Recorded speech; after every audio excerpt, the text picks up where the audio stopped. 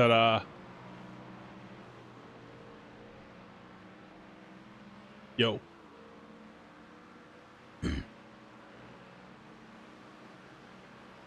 Okay, I want...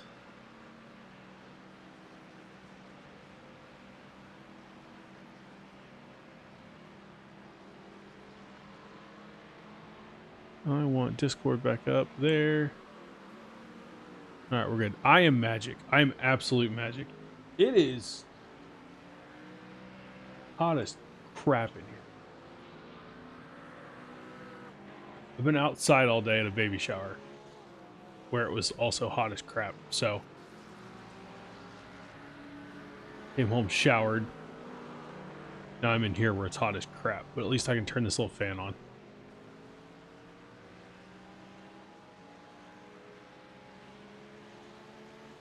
I did read the notes. I do know what has gone on. We've had a rough go. This race for us is cursed, man. This is just a cursed race. If you missed the very beginning of part 1, first off, where were you? Second, we couldn't even see it because iRacing was glitching like crazy. And so because of that, we didn't see that Scott got hit before the start-finish line. We had to hear about it. And so he was carrying damage our whole first stint, was trying to hold it on through here, through Blanchemont, and couldn't at the end of his stint. So he lost the car once, Raj lost the car once, Joe lost the car once. I haven't lost the car at all. No, I haven't driven yet. And the rain might come. So I reserve the right to lose the car, but I have not lost it yet. I was sleeping, as you should be. I don't blame you.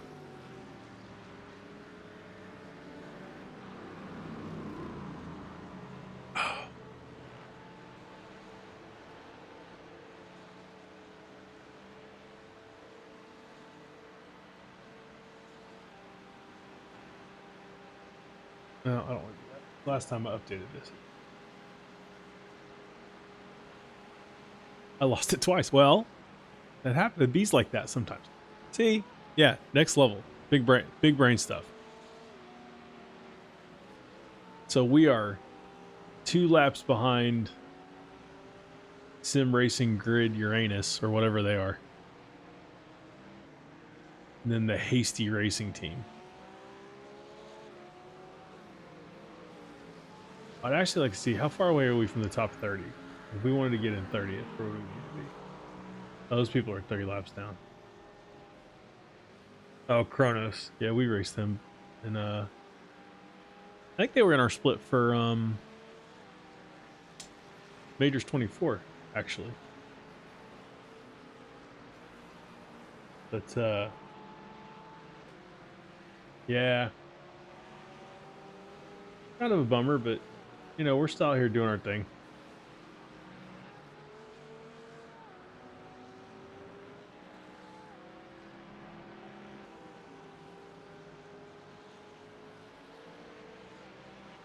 There's actually only 8 teams on the lead lap. There's about to be 7. Is this team that's in 8th is 2 minutes ahead of first place, so they're about to go down a lap 2.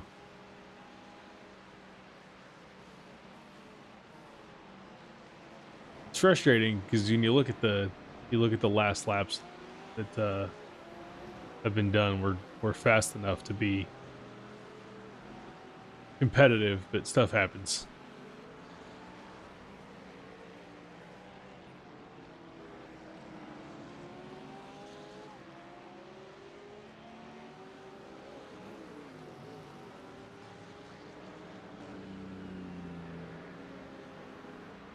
It's just a bit of a bummer.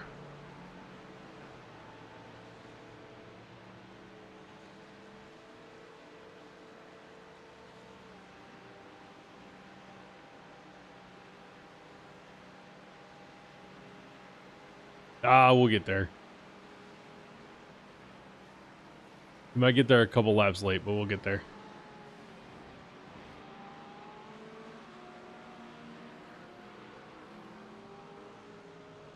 Yeah, I'd like to get in top 30, get in the top half. That'd be pretty cool. We'll see where our pace takes us. I mean, 11 cars losing 4 laps is probably a big ask, but you don't know. I mean, definitely think we can get in the top 40. I think that's probably pretty easy to do if we keep it clean. So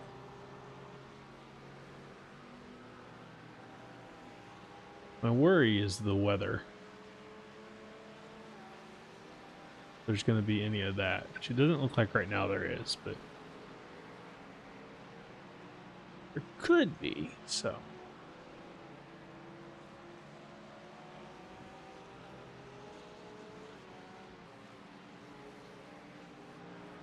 my second stint might actually be in the light, which would be fun. Kind of just planning on a bunch of dark racing.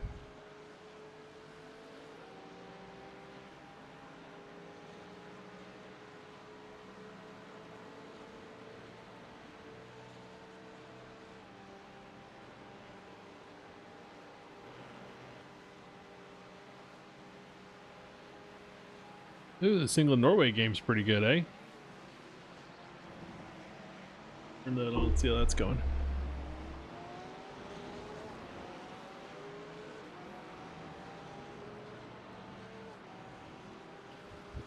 Two to go at the line.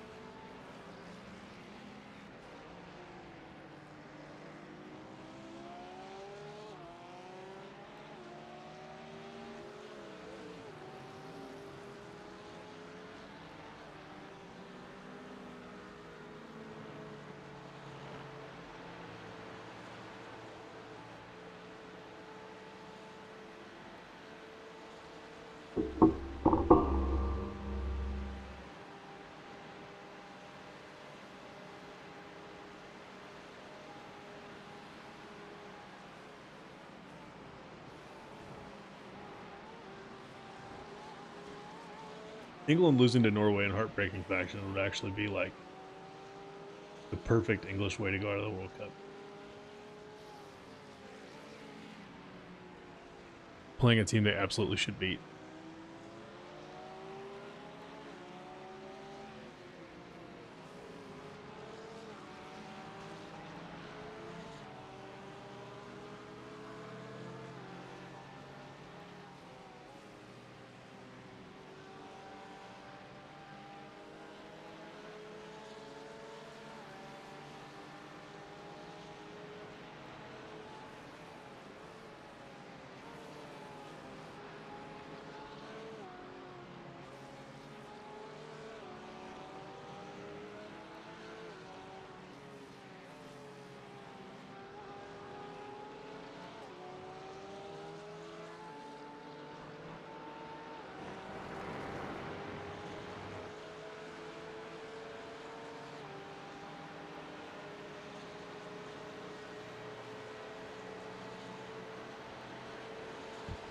Says 1.2 laps left. Are you in this lap or are you going to run another?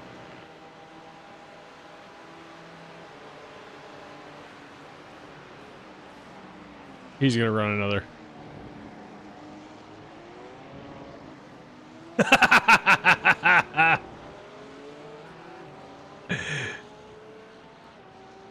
He's such a punk.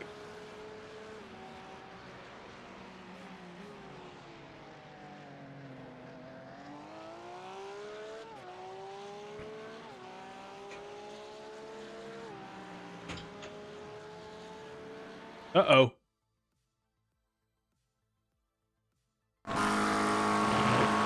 Oh, man.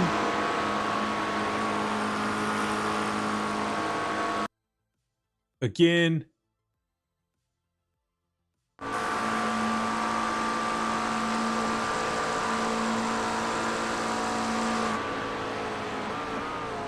Am I still streaming? Someone tell me if I'm still streaming.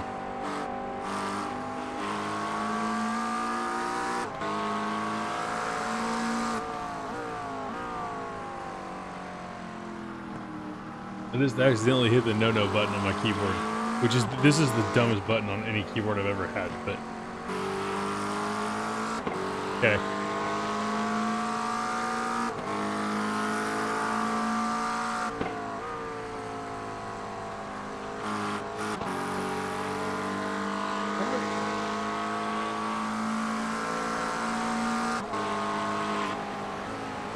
Oh, I'm not gonna do the thing. This is the second time today that I've had to reset my triple screens. Someone has dismantled them. This time it was me. The first time it was my son.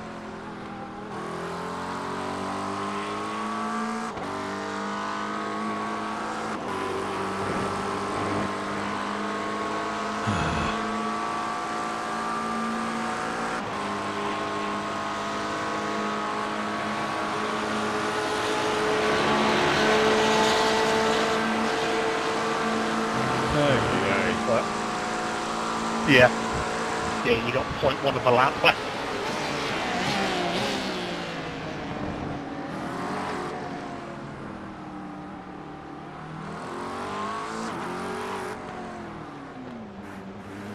That's all right. Okay.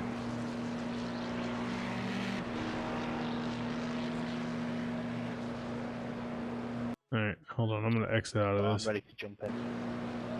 and go back in.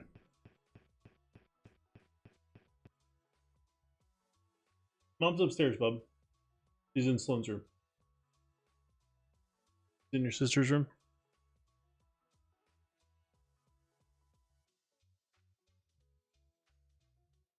Good job, Scott.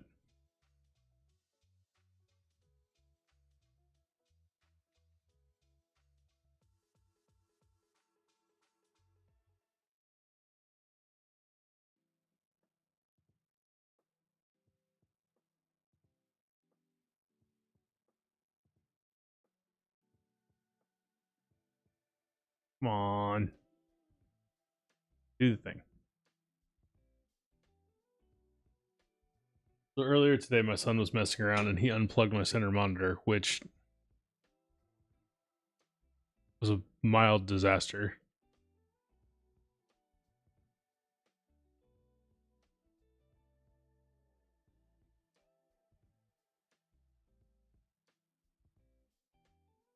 This time I apparently hit. So I have this button on my keyboard. This is the dumbest thing of all time. So this button right here, that literally turns my PC off. It puts it in sleep mode if I touch it. I don't know why a company would decide that that's something that people want in the middle of their keyboard, but right next to the F-row. But Logitech did when they made that. And every time I hit it, it turns my computer off. So that's cool. Which is why I thought the stream was dead. This is just real high quality internet streaming from your boy.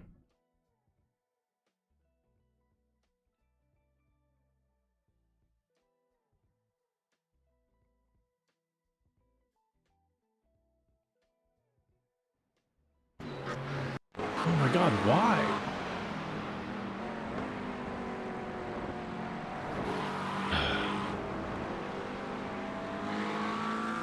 Getting a little rough up there in front of you, so let's roll. Fast guys are running 17.919. P17 is the fastest car on the track. 16.387.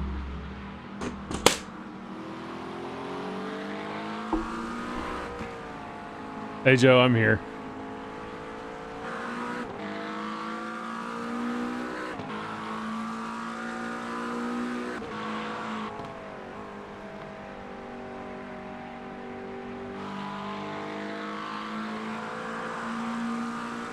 Well, that's not going to work.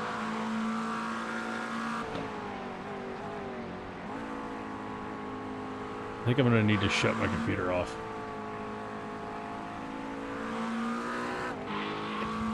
Hello, Nick. Is your spotter working?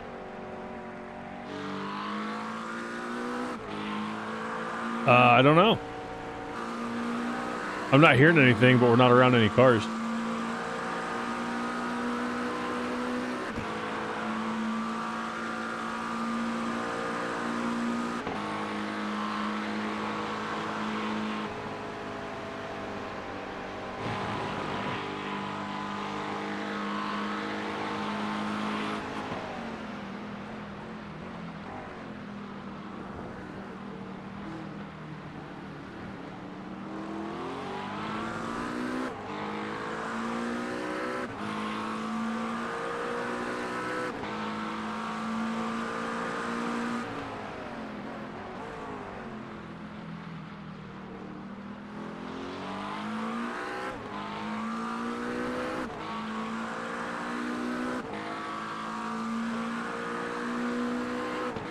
Well, gang, I don't want to do this, but I think I'm going to have to restart my computer. Because it has basically pushed my triple screen into one screen.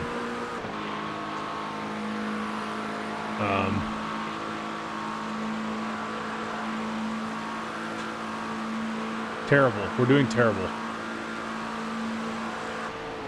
My setup just went bananas again. Because this is right.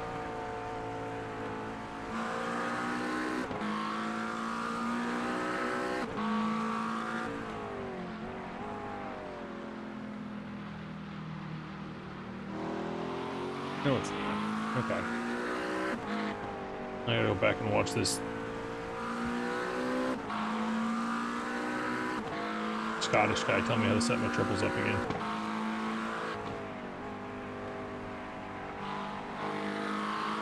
Setting up triple monitors in iRacing is so simple. All you need to do is go to Documents. This is hilarious, internet. Scroll down into this Render DX11 monitor. Open that in Notepad, and enter your pixel down. That's okay.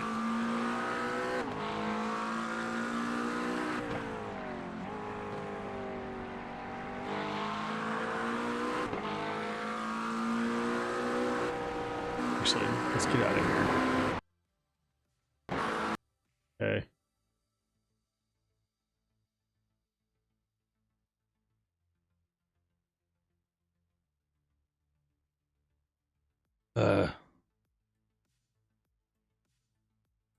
If you're wondering how to set up your triples, this is how you do it.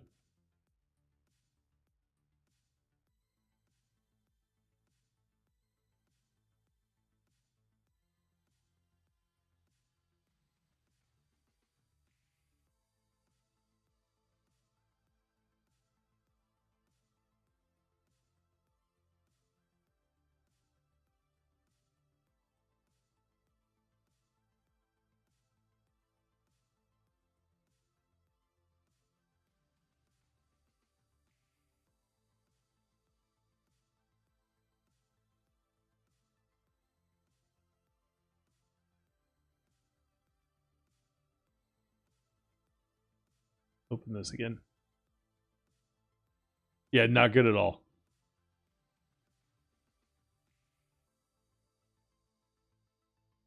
But I think I fixed it, so we'll see.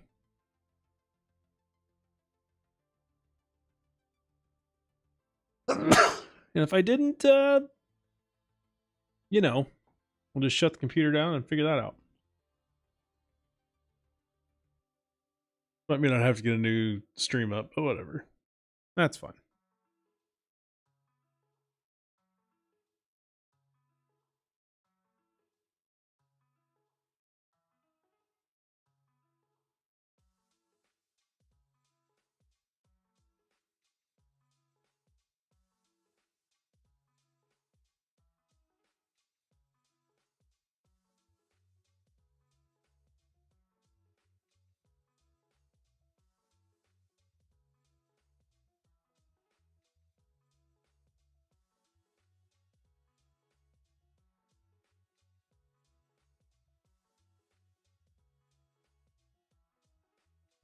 Come on, work, work, work.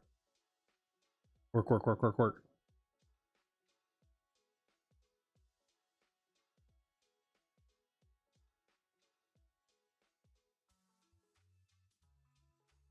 Come on.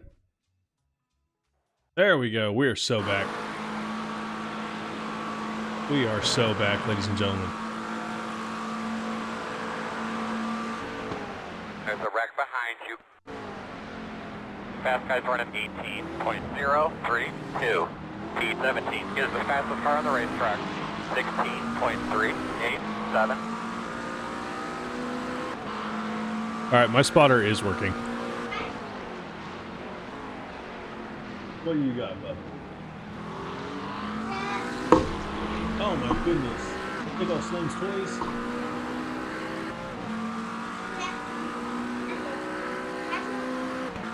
Very cool, dude.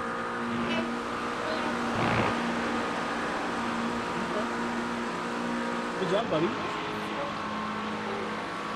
I do think it's so cute. You did a great job.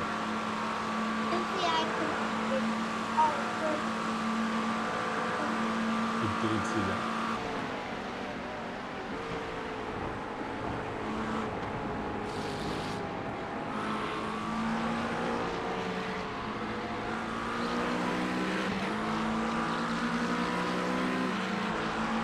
Do do do do do do do do do do do do.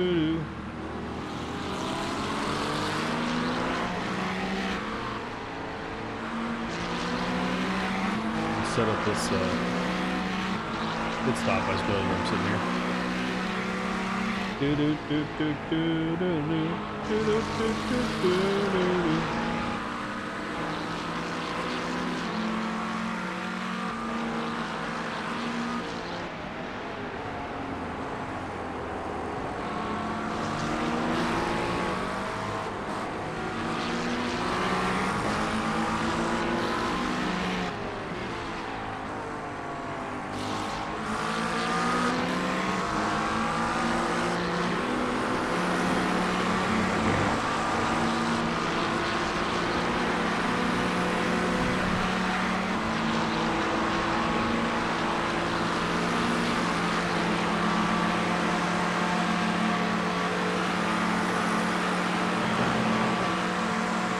Left side. Clear if you need it. Left side. Clear.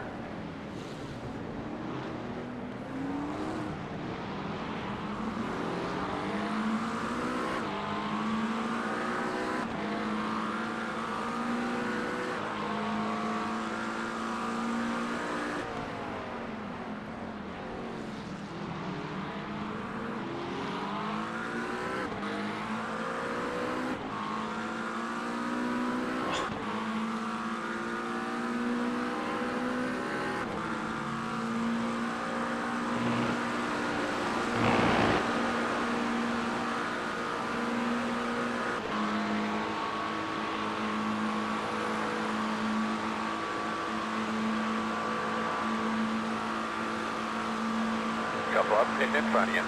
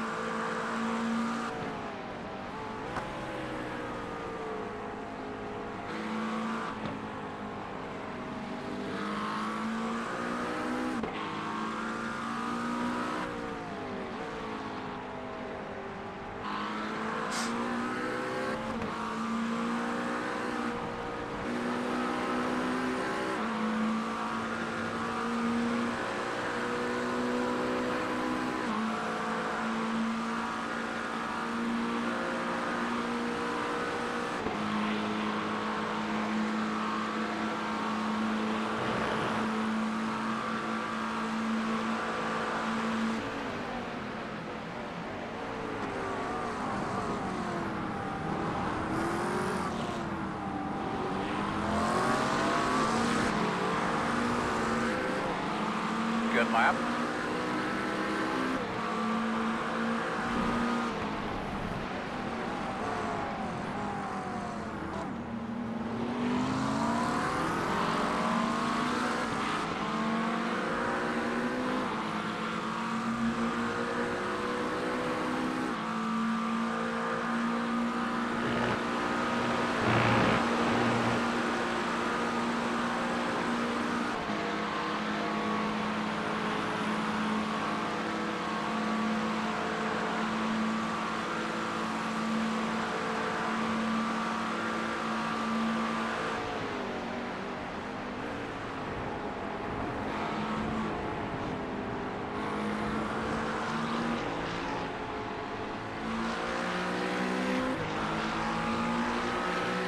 Hi, Scott.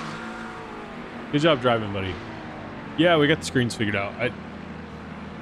There's a button on my keyboard that like basically turns my computer off, puts it in sleep mode, and when it came back, all my 3 screens were smushed into my middle one. So I had to Still there, door. go into Clear, my clear. INI file and basically reset my triples up, but I did. I will give iRacing this. It is easy to set triples up on iRacing.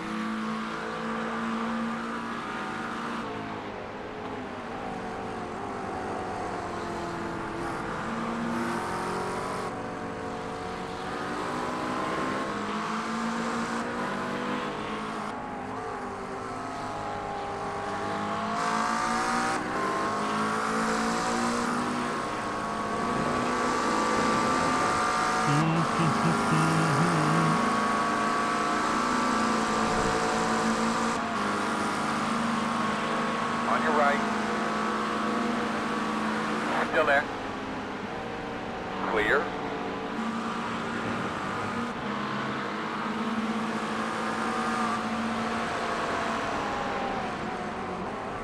Oh, Jesus, Joe. Come on, bud.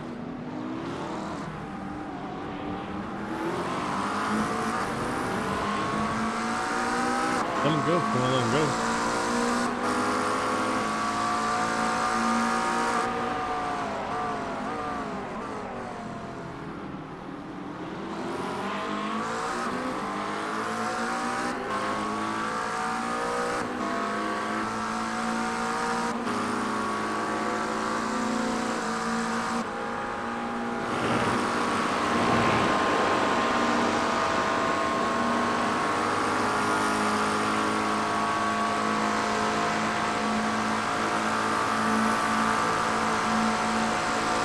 The same dude that was barking earlier, that George McPickleborough or whatever his name is.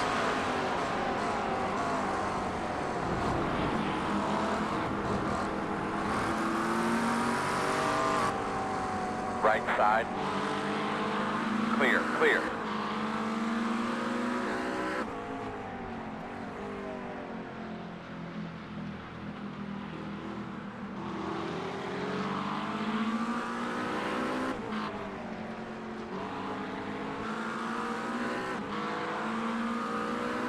I feel like I know a Robert Nowak.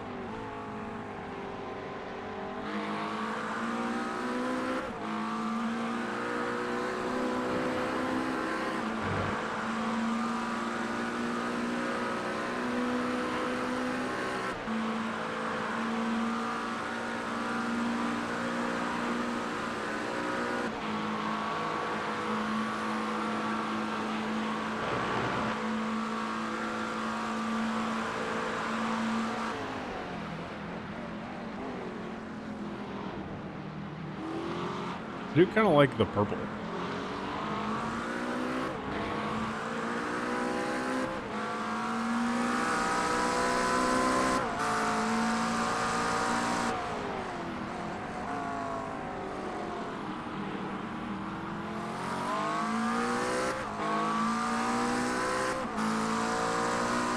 I know you can change. Sometimes you can change the color of those.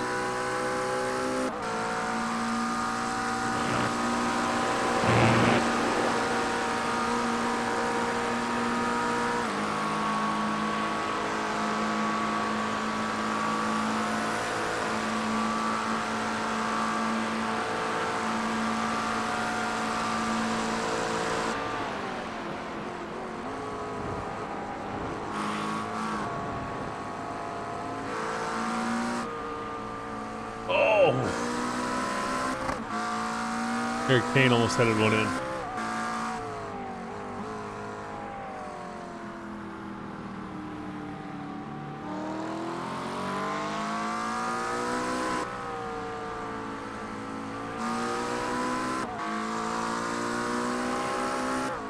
I'll be interested to see if this one sees penalties. Never mind. Oh, it's not going to now.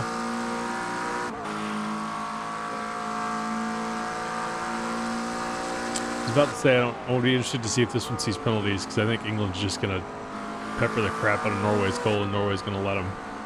Which was a terrible idea, because now they're going to lose. What do I know? I'm just an American.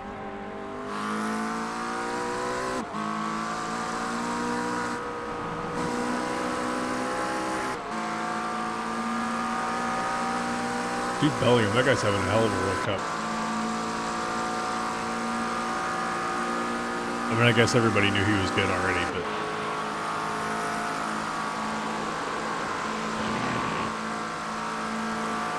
I wonder what Premier League team's going to overpay for him in 5 years when he's done at Real Madrid.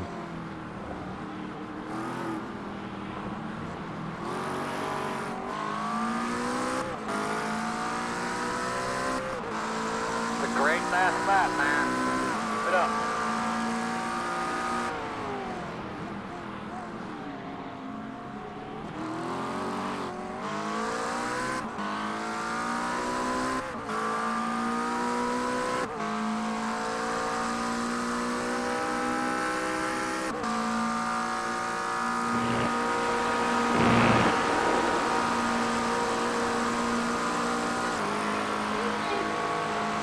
I'm watching Joe, and then when Joe's done, I'm going to start rolling. What do you think about that? Joe. Yeah. Who's in front of him? Who's in front of Joe? I don't know, bud. Dad, Ben. you usually drive that car. I know. I'm going to drive that car here in a second, just not right now. I'm having some wind. No. Oh, you need some wind? Get some wind, buddy. I have some. Hey, I don't want you climbing up here. Remember last time you climbed up here and my stuff went away. Okay? And to the leaves. That I thought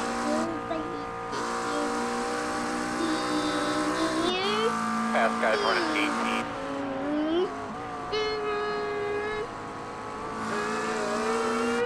18. Hey, Scott said hi to you. Say hi, Scott. I thought.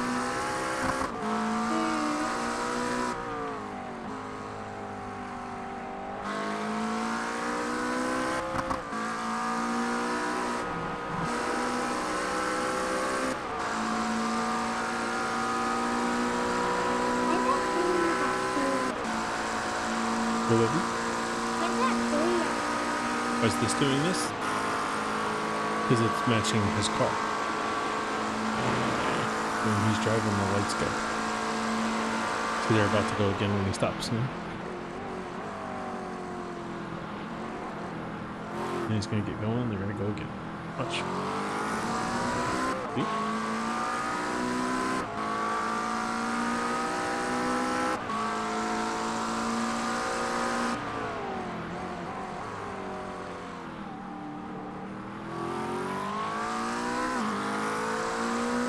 Yeah, seriously.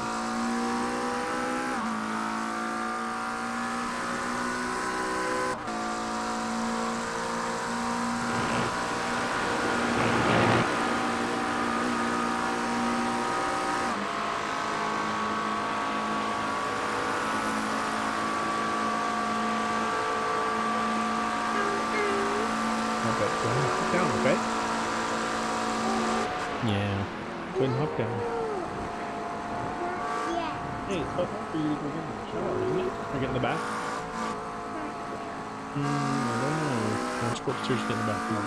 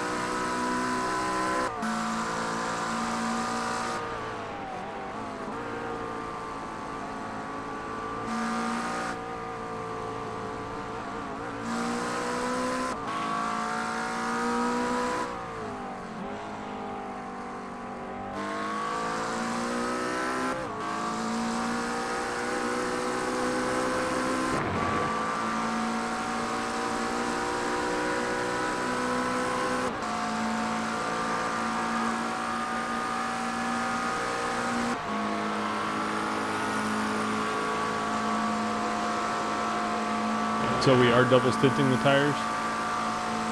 Got it.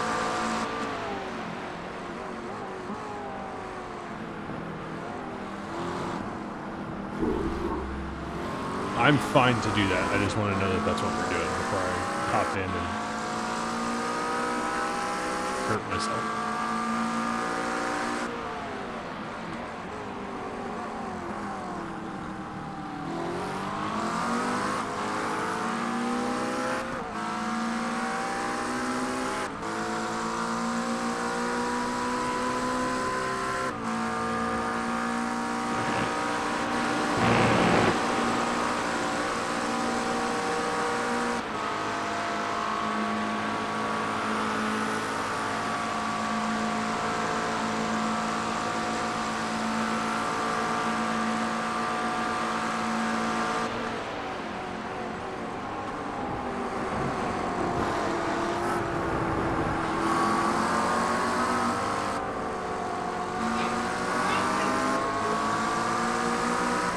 What do you mean?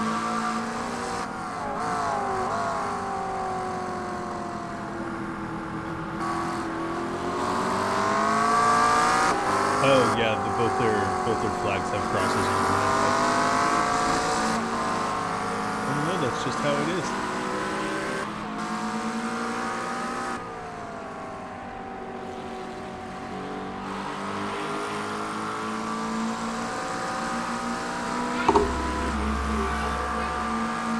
Okay. I'll double them then, that's fine. No, do not mess with that, please.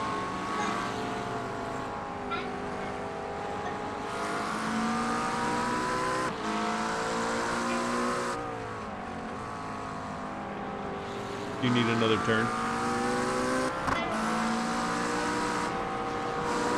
Okay.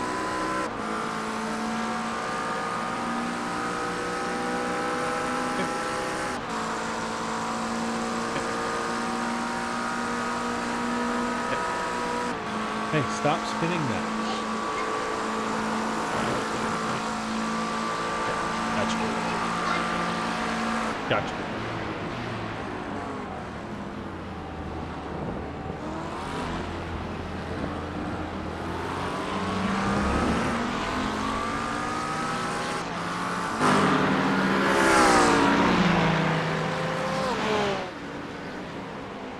The TV is on. I don't know how that happened.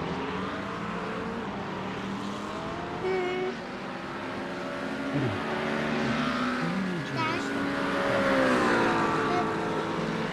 Our TV is on. Is it?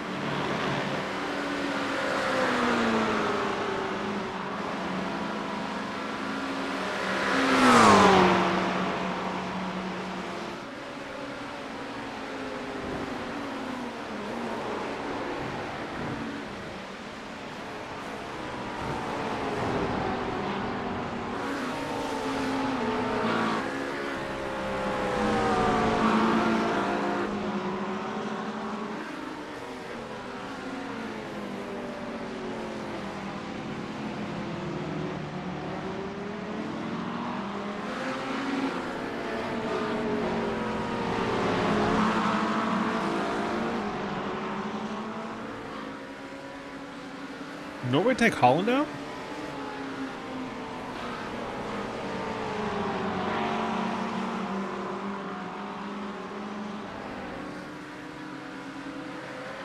Why would you take Holland out?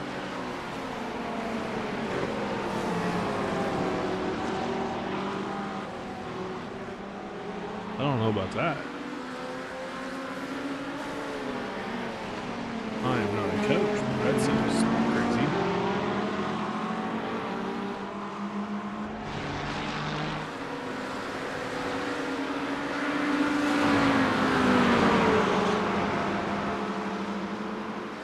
Oh, the Kronos team had a issue too.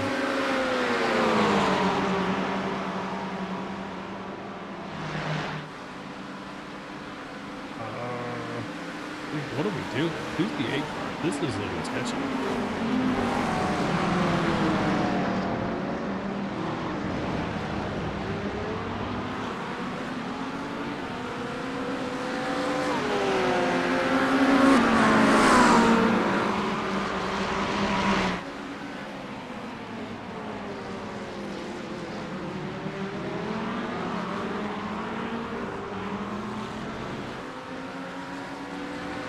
I'm not imagining I'm going to drive the Corvette for 24 hours.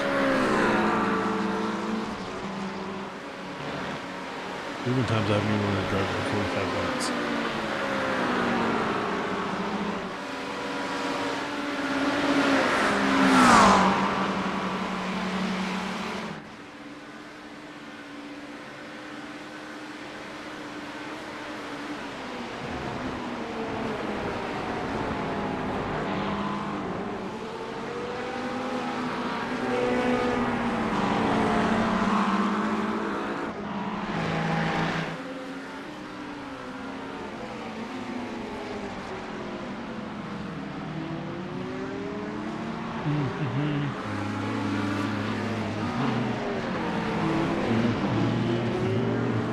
Oh no.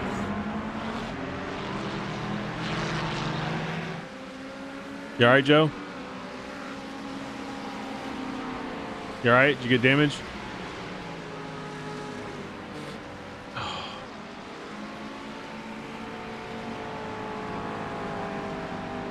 Hey, you don't have any headlights right now. If you need to tow, you can tow.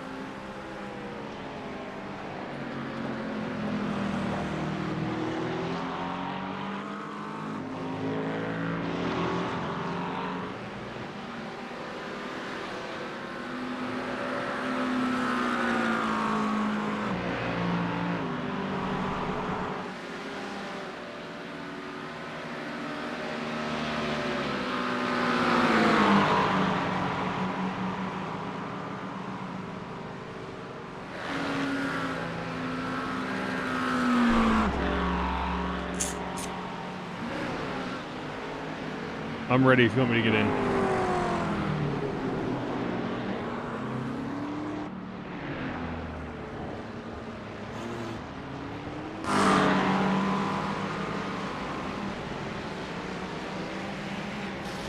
Hey, your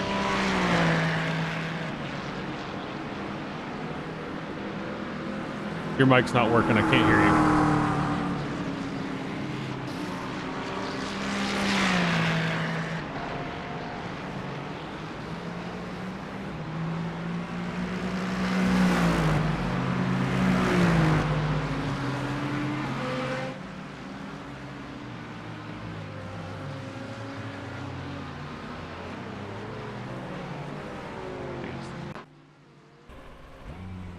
So, 2.5 minutes. Oh, I'm going to the bathroom and then I will come back.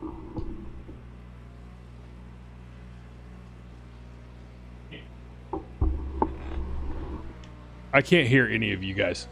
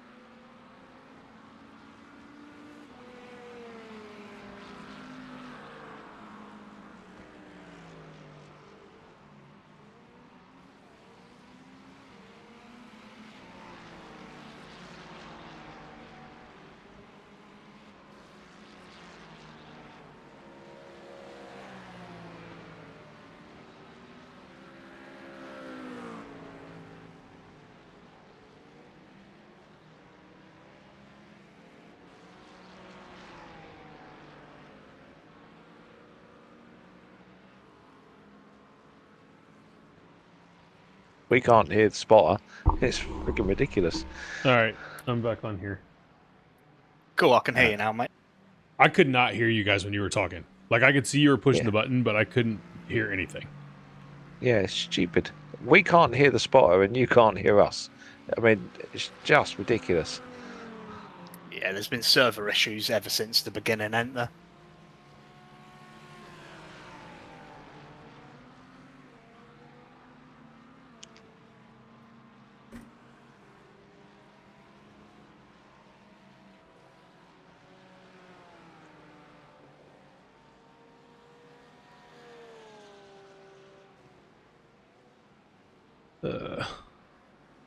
All right, here we go.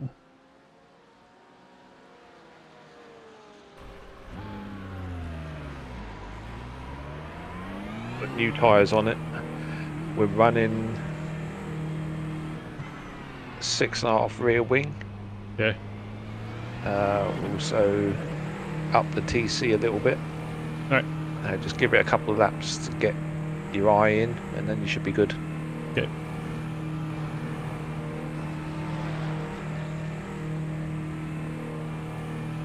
Can I put the TC back down, or is that a bad idea? Because I've been running it at 2 when I've been practicing. It really won't make any difference to you. Okay.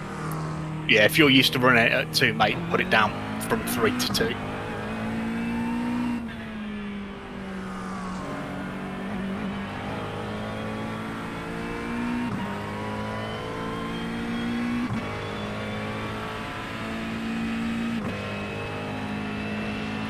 That was a bummer, Joe. Not much you could do about that.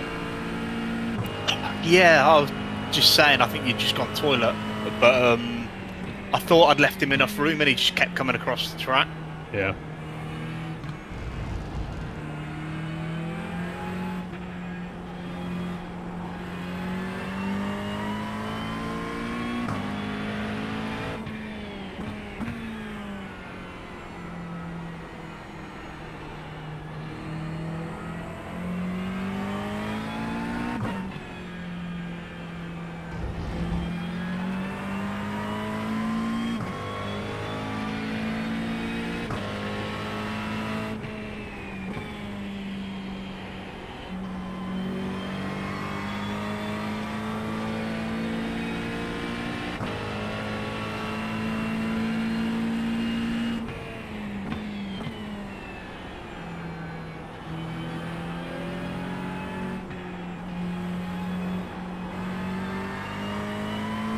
Right, as I've got a little bit of a break, I'm gonna jump off here and get some rest.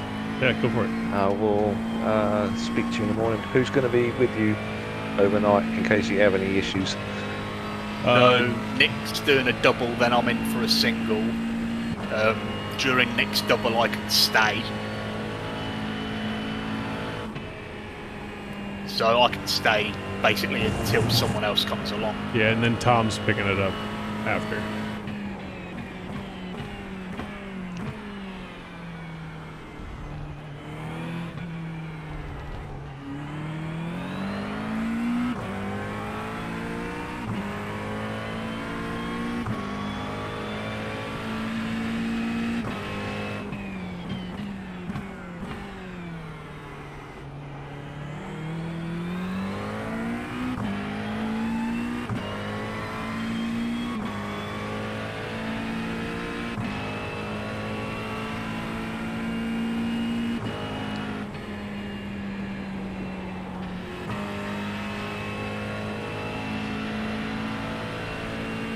That little opening in the wall in pit lane's so weird because I think people are coming out, but they're not. Oh, it's hilarious when people do actually come out of there. But not in a good way. Does iRacing actually give you a penalty for it? Yeah. Good. Yeah, I mean, I'm assuming it would be the same as if you cut through the grass at Daytona in the pit lane or something.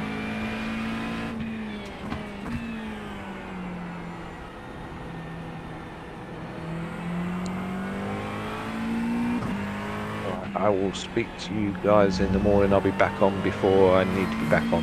All right. See you, buddy. Have a good one. All right. Bye. Hopefully it goes all right for you.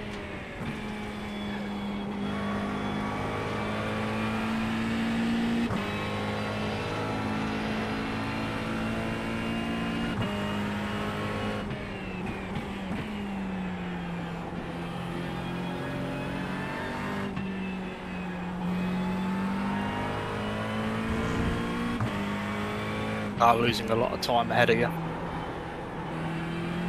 Oh, the people ahead of me are? Yeah, the car ahead's just lost about 3 seconds, so it must have spun. Okay. Is your spotter working, or do you need me to spot? I don't know. Give me a second. I'll tell you. Once I get through Blanchimont, I have a button I can push, the damage report button. Okay, cool. Nope, not working. Okay, I shall do my best to spot for you. Honestly, I'm not that worried about it because I can check my relative and see where people are at. Okay, mate. I mean, everybody's pretty spread out. You can if you want, but don't feel like you have to. Okay, it's just what we've been doing between ourselves. But yeah, if you're confident enough, by all means.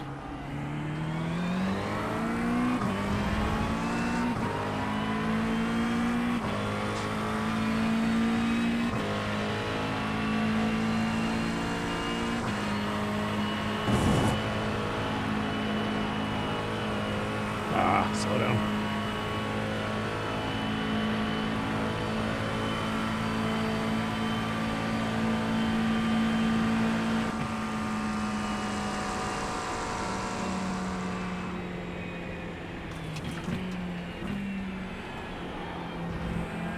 I had to let that guy by anyway, so it's whatever. Tactical slowdown.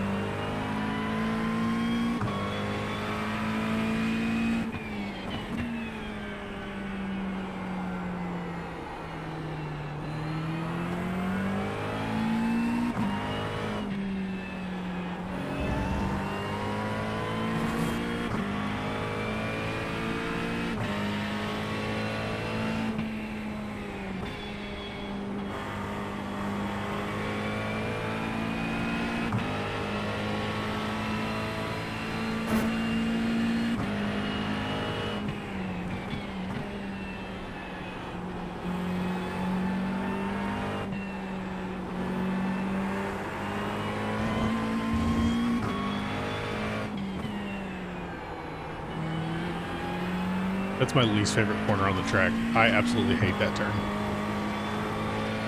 Oh, who on? I love it. I hate it. I'm slow through there, and it screws up the entire straight after that.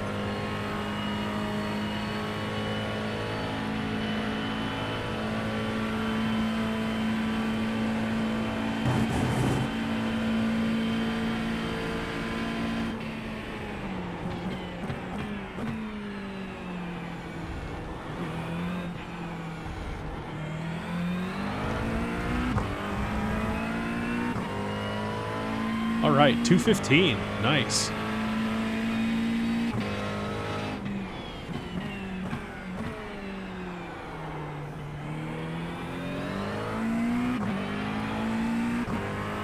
I love that so much when you get in and the lap times are screwed up because you're after somebody fast.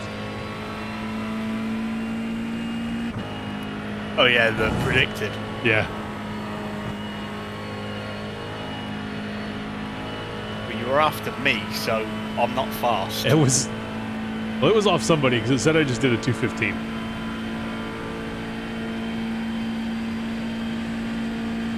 I think Tom got the quickest with a 2:17 earlier.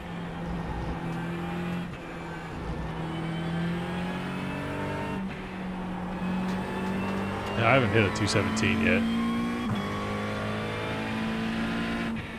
Quickest I went a couple of weeks ago was like a 2:18, but Yeah. that was before they did the BOP. I did a 2:17 on Wednesday in my league, but that's the only time I've done it.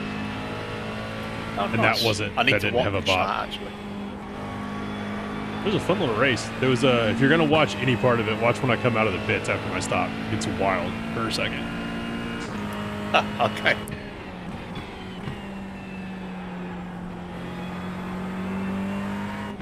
This is probably the least prepared I've ever been for a 24-hour race.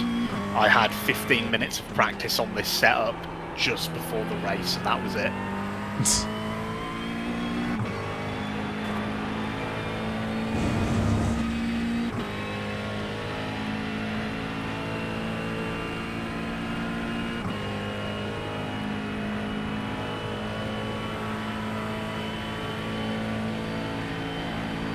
I will say I didn't do any night practice, which was really stupid because I'm going to be driving all at night.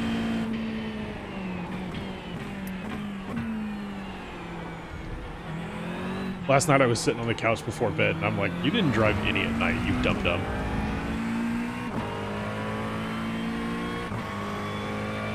I never do night practice, even when I'm only driving at night.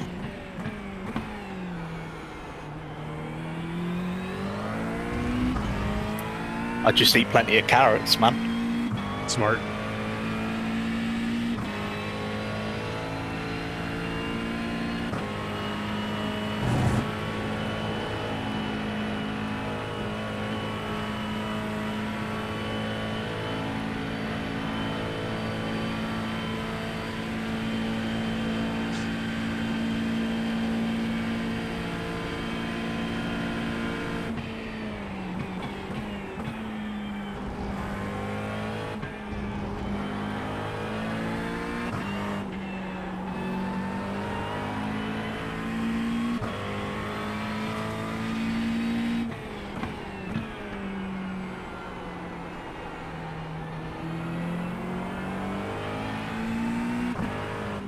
There you go, England won. Oh, did they? Yep, they just won 2-1 in extra time. Bellingham scored in the first half extra time. Oh, nice. I was expecting Norway to beat us. Nah, spoken like a true Englishman, but no.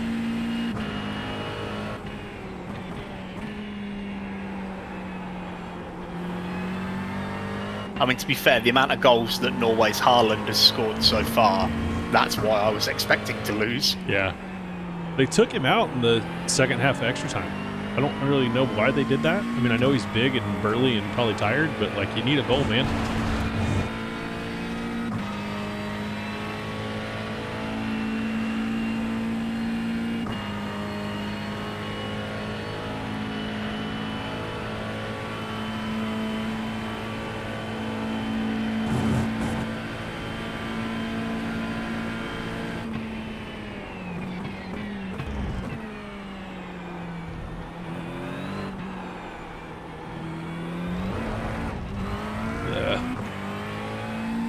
Too much curb.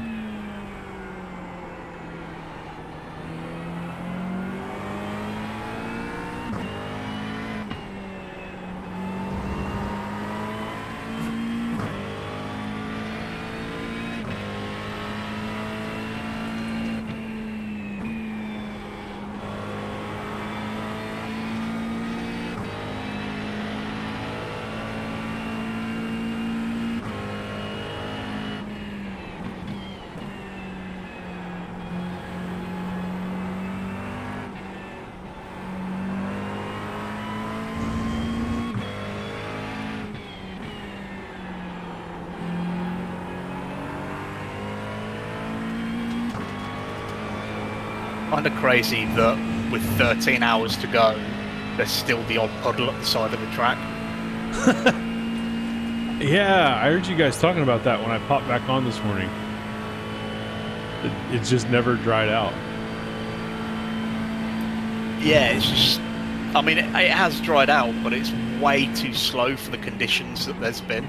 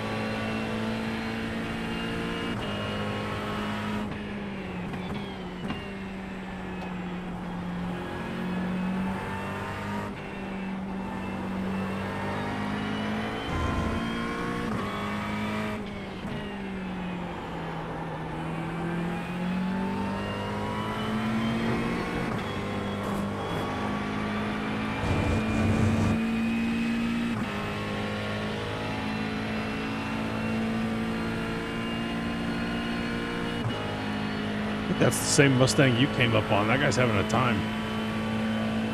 Oh yeah, the 30 Mustang.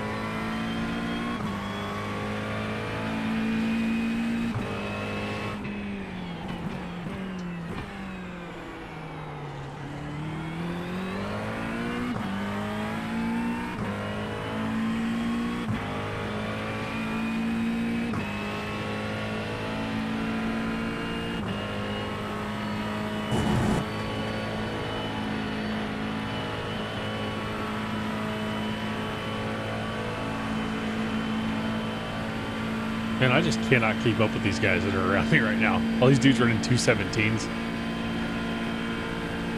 I got nothing for that.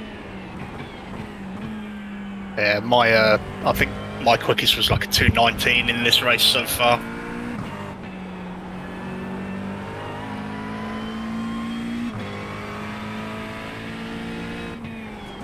But to be fair, my times have been all over the place this race. They're nowhere like compared to last year where I was way more consistent. Yeah, I did a 218 flat, but I can't. I'm having trouble holding that for some reason. And these guys around me are running 217, and I just can't do that. I think they've probably got their quick drivers in for the night shift. Why didn't we do that? I guess I have to You're drive some. You're I guess I the have to quick driver drive compared to me. I gotta drive sometime. Well, yeah, we've all got to drive at some point.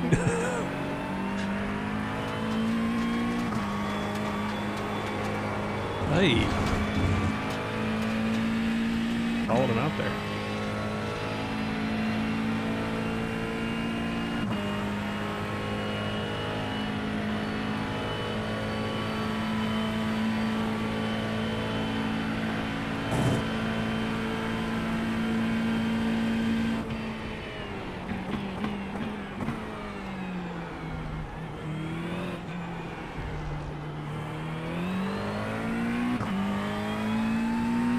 I do think I'm better through there this year, through the bus stop, so that's, you know, something.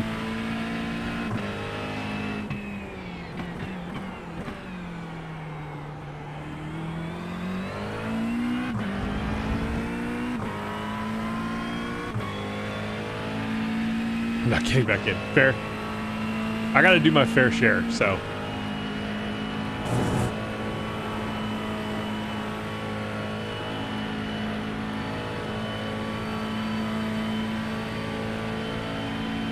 Oh, we've been double scenting the tyres while it's been cooler.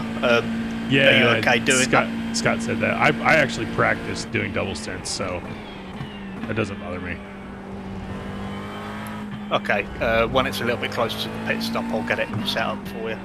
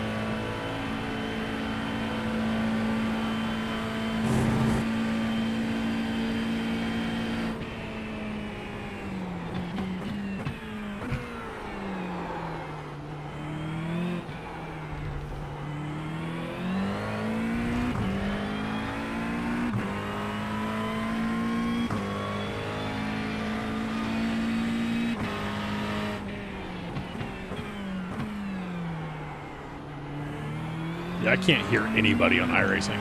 I can only hear the car audio. Like you guys talking, anybody else talking, I can't hear anybody.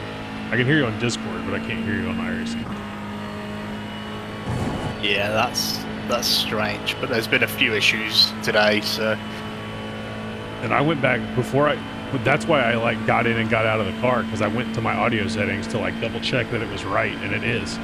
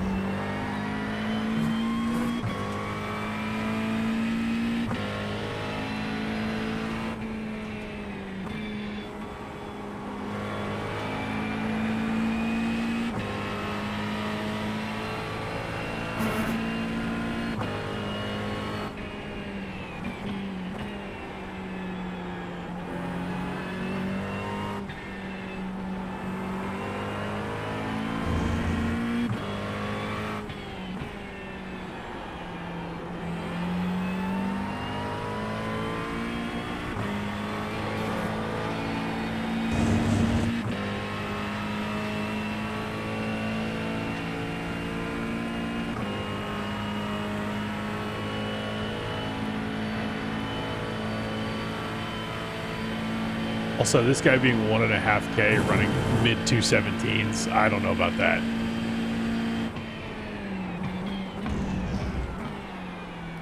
Which guy's that? The car ahead? The car right ahead. He's 1.5K and he's running mid 217 every lap. Interesting.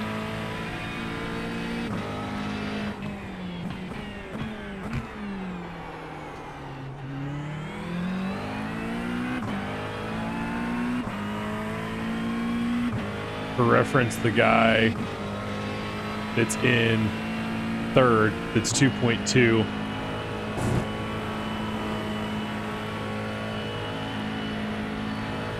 That is 11 laps into his stint, just ran a 2:17.7.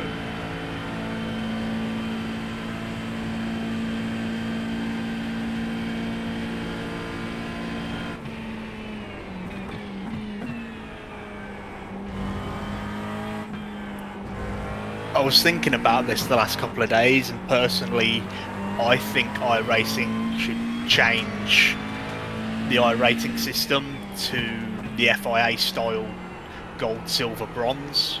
Have Kinda like like- a range. Like what LMU does.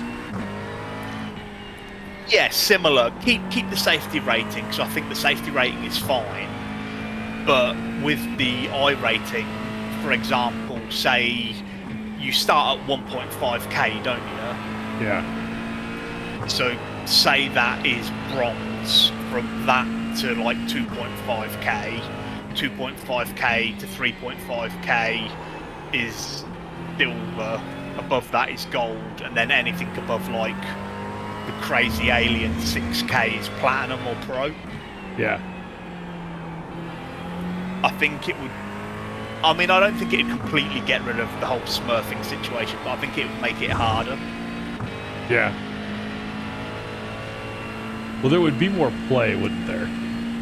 You know, like if you're... If it was a range, yeah, there would be more Yeah. play, but also you'd have the possibilities of like multi-class within this, like there really is in the real Spa 24.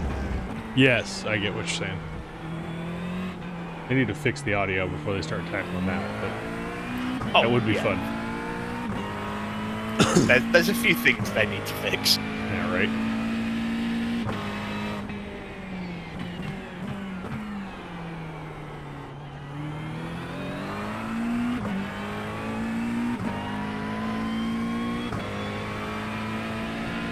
Like, we're in a 2.1 split, and that guy's got to have the worst I rating here, and he's running 2.2 times. Like, come on, what are we doing here? I mean, yeah, my rating is just under 1.4k at the minute. for Okay. sports car. Gotta do some more TCRs to get that thing up. I could do, yeah, but this season's schedule hasn't been great. Yeah, I was actually all hyped to do GTE, and I looked at the rest of their schedule, and it's terrible. I'm like, well, maybe I won't do that.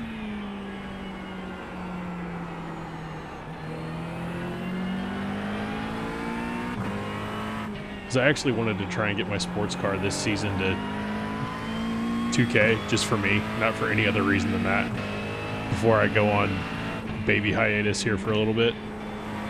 Oh yeah, when is it? August or September? I can't remember. September is when the baby comes. Ah, cool.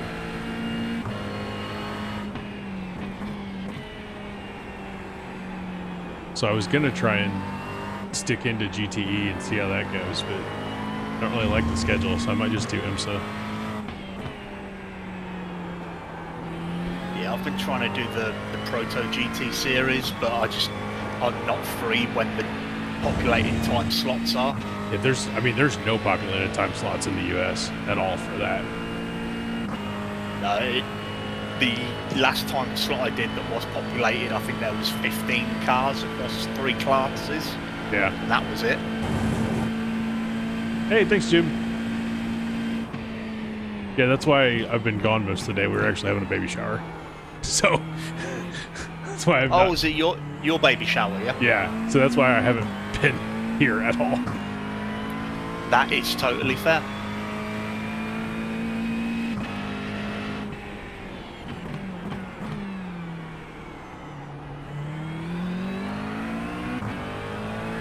Do you know if you're having a boy or a girl, or are you keeping it quiet at the minute? It's gonna be a girl this time, which scares the hell out of me.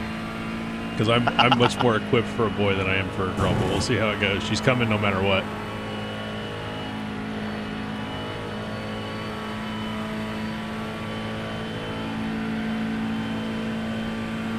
Go from Lightning McQueens to princesses.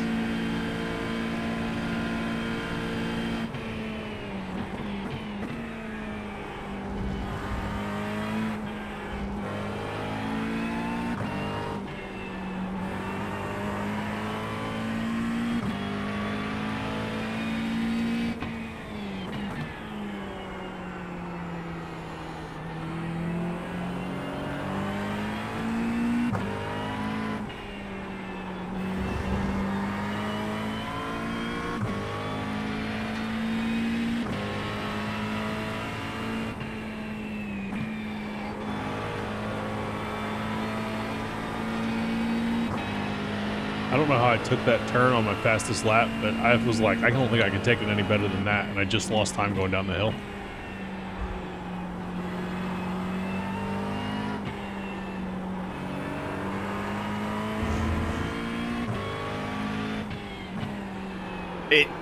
I don't know, I enjoy the corner, but it is tricky to get right. I think that's what's so tough about this track is it just feels like every single corner like leads to a long straight. If you screw it up, you're just hosed. You're just bleeding time.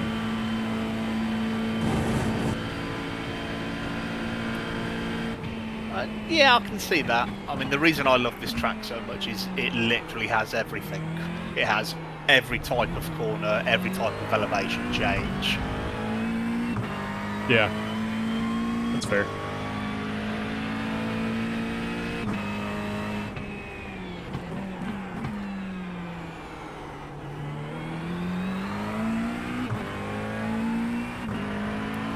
You are about to get a position in the pits.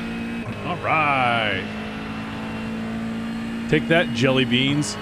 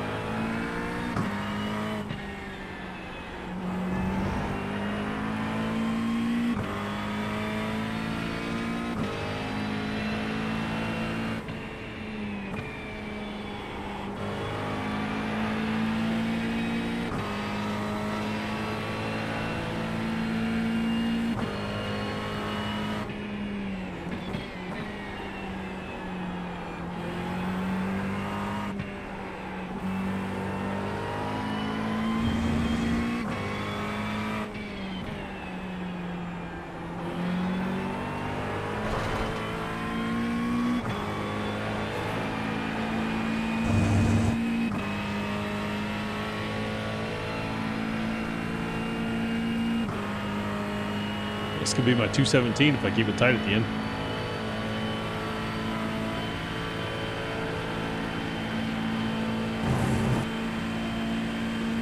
I bet you'll get a 217 at some point.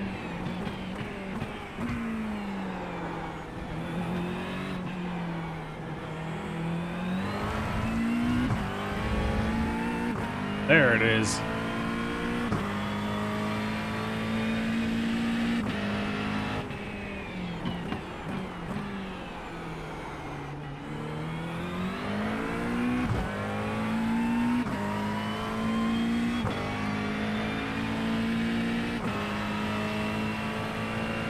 Yes, I'm doing this and then Road America for 12 hours next weekend. Because why wouldn't you do that? Road America is an amazing circuit. Regardless of what Paulo tells you. Because he apparently hates it. Scott was saying he's not a fan either. No, that's fine. We all have bad opinions sometimes. Like, I don't like Chinese food. That's fine. That's my bad opinion. Scott doesn't like Road America. That's his bad opinion. I think out of the American circuits, I think Watkins is my favourite, and then Road America is my second favourite.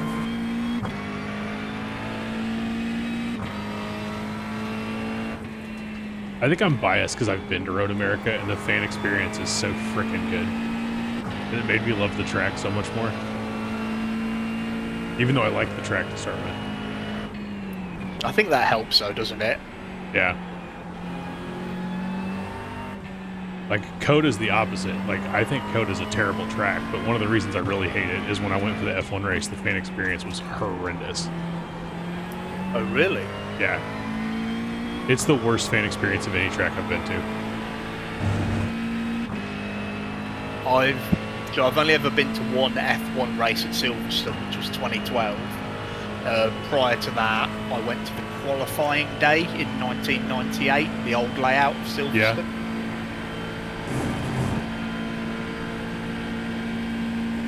Yeah, both times the fan experience was great. You can get so close to the track as well. Yeah, Silverstone seems to do it right, but I mean, that's the home F1 race essentially, right? So you're not really that shocked that they do a good job. Yeah, that is true, yeah.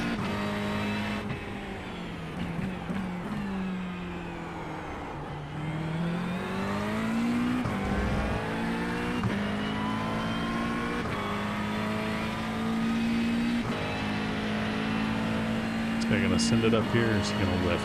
Please don't lift.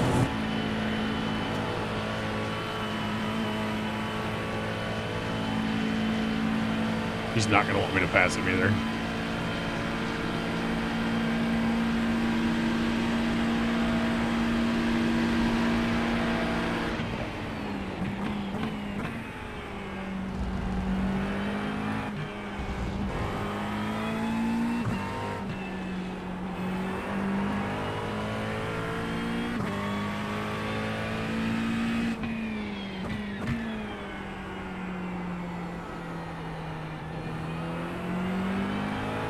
I'll be honest, the sound of that Ferrari from the chase cam is horrible. Yeah.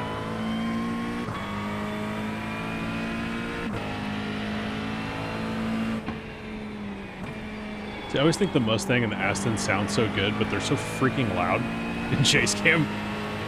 Like, you can't hear yourself think. It's kind of weird, because in chase cam you'd think cars that have rear exhausts would be louder, not side exit. Yeah.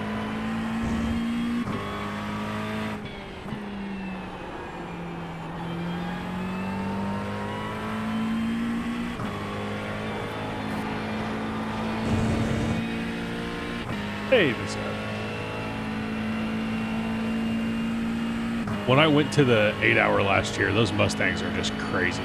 And I was actually talking to a guy who works for Intercontinental GT, and I was like, dude, how good are the Mustangs? And he was like, oh my god.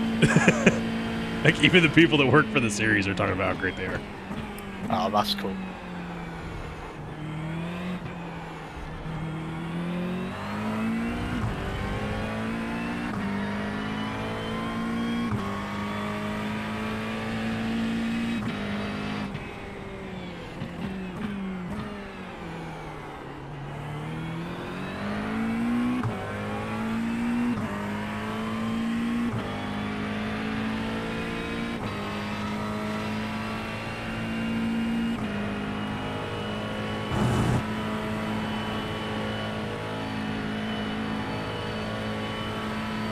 Sun's starting to peek over the trees.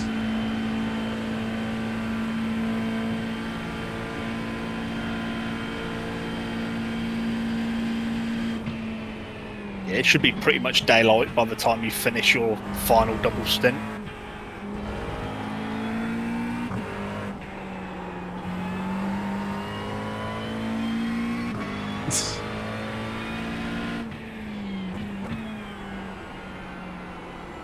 me, biased, that would never happen.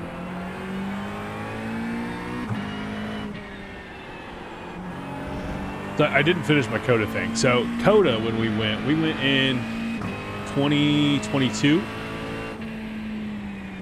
And it was full, so it was out of COVID, so it was a full event.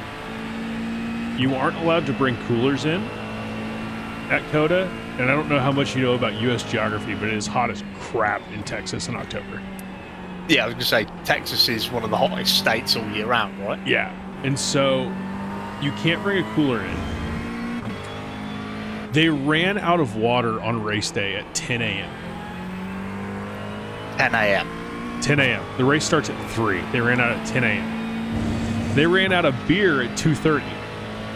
So there was like no beverage to get at all in the entire facility. That is ridiculous. And as we're leaving, their egress is just terrible in general. As we're leaving, people are stuck, and so people are kicking down metal fencing, like as a group, to get out of the facility. Not like temporary fence, like pulled into the ground metal fencing. Yeah, that does sound pretty ridiculous. And so we paid to park a little further away. And so we parked in a lot that like had a shuttle, so they like shuttled us out a little bit. We didn't have a terrible time getting out. But the year that we went, there were people that had paid parking at COTA that it took them 5 hours to leave the parking lot after the race. Oh yeah, one of the big things about Silverstone years ago, before they redeveloped it all, was the parking and how long it took to get out. Even just like a British touring car race, which is about 40,000 people. Yeah. So nowhere near as much as the British Grand Prix. It would take 3 hours to get out of there. That's just not good enough.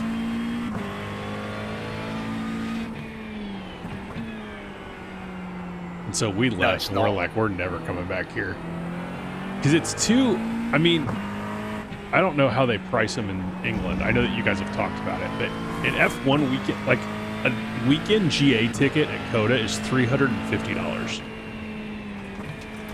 That's probably, when you convert it to pounds, that's probably about the same. What Silverstone is? Yeah, I would say for like just a general admission weekend, like a Saturday, Sunday ticket, yeah. And like for me, you can get, and obviously, I mean, this is like comparing, you know, BTCC over there, but you can get an IndyCar weekend ticket at Road America for like $120. Oh yeah, you could go to, I mean, the two top national series here are British GT and BTCC, and for a weekend ticket, the BTCC at Silverstone, I think it's about £60. And I mean, we've got decent seats because we've bought them through the track for years, but like my Indy 500 ticket is $120, and that's one of the biggest races in the world. And you want me to pay $350 for the weekend when you don't even have freaking water? Yeah, that's what are crazy. we doing? But then it costs the circuit or the circuit owners so much to host a Grand Prix, it's insane. Right. Well, that's why the guy who runs IMS talks about that all the time. He's like, look, we would absolutely love to have F1 back. He's like, we're one of the only 2 tracks in the U.S. that can host F1, like as a permanent circuit. But it costs so much that it's not worth it to us to have one. So I can't remember what year it was. I think it was mid to late teens, like just before, maybe 2018, I think it was. The last time it was released as to how much it cost Silverstone to host, it was £45 million. Yeah, I mean, that's just an insane amount of money.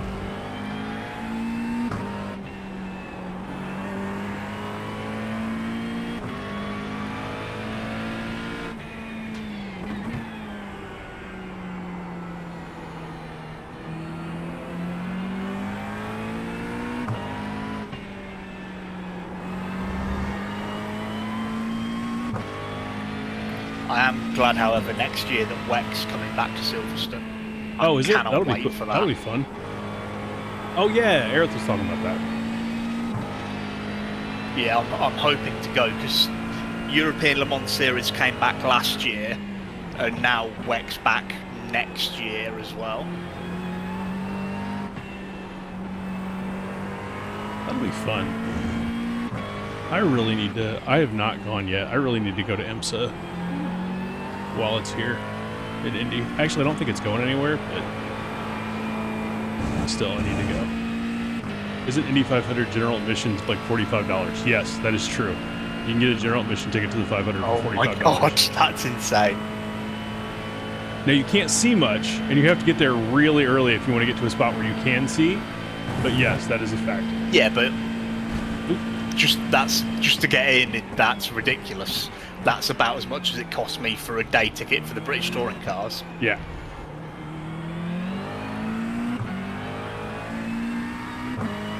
Oh, really?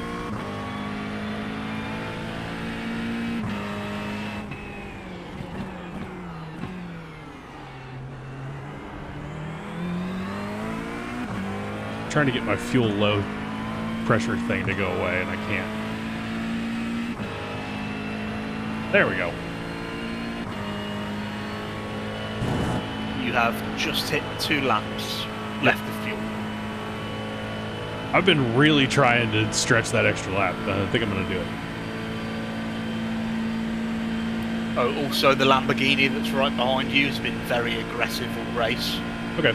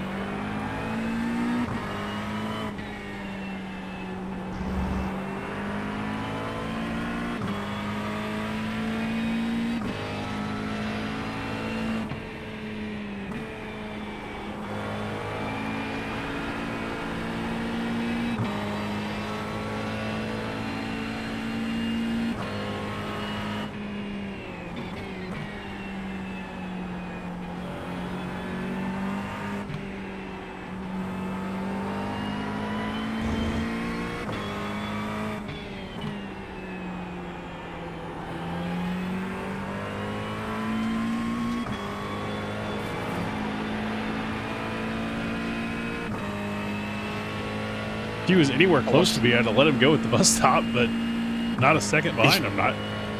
He's probably chewed his rear tyres up already. I was saying earlier that at some point for some event, I will convince this team to run the Lamborghini. You know, I can tell you now since we're in the race. Scott sent me a message on Tuesday, and he goes, "Don't tell Joe, but the Lamborghini's looking good this week." Oh yeah, it's like the BOP's been really good for it, but it does on long runs chew its rear tyres up. I don't own it. I don't have a problem getting it. Just I've never driven it before. Years ago when it first came out, it was very much the slightest twitch and it would kill you, but it has softened over the years with all the updates.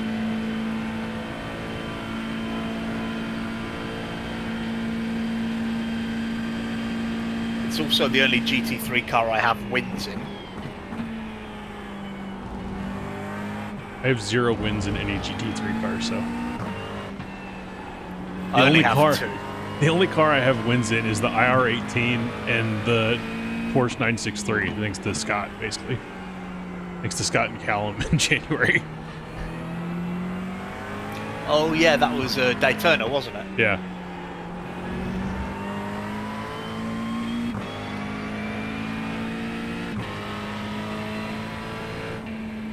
All right, I'm coming in here. You got me set up. Yeah, I've got your fuel and your double stinting the tyres, remember? Correct, so no tires. Yeah.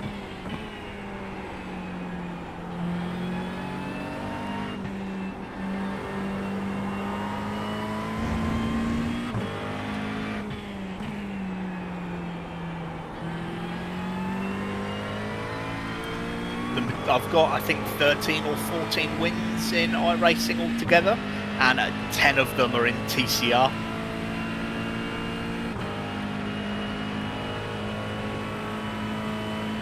That makes sense.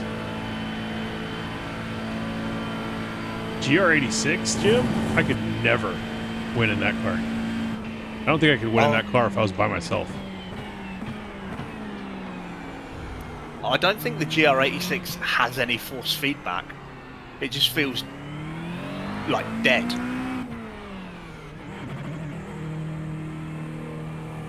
Are we in the first bit or the second bit? First bit. We are in the first.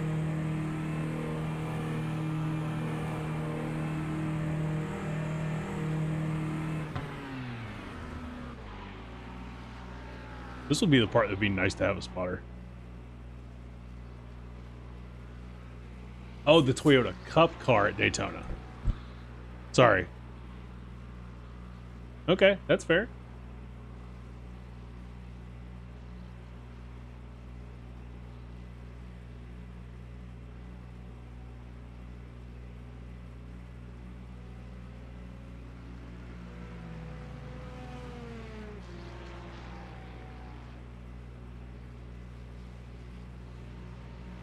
I've won one road course in the IR18, and I've won a lot of oval races.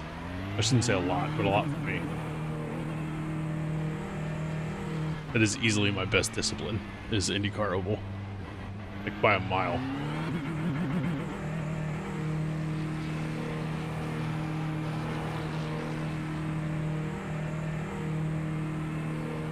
Like I said, I think I've got 10 TCR wins, but most of them were in the first generation Audi before there was any other TCR car.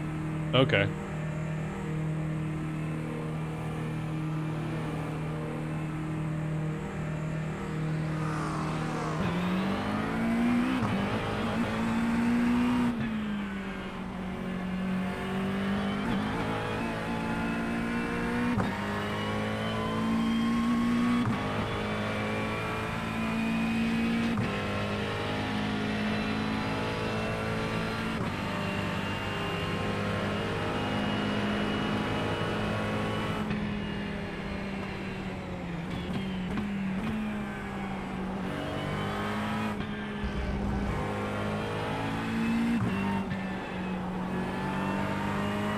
I will say, with your double stint tires, it is nice to come out of the pits and just be able to drive the thing. Oh, God, yeah.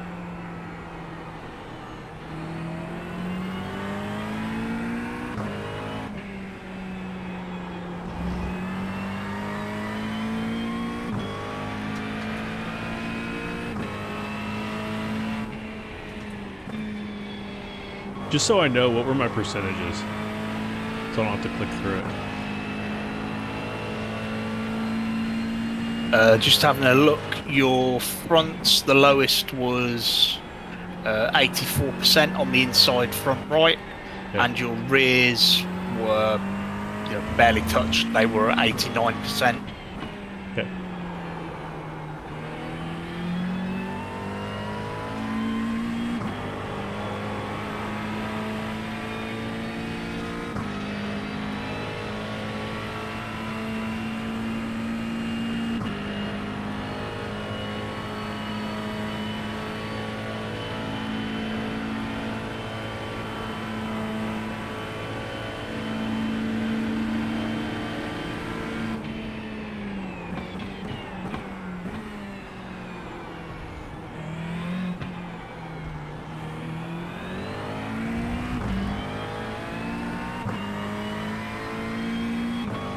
I found out earlier I'm quite hard on tyres, because when I double stinted, I was down to like 40%. Do you get into ABS when you brake? Yeah, I tend to brake quite hard, Yeah. but every car I drive, I'm naturally quite heavy on tyres.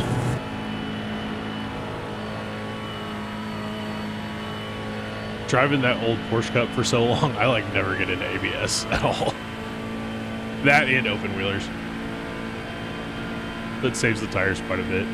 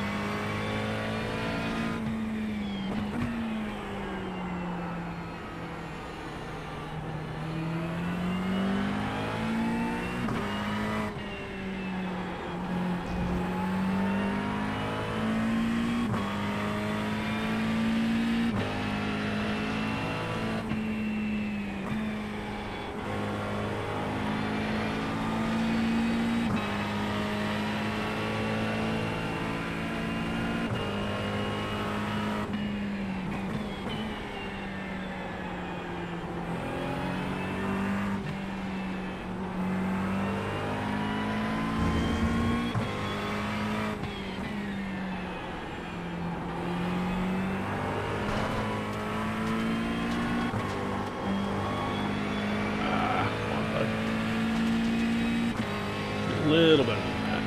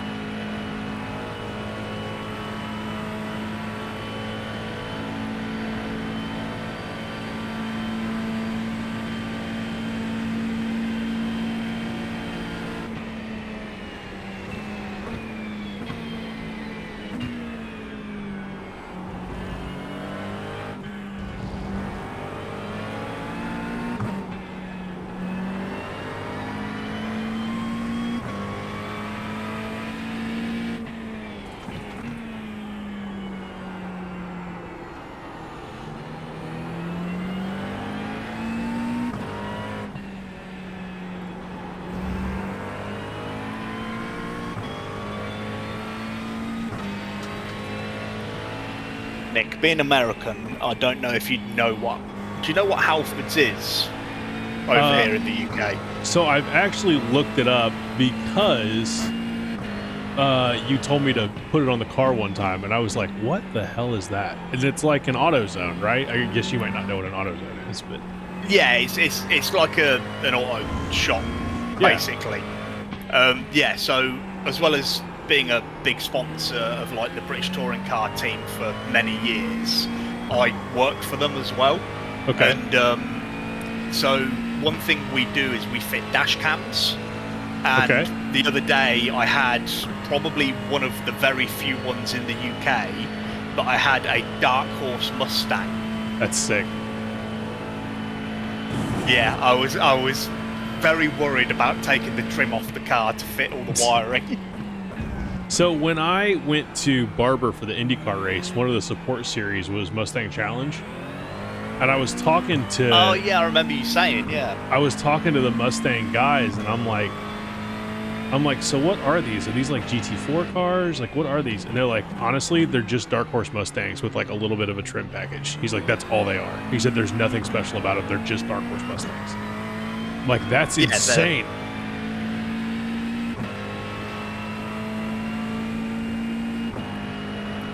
Yeah, they're like just a basic one make series, aren't they? Yeah, Mustang Challenges. But I would have thought, I don't know, I would have thought they'd have been like GT4s or something, but they are not. Didn't they run at Le Mans this year? Mustang Challenge? I don't know. I'm sure it's either this year or they might be running there next year, but I'm sure they're on the support package for Le Mans. The guy was telling me that he said when they do any work to the car, he said it doesn't matter what it is. He said it doesn't matter if it's changing the oil. He said somebody from Ford has to be standing right next to you. Oh, yeah, I imagine it's so that there's nothing extra done to Yeah. the car, I guess.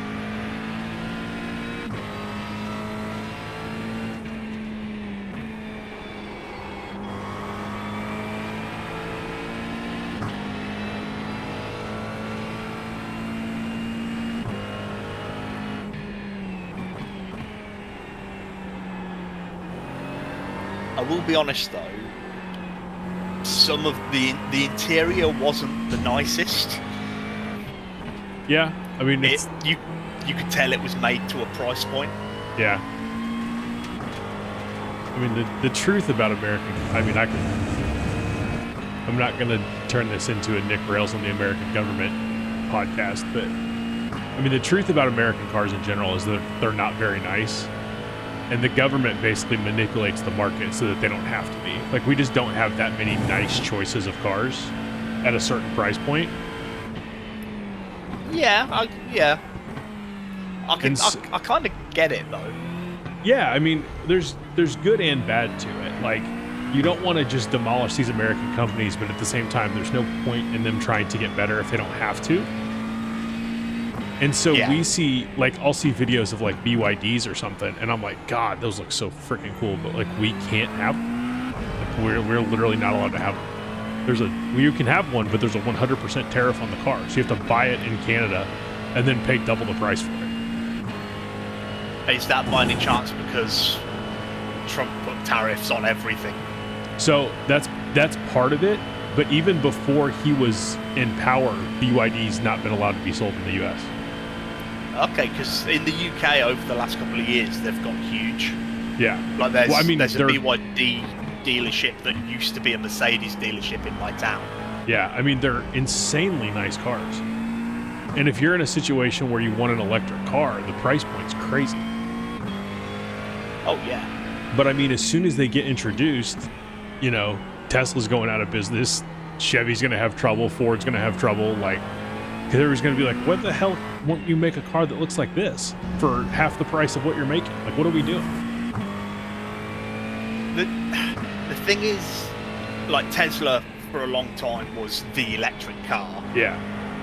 but they all look really plain and boring. Yes. And I know most electric cars do, but there are some brands like BYD that have their own little design style to them. Yeah, and there's It some makes it cool, interesting. There's some cool electric cars, is some ones that I like in the US. Like, you could buy a Rivian. Rivians are pretty nice. I really like. I've heard of them. Yeah. I really like Polestars, which are the Yes. the It's Audi Volvo, ones. I isn't think. it? The Basically. Volvo. It's Volvo. Yeah.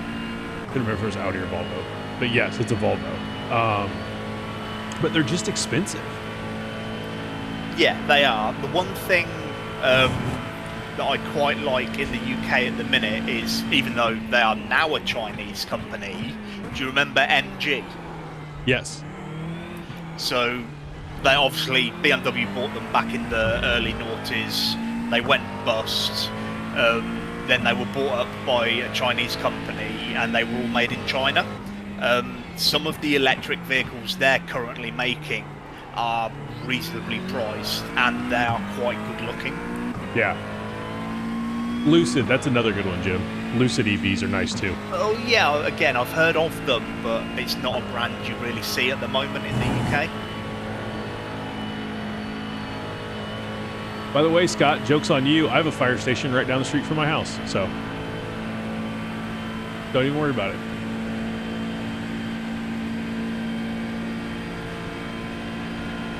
I personally, because I don't know if you've seen me talk in the Discord and that, I do a lot of, one of my big interests is motorsport design. Yes. I personally don't think electric is the way forward, though. I think it's a short-term solution. I think hydrogen is where we should be concentrating. That's fair. I will say for me, like me personally, like I don't have an electric car. I have a non-plug-in hybrid right now. Oh, what, like self-charging hybrid? Yeah. Yeah. And it's great. I get great gas mileage on it. But like, I'm looking at my next car being electric if it makes sense, because I basically drive 12 miles to work every day. And so Okay, yeah. it's not, and everywhere I would want to go in Indianapolis is within 25, 30 minutes. So Okay, there's not that yeah, many that times when I'm makes making sense. super long trips. And so for me, it kind of makes sense. But like, if you're trying to drive to Louisville every day, that's like an hour and a half from here, like, yeah, that's not going to be a great option for you.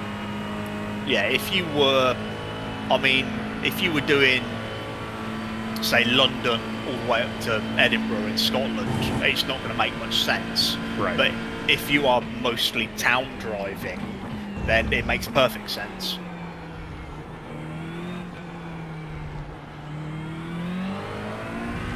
So like my mum's car is it's what they call here a mild hybrid, but it's self-charging. It's Yeah. a tiny little Suzuki Swift, and all she does is drive around town to and from work, and that's Yes. it.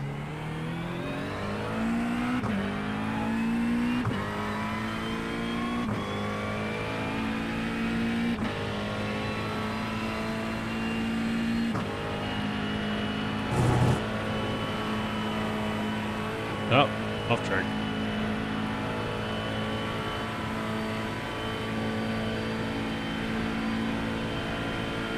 Dang it. Is that another tactical slowdown? That one was not. That one was a Nick screwed up slowdown.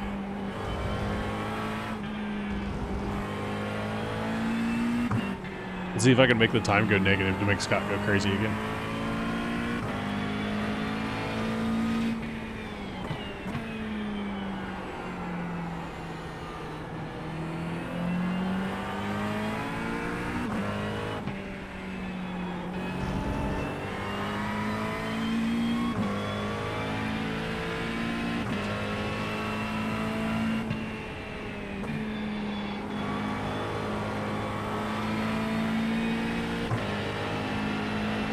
Have you seen any footage from the Goodwood Festival of Speed the last few days? I have seen very, very, very little. I haven't seen anybody go up the hill. I saw Marco Andretti was driving Parnelli Jones' 68 500 winner.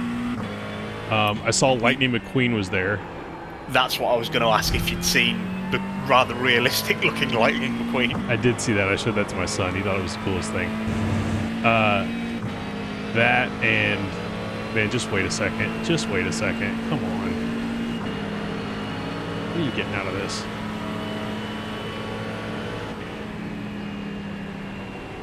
What are you doing, dude? See, that's why that's stupid. Just wait a second. Now you've cost us both time for what? Jackwagon.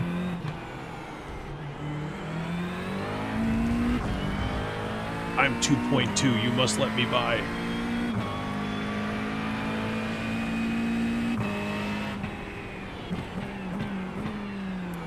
.2 brain cell move. Seriously. The crazy thing is, if he would have lifted a little bit, I'd have let him go easily at the bus stop, and we would have both saved more time. Yeah, he could have easily positioned it for the bus stop.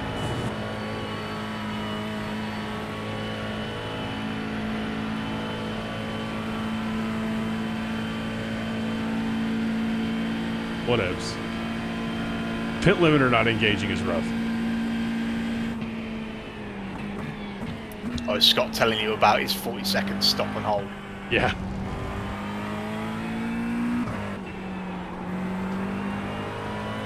This dude's not even hitting apexes. What are you doing, bro?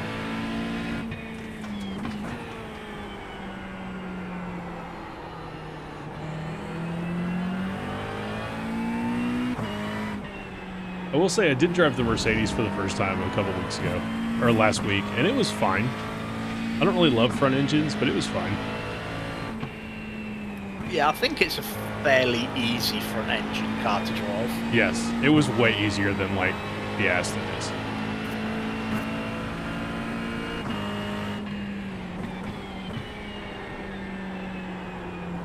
The first ever iRacing Spa 24-hour I did was in the original AMG GT, not the Evo one that we've got now. Yeah. Yeah, it was just a couple of friends. It wasn't even like a proper team. It was just a few friends got together to do it.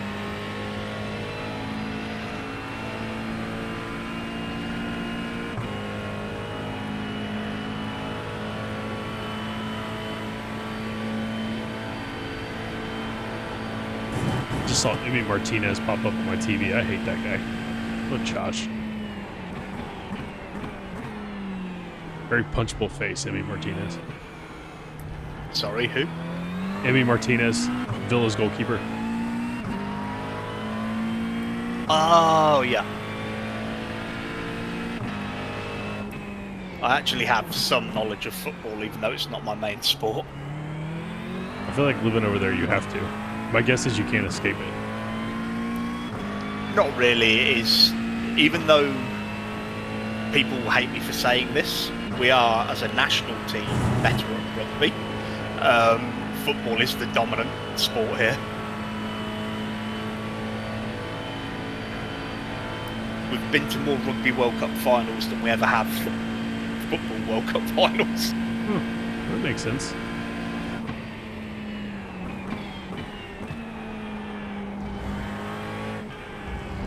Rugby. First off, rugby people are lunatics to me.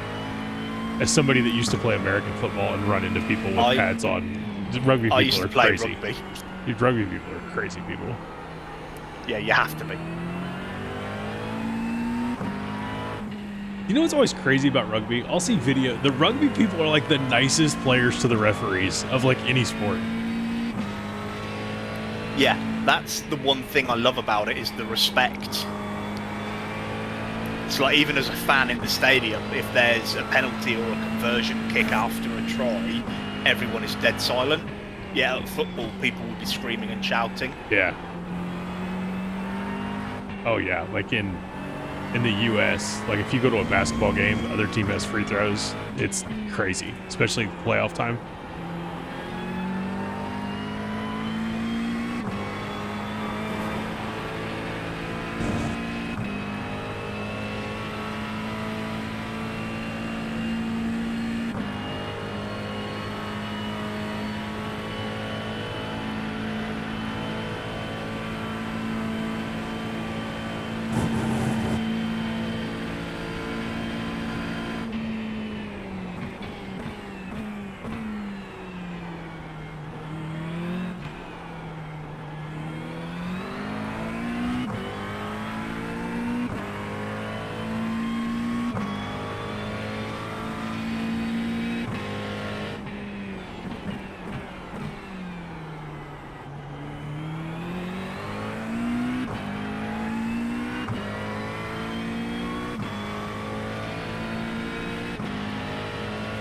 I think Peanut Butter Jelly is going to get us back here because I got a 3.3 driver in the car.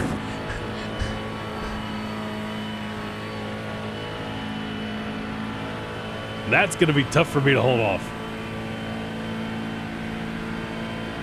Is that a car behind for position? Yeah.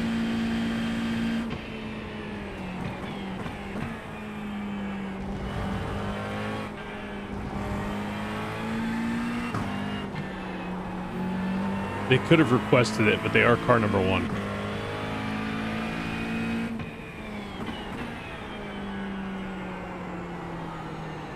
When we joined the race server, I did have a look through the car numbers, and I think the first 25 cars were all in order, and then it was custom numbers. Okay.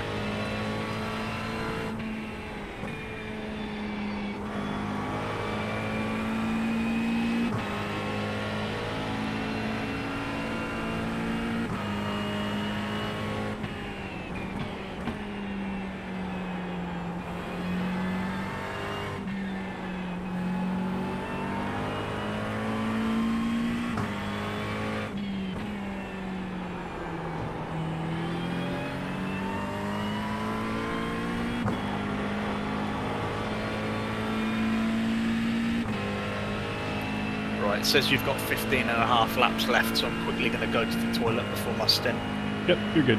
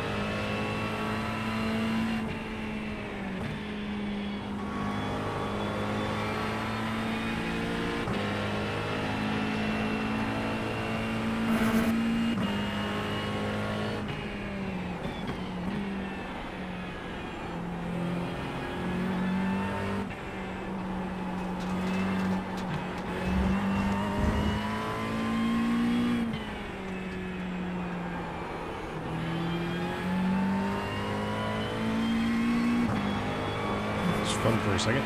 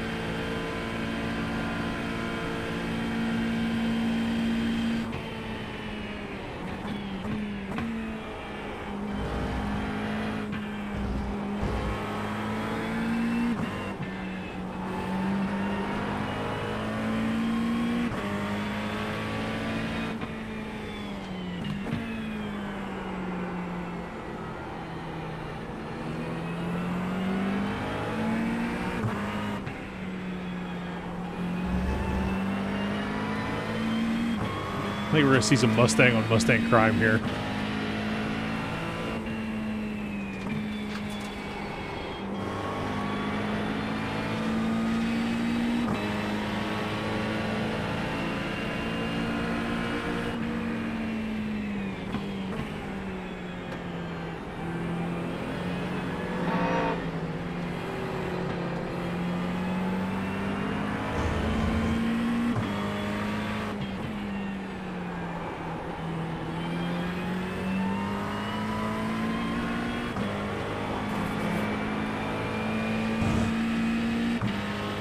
Thought we were going to, but we didn't.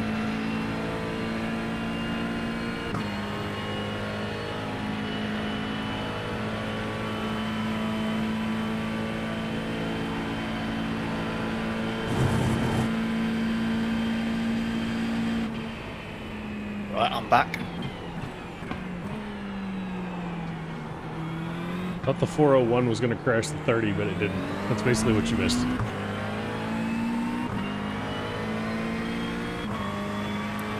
Oh, did I miss some Mustang on Mustang violence? Almost. There wasn't any, but it was close.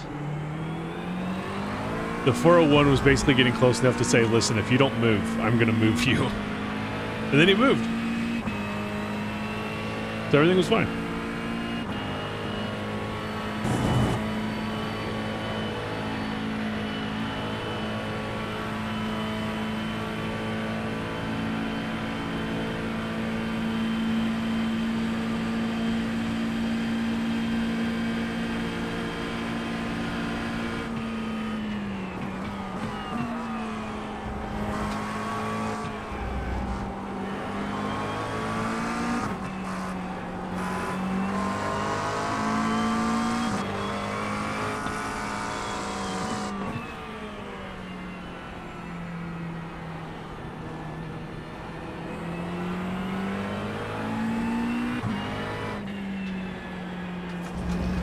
Bias, you'd already be by me if you didn't bend the car, buddy. Why don't you focus on you?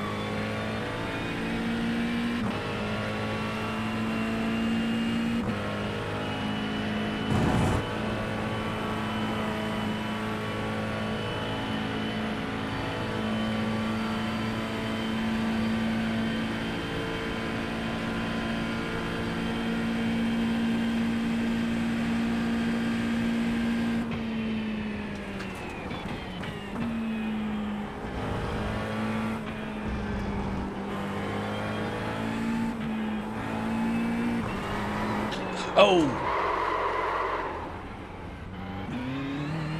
Well held.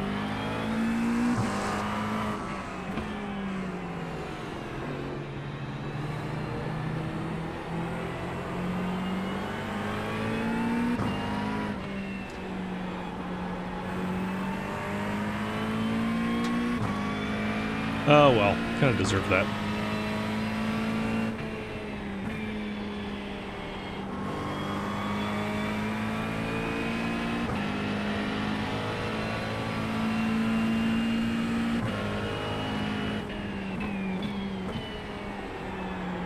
Good thing this isn't LMU, or that would be a rough final 10 laps on these tires.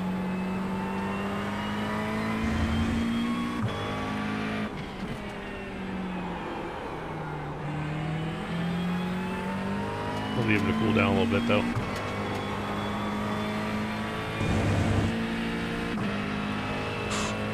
I've never invested in LMU. I keep thinking about it, though. I think it sucks, but, I mean, there's good about it. The cars do not drive nearly as well as iRacing does, to me. The people that talk about, like, how nice the force feedback is in LMU, I don't have any idea where they get that from. But I will say that the sound in LMU kicks the crap out of iRacing. I mean, I think way sounding better. a lot like ACC is better sound-wise than iRacing, I think. Yeah, I think LMU's a lot like ACC. Like the way you I didn't play a lot of ACC, but I know the sound was a lot better in ACC because I watched the videos. And I do know that in ACC, the way to go fast is to just mash the brake. And in LMU, that's the way to go fast in the GT3s too. It's just mash the crap out of the brake 100%. Oh, okay. So if you liked ACC, you might like it, because apparently the cars drive similarly. Again, I can't speak too much to that, but I don't really love how the cars drive. I feel like they feel like disconnected from the road a little bit. Yeah, I think the GT cars, I mean, it's got GTE, hasn't it? And Yeah. a little bit of GT3. It's But the opposite. It's obviously- got a lot of GT3 and a little bit of GTE. Oh yeah, of course, because LMGT3 took over, didn't Yeah. it? But LMGT3 is watered down. Yes. Compared to this. Yeah, compared to like SRO or IMSA GT3. Yeah.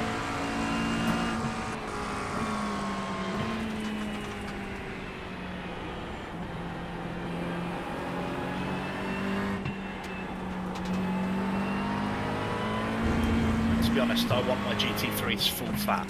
It's...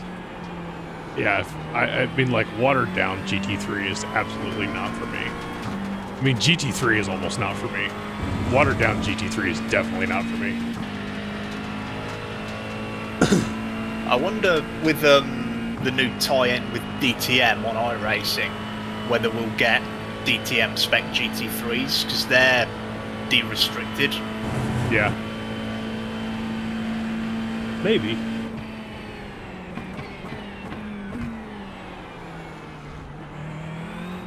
So somebody, Ben from my Wednesday night league, he said that he thinks ACC and LMU is similar too, the way they drive. Okay, I mean, I have ACC on my PC, but I've also got it on my PlayStation 5, Yeah. and I've driven it a lot more with a controller than I actually have my wheels and pedals. That's fair.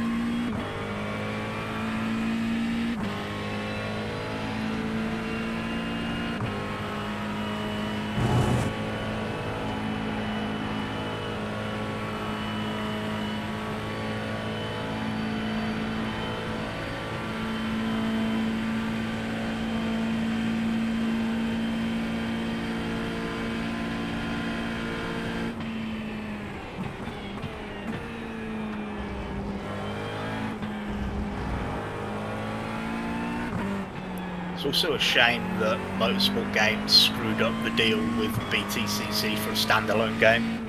I hate motorsport games. They screwed up. They screwed iRacing or IndyCar too. Yeah, Yeah, because I remember they had an exclusive deal, didn't they? And then nothing happened. Never made a game. Yeah. But like at the minute, there are current generation BTCC cars that are in R Factor 2. But Yeah. RF2 is dead basically. It's so old.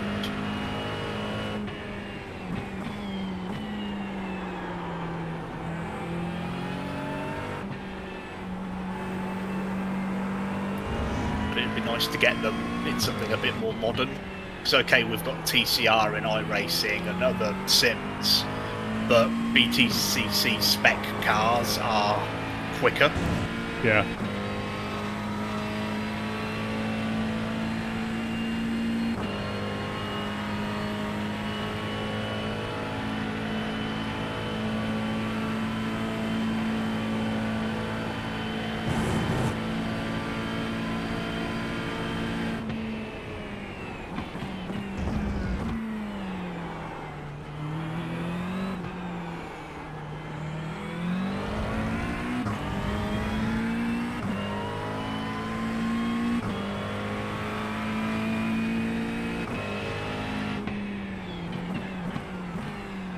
I wonder if iRacing would ever do kind of like what we did and did do like a BTCC championship. What, using the TCR cars? Yeah, like if that would get any participation. Well, there is a TCR UK series that probably averages between 15 and 20 cars on the grid. Okay. Are they still there's also- adding? Are they still adding TCRs? Like, are we gonna get a Cupra? Well, was it about 2 or 3 years ago they announced a closer partnership? And Yes. obviously we got That was terrible. that we got the second generation Audi, and we were supposed to get more, but I have no idea.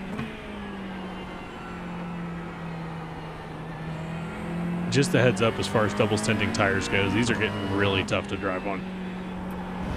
Yeah, that's I the, don't feel like I'm gonna bend the car, but like you can tell it's not stopping as quick. It's getting understeery. yeah. In my double stint earlier, like through Le Combe, I struggled with understeer quite a lot. Although I'm only doing a single stint next, so Yeah, I get fresh tyres. right.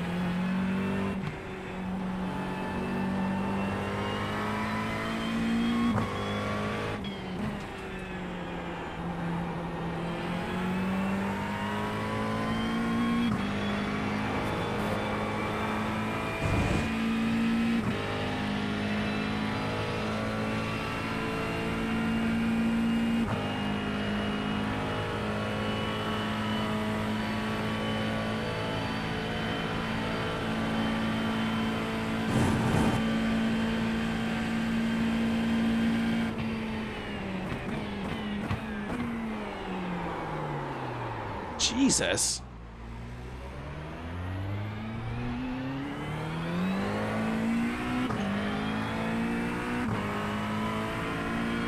A little too much rotation.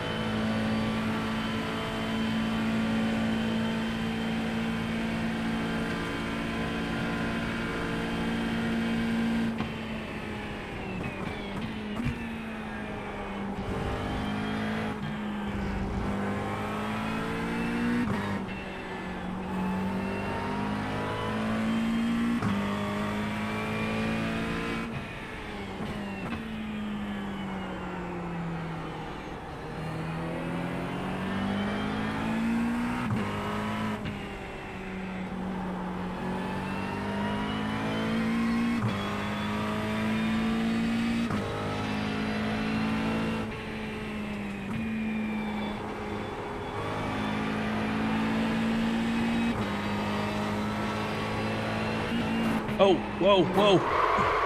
Jesus. Come on, bud. Ugh.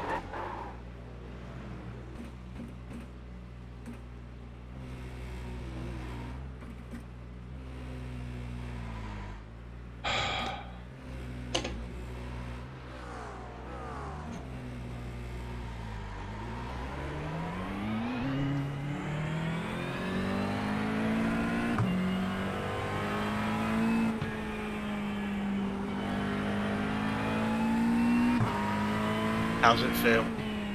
I'm assuming I don't have a wing. You've still got a wing, but the rear bumper's completely gone. Feels like crap.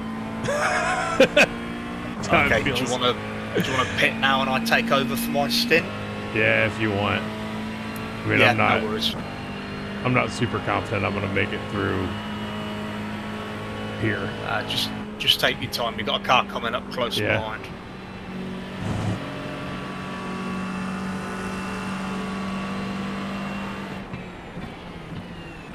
I'm ready to jump in. Okay.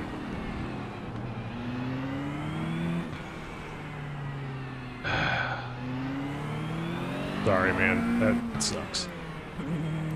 Don't worry about it, man.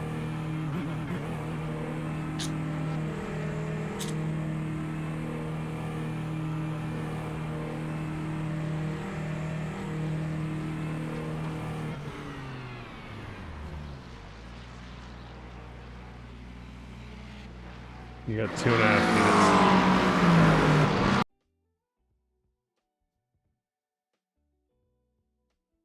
Okay, no worries.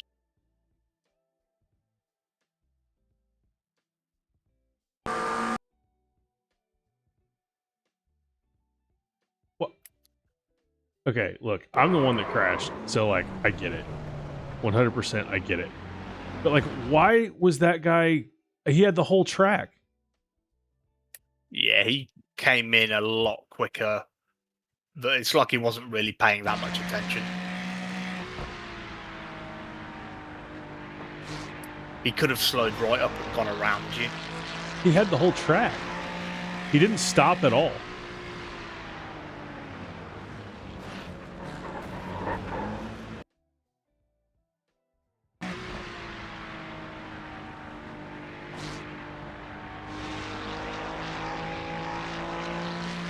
But he's coming out of that section full gas.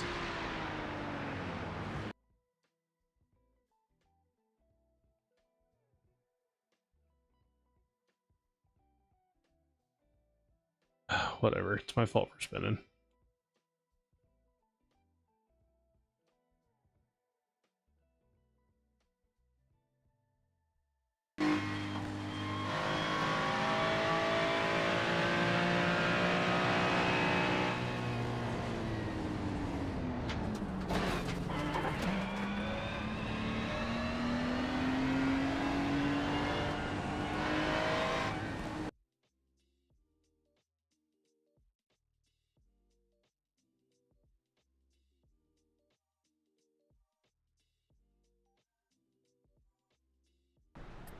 Okay, I think everyone apart from Tom has had an accident now. I hate this race. This race is cursed. Yeah, last year wasn't the greatest. This year has, I think, gone worse than we did last year so far. Yeah.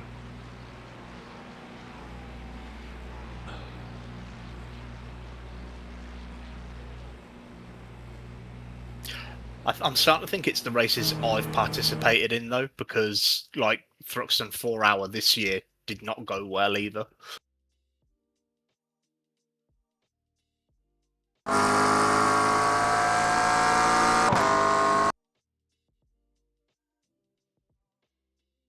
Somehow the car has damage before it even happened. I don't even know how that happened, but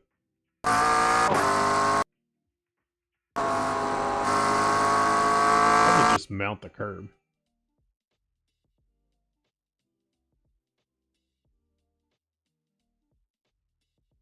Yeah.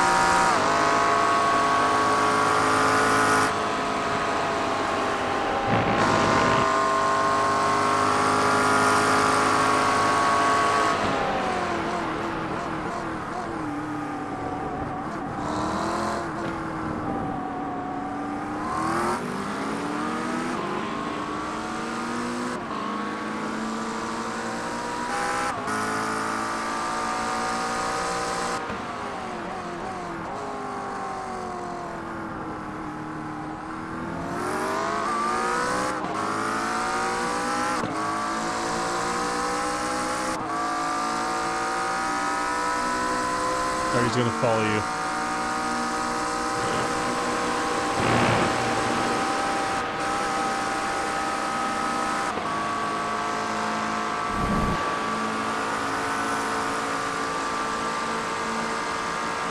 They're fighting each other now.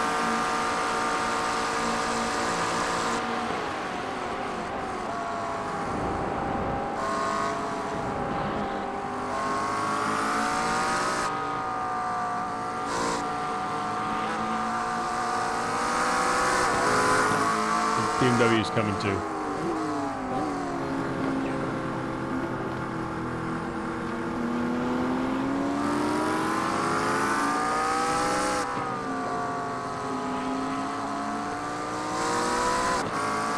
Cheers, Nick.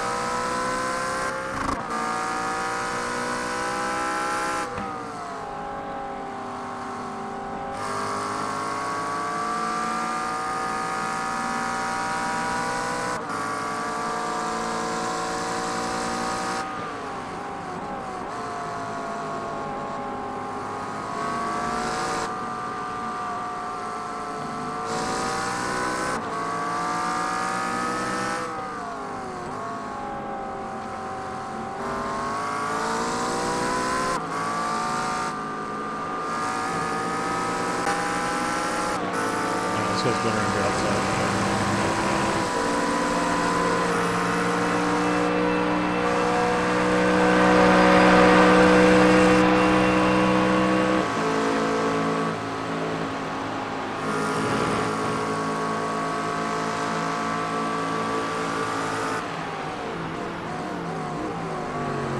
We got a second out the back. This guy's super aggressive though, just so you know.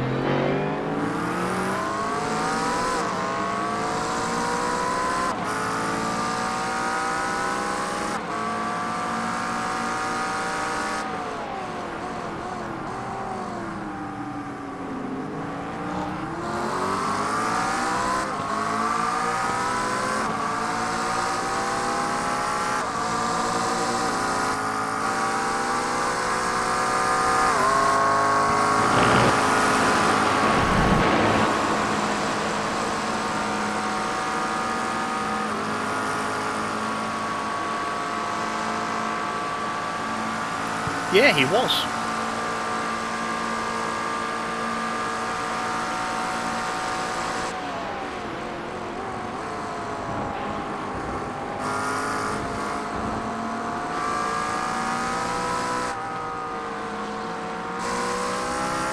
Alright, this guy's going on your inside.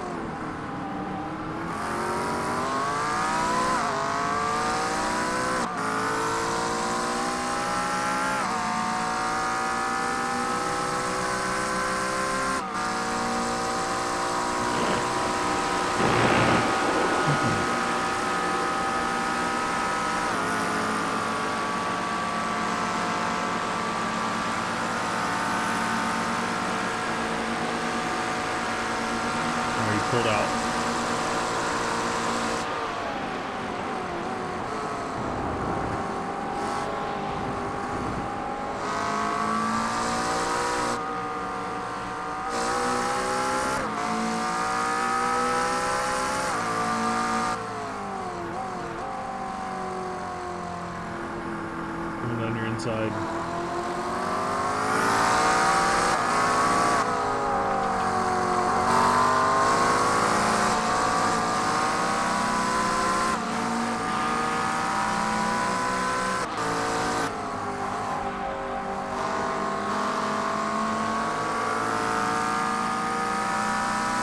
Alright, you backed off, so you got some room. 6 tenths.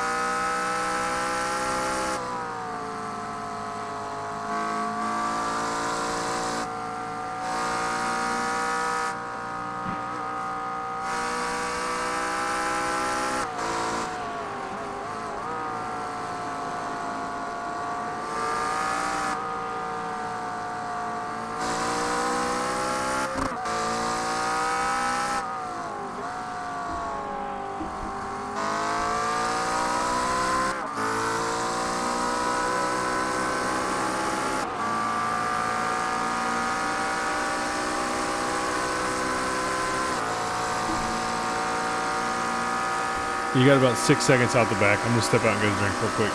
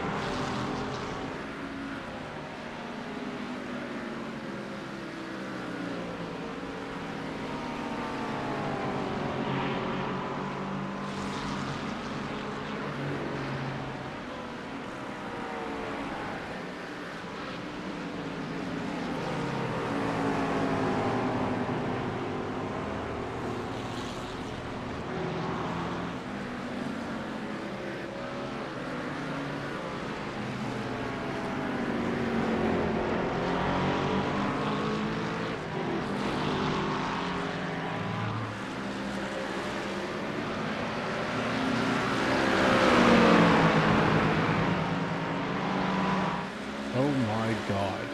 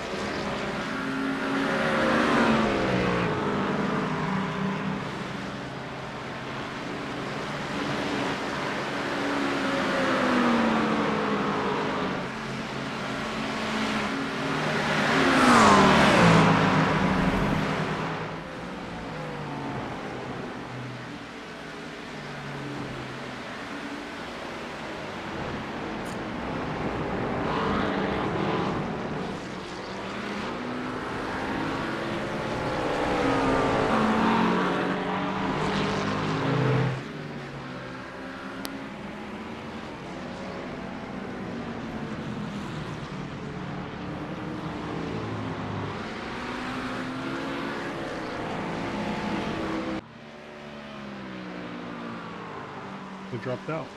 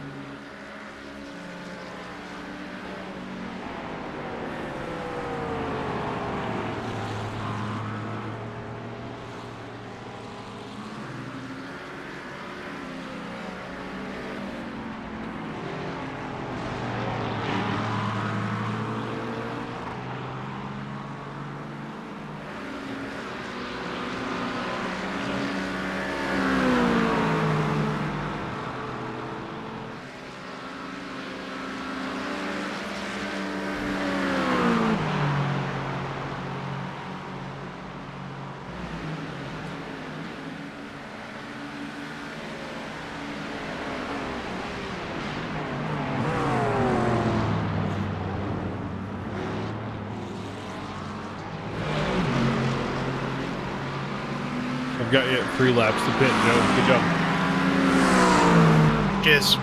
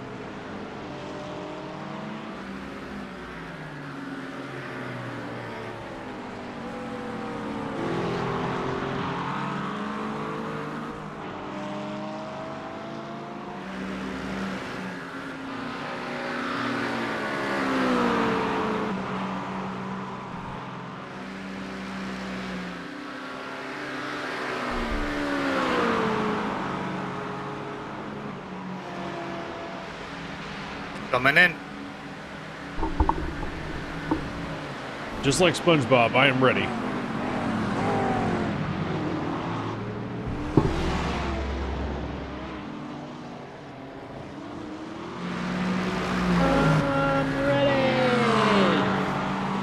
I'm ready.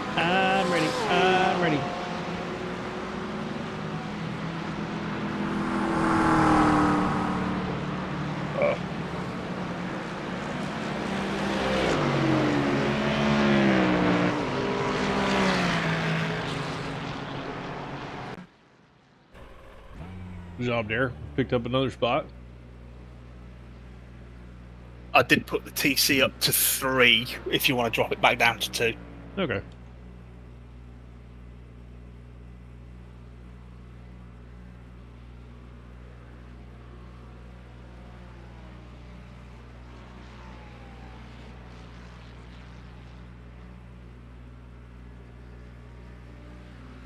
I'm taking tires at my next stop, by the way, just so you know. Yeah, no worries, man. We're like not dead last, but we're pretty close. And I feel like me keeping it on track is more important than the 20 seconds I'm going to save in the pits. 11 laps down. Oh, yeah.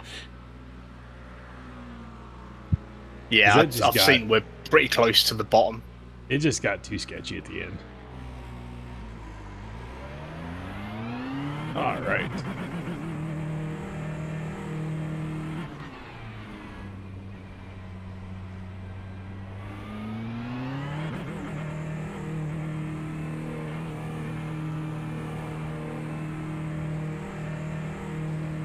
I've had a purple monster. I'm ready to go.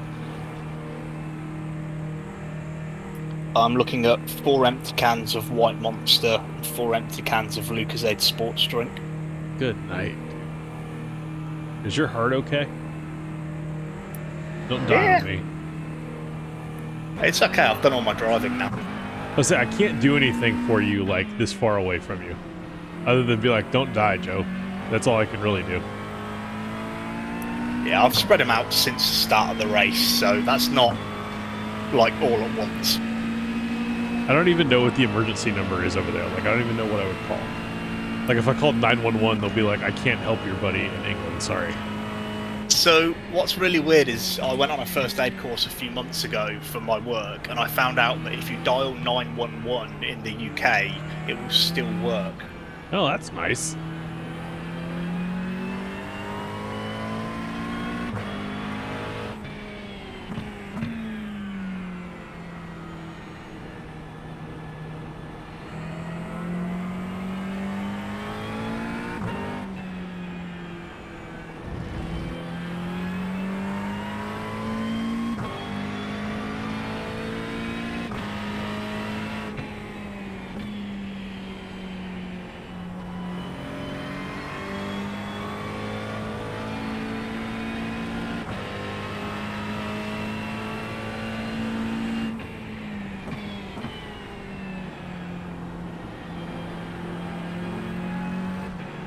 I know you're there, bud.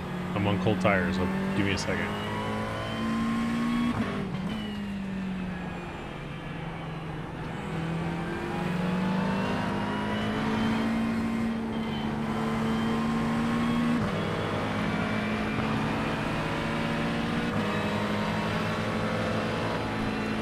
It's going to your outside. Inside now.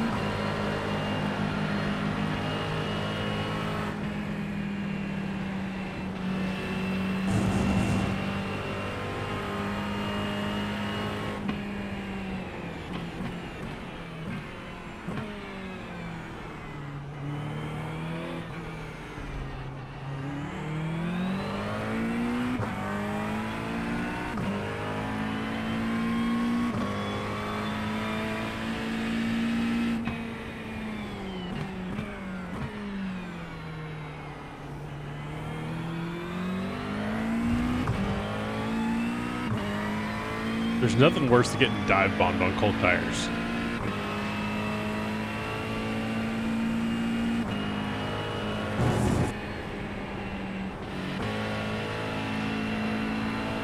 Oh yeah, you literally can do nothing. Yeah.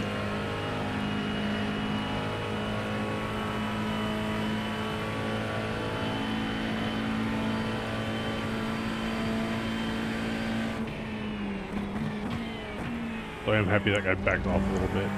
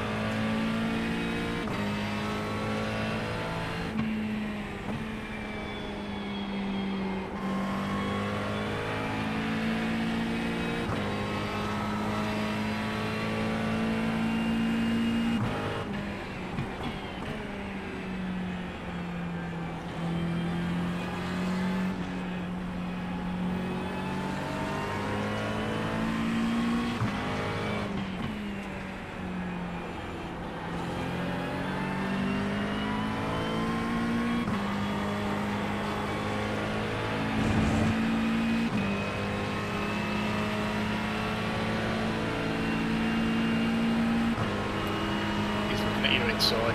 Yeah.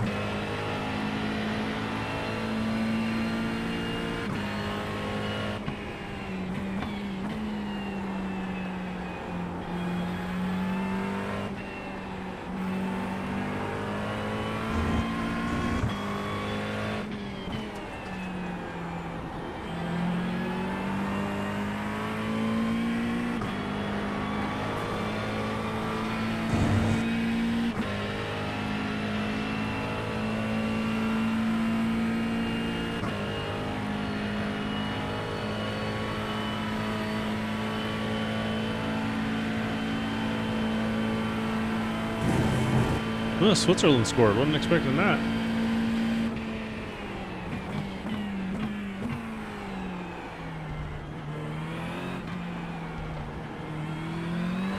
I don't even know who they were playing. Argentina. They beat Argentina. They just scored against Argentina. They were down 1-0 most of the game. Oh, They just okay. scored to tie it. There's like 20 minutes left.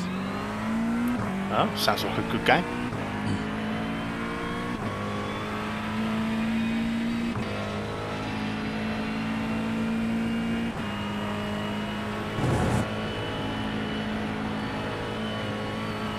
Ah. Stupid ass.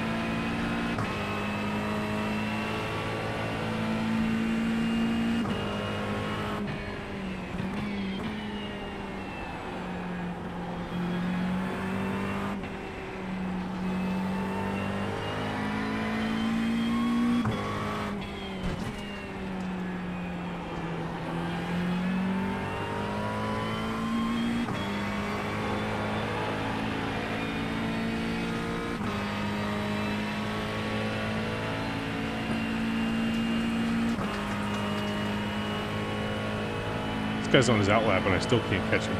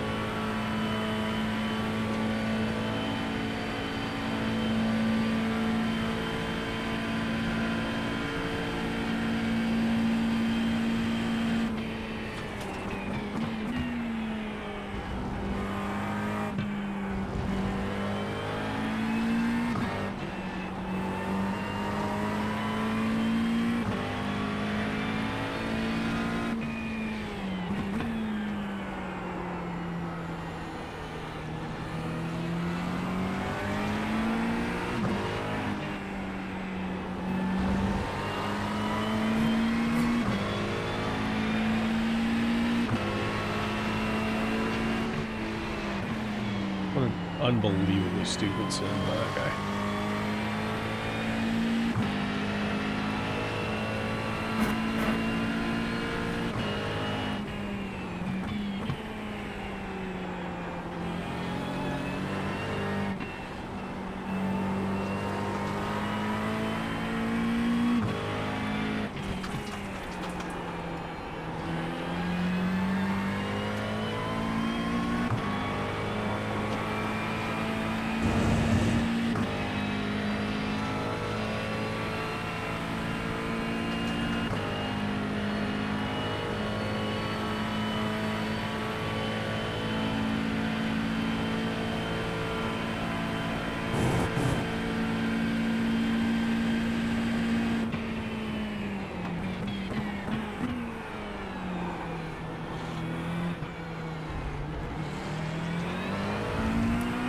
The pink Porsche up ahead is for position.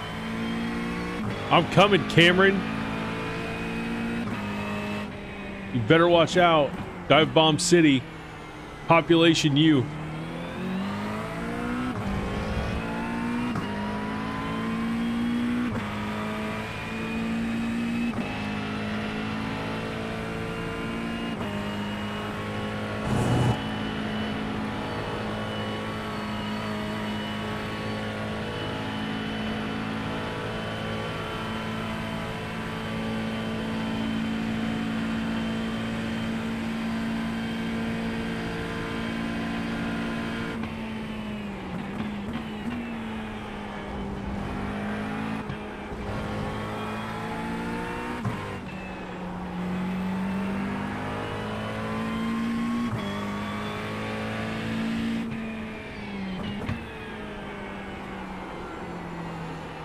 Might not have to worry about it if that Ferrari gets up to him. He'll just shove him out of the way for me.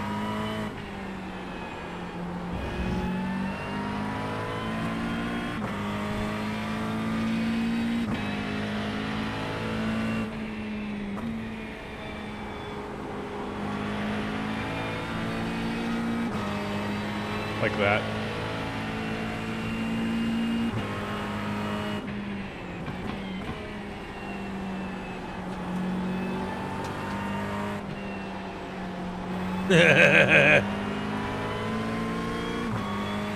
I do like the sticker on their car. Gotta give him that. I can't see what it says. I'm in chase cam. So instead of a sticker that says pro, it says mid. Which Nice. is really funny.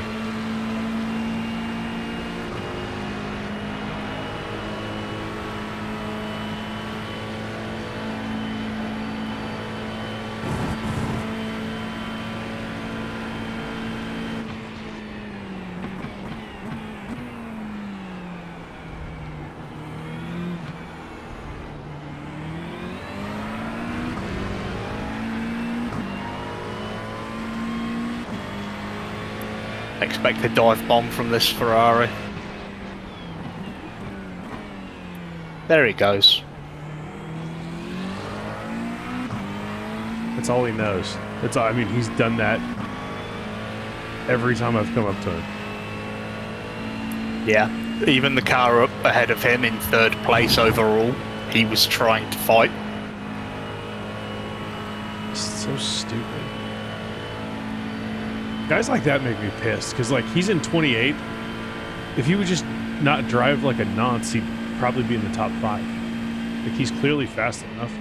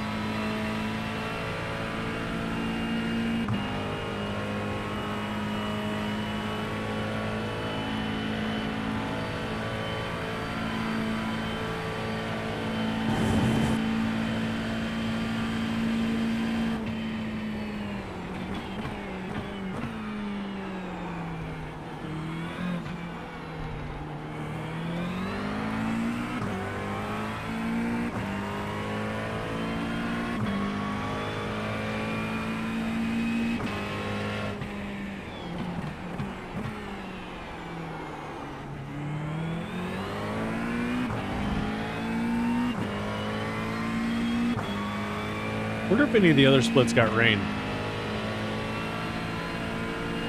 I don't know. It said 50% chance as I was loading everyone in. Because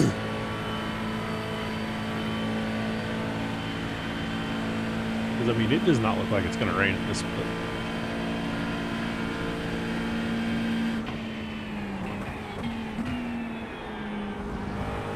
There is a chance of rain at 8 a.m. in game time, so just over an hour from now. Okay.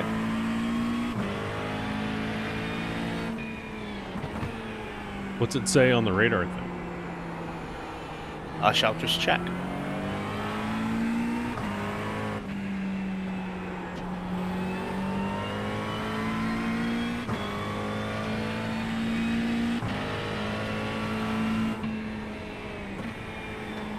Nothing showing on the radar yet, but it says 8 a.m. 6% chance of rain. 6%. All right.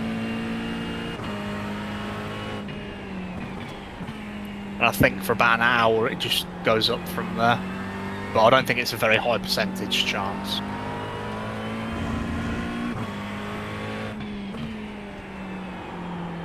The old pop-up shower. Thing is, at Spa, it could last for 5 minutes, but be about a month's worth of rain. It's true.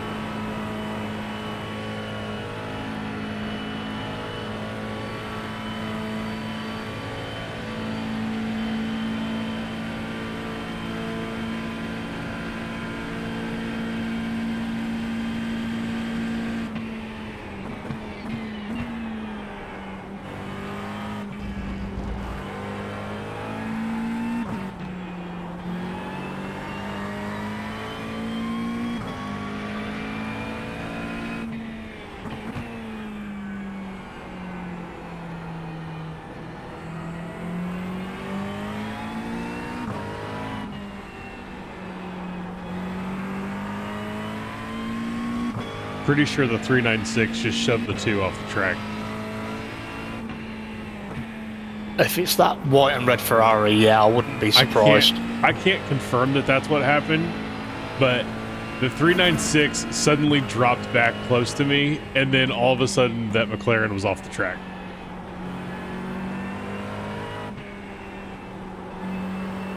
Oh yeah, he's got damage for sure. Yeah, he's hit him, hasn't he, trying to take him. God, that guy's such an idiot.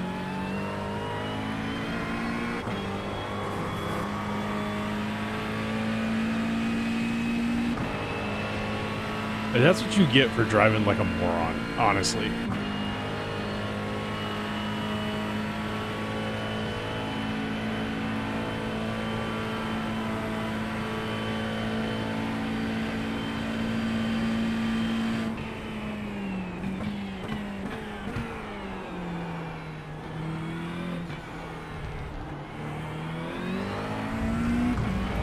That's people that can only hot lap for you, isn't it? There's no racecraft. 100%. That guy's 100% a hot lapper. He wouldn't last 3 laps on an oval driving like that.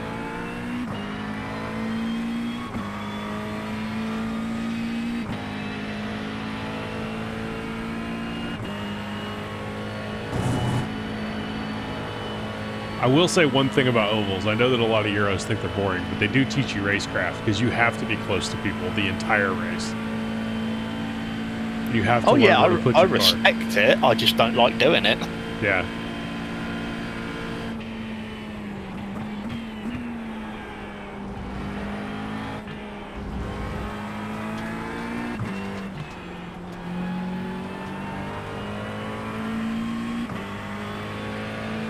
I say I don't like doing it. I have tried it many times in the past. I'm just no good at it.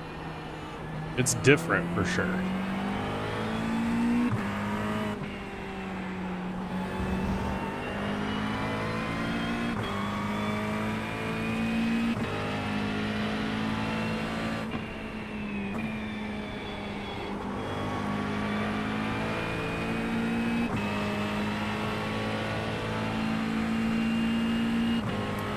Would you be okay if I disappeared for 10 minutes to have a quick shower? Yeah, but Cool. I'll see you in a little bit. okay.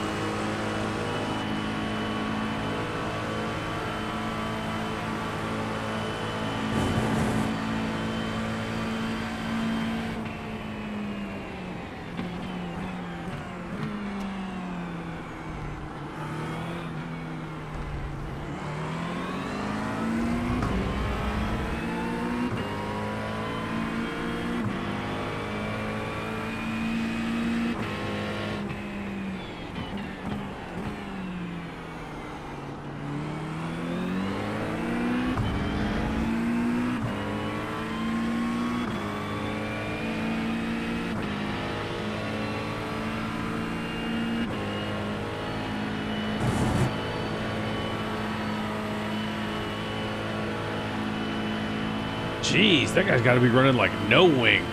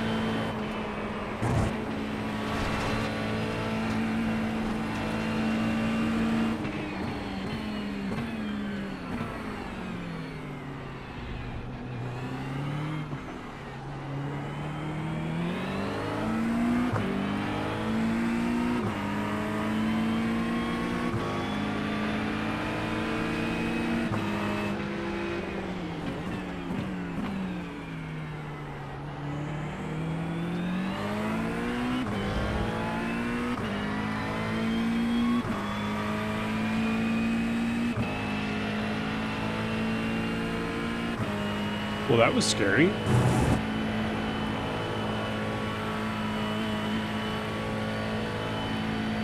Shout out to that guy for saving it, though.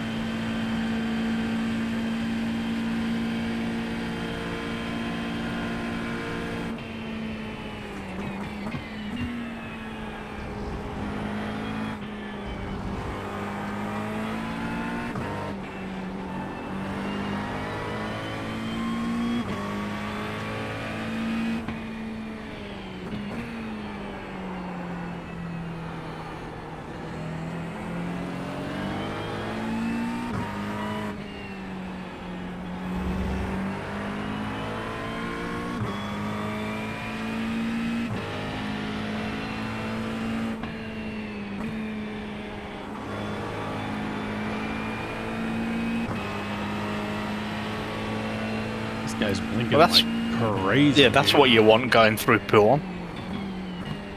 He's been blinking since he got on the track.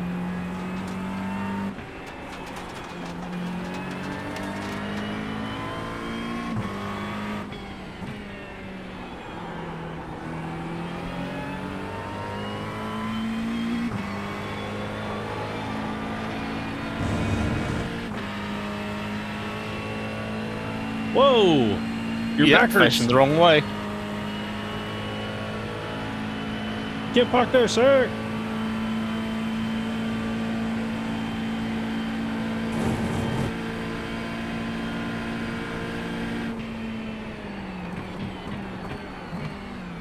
Good night, dude.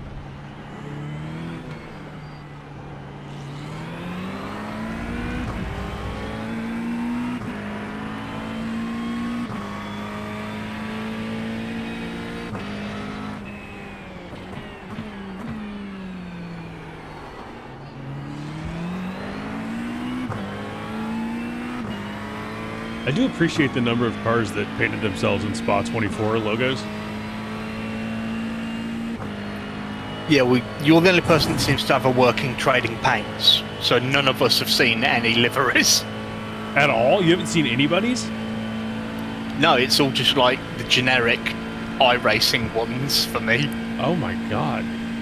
Yeah, everybody's... It's only if I'm watching your stream that, but I've not got your stream on at the minute because obviously I'm ready to jump in just in case. That's crazy. I thought it was just mine. I didn't know you couldn't see anybody's.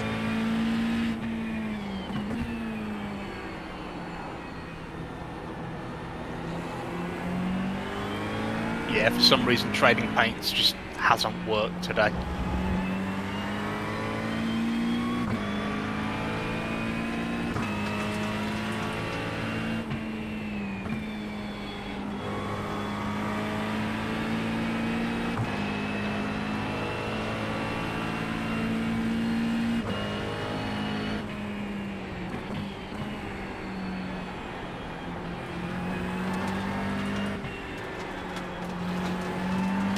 This guy's flat 4K on YouTube. I don't know what that means, but that's what he is. It certainly doesn't mean he's 4K iRating, because he's not anywhere close to that. Maybe he's got 4K monitors? I don't know. Yeah, maybe he streams in 4K.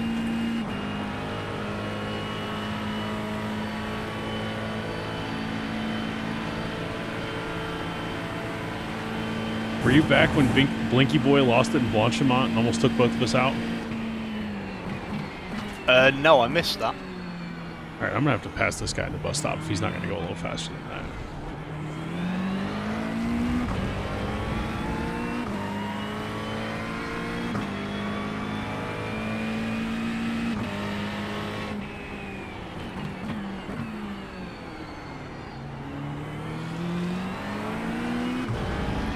Blinky Boy is also looking extremely racy.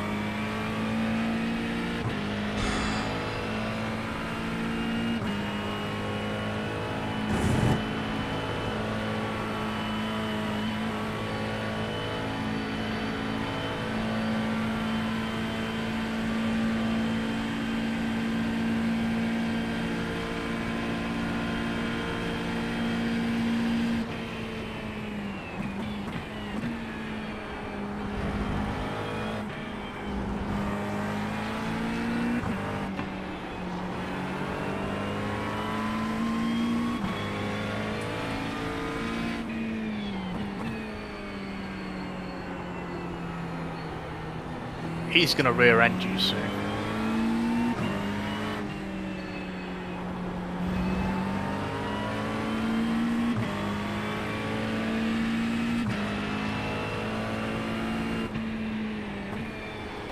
That guy behind him will take him out. I don't have to worry about it. Because by paying too much attention to me, he's now holding up the guy that's in ninth.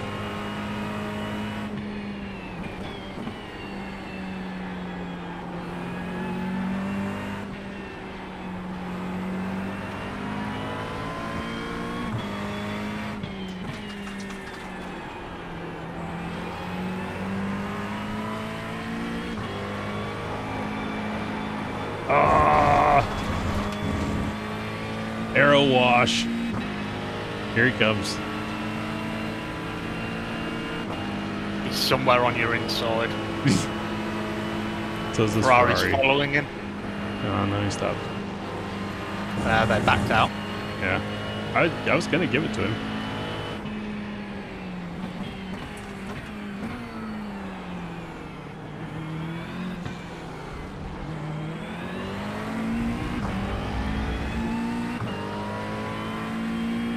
If he gets close to me up here, I'll give it to him.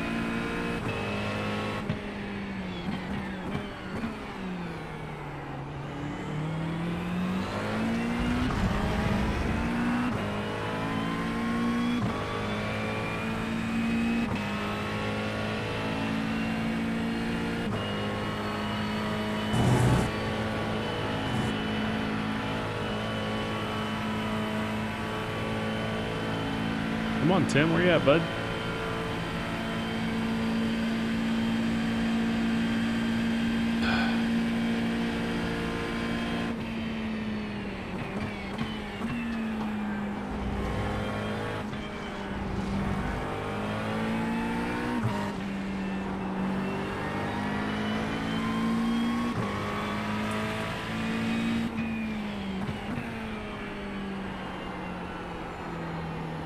It's like he's faster than me in bad spots. Like there's nowhere to let him go.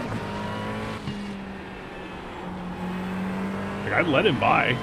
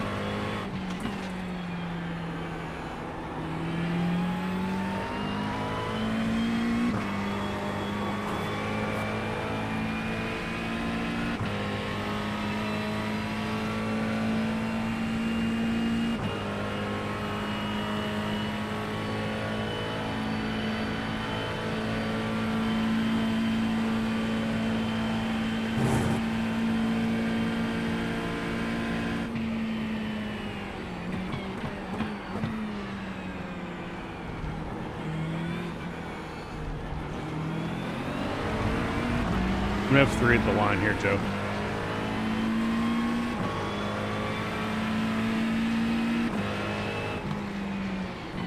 He's looking to go up your inside. Yep.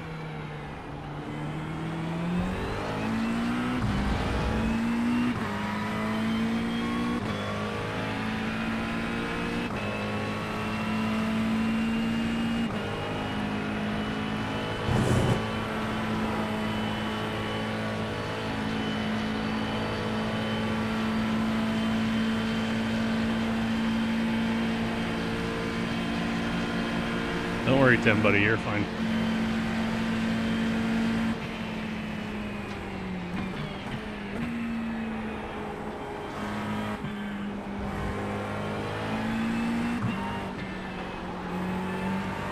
The M&M in the back of that car really freaks me out because I didn't see it till now.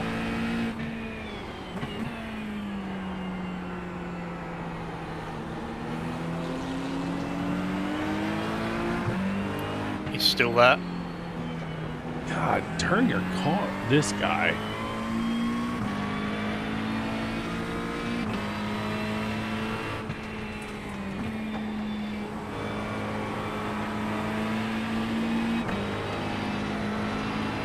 I thought if it happened this much, iRacing parked the car. They're supposed to.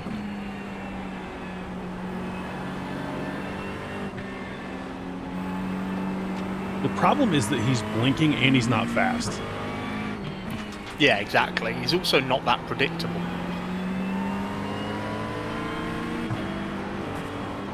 I'm gonna hit him, dang it.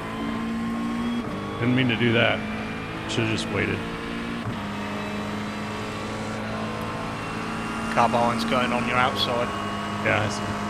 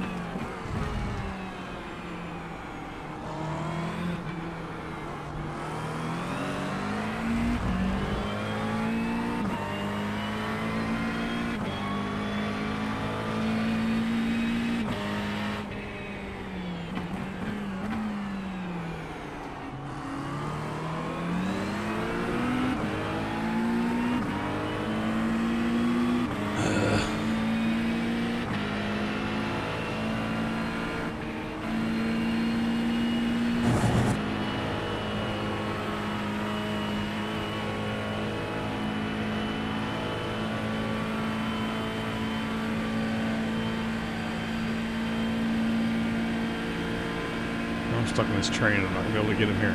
Oh, Lord.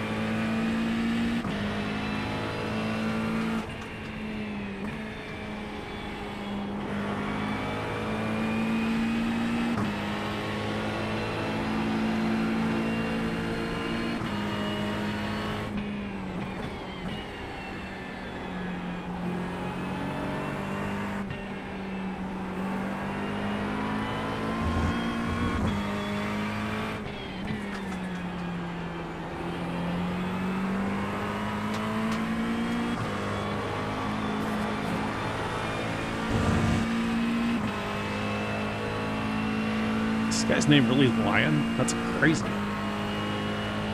What's my name is Lion?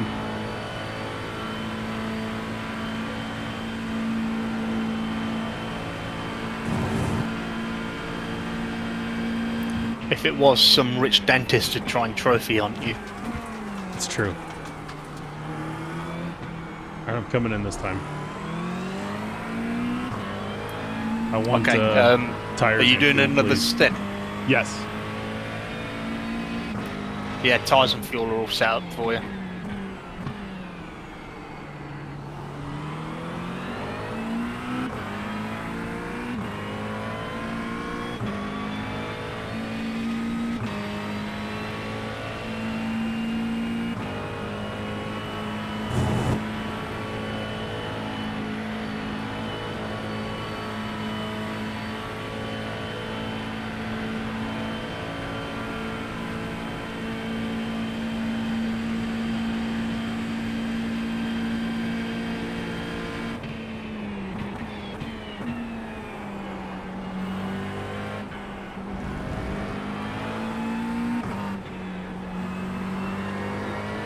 This guy in front of us, I don't know what happened to them.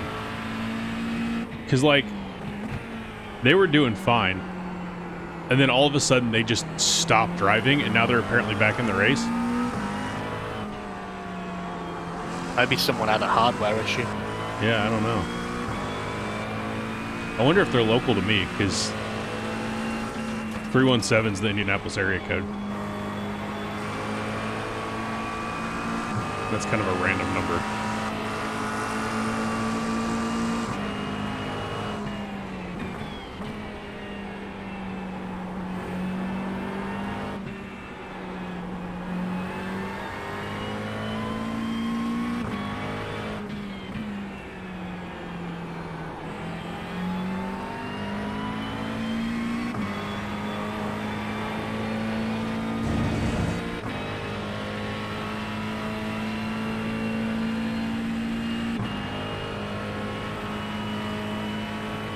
They're also last of the runners. There are only 44 cars left. Yeah.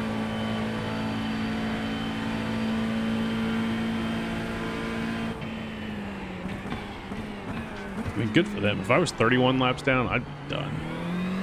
Because you're not making up any more spots there.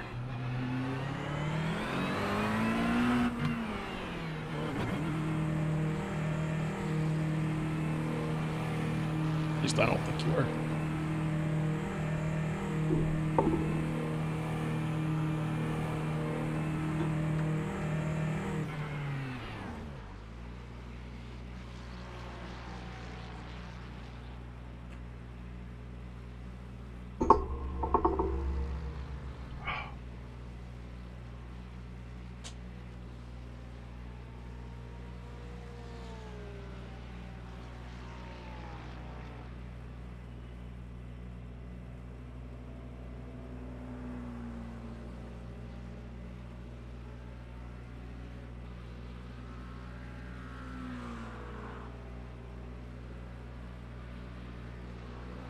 I think if we keep it clean, we probably can get top 40 before this thing's over.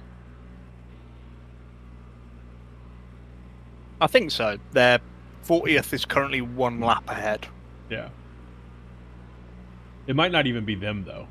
You know what I mean? Like, Oh yeah, there could be plenty of other things happening yeah. to others. People. There's a gaggle at like seven laps down.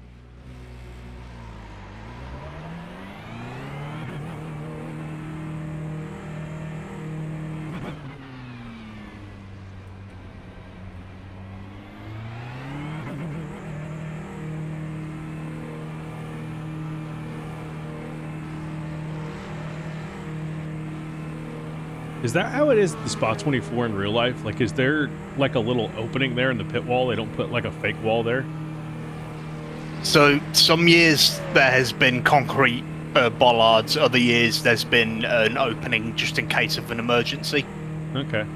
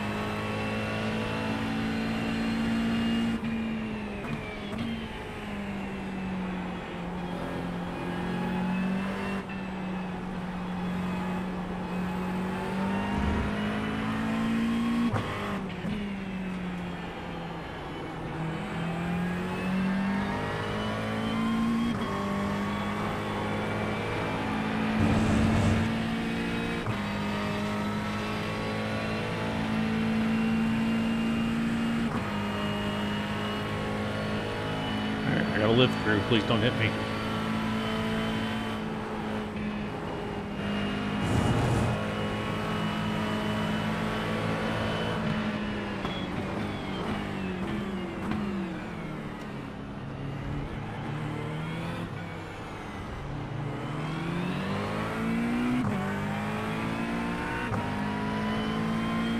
That doesn't mean I'm not going to pass you back.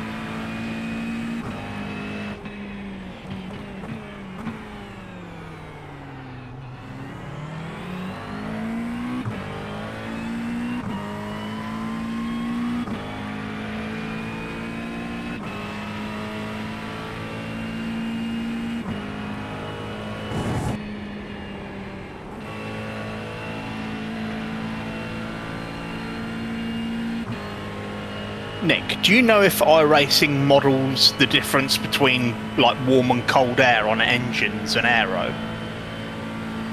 That I don't know. Okay, I just wondered. I wondered if they did, because when I was doing like my night stints, the car felt completely different to the first stint I did. Oh. It just felt more alive, but that could have been the grip change. I mean, that'd probably be an easy thing to Google. I don't know. I mean, I know obviously, you know, when the ambient temperature is different than, or when the ambient temperature is lower than at night than when it is during the day, you're going to run faster lap times. But I don't know what that's down to as far as how it's coded in iRacing, you know? Yeah. I just wondered, because they do quite technical modelling on chassis movement and all that. I wondered if they'd do it on the engine. I would assume so. And we got to be paying for something. Oh, hell yeah.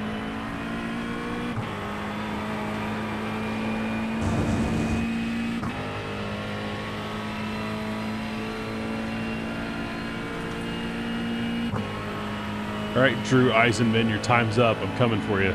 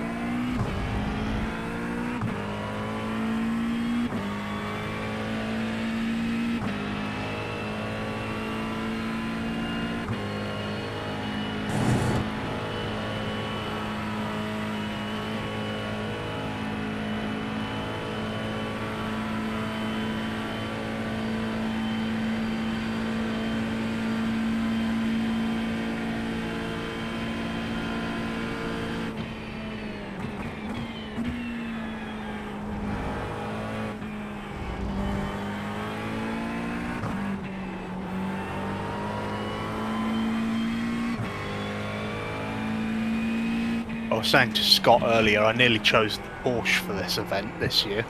Oh, yeah? Yeah, it felt really nice to drive, and then I went to test it against the McLaren, and I think because we've used it for the last 18 months, I was instantly a second a lap quicker in the McLaren. Yeah. So I'm doing this GT3 league, and I'm trying to do a different car every season just to try the different GT3s, because I've never really tried them. I always just drive this thing. Yeah. And after every time I get in one and then I get back in the McLaren, I'm like, God, this thing's nice. I think it's just so well balanced. Yeah.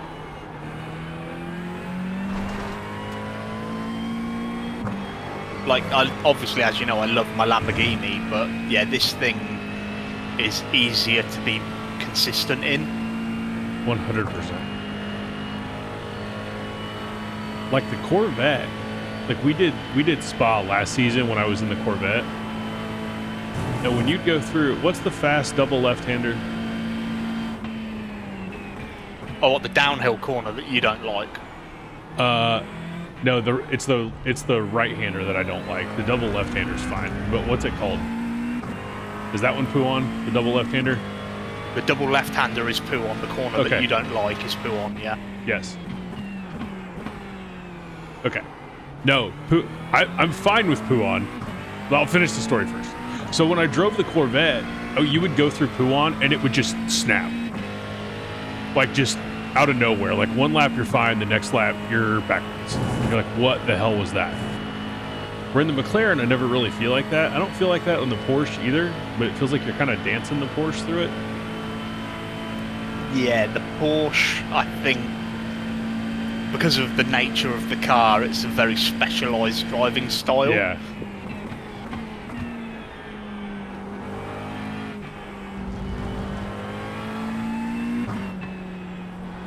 All right, so to set the record straight, turn 14 is the one that I hate. Turn 14. You know what? I think I'm gonna have to pull up the track map. So here, I'll tell you when I get there. So this is Pouon. I'm fine with this a little bit. Yeah, this corner's Pouon, yeah. Okay, this is fine. I don't care about this.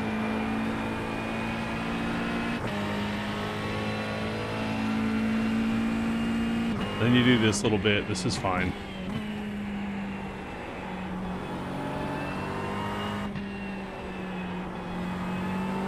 And then this one, this right-hander, this is the one I don't like. Oh yeah, so this is Stavolo 1.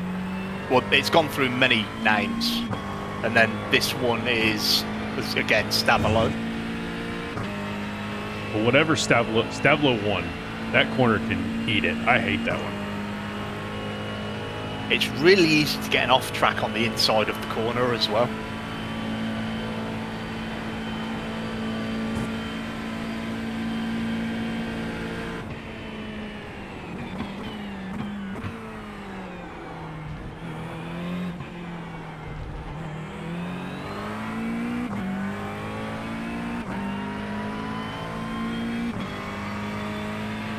The vet is very pointy on turn in. You are correct.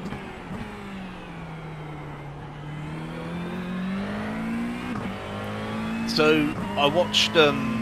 It was after the last big GT3 update. Daniel Morad did a video comparing all the cars, Yeah. and the one thing he said about the vet is that the chassis is so stiff on it.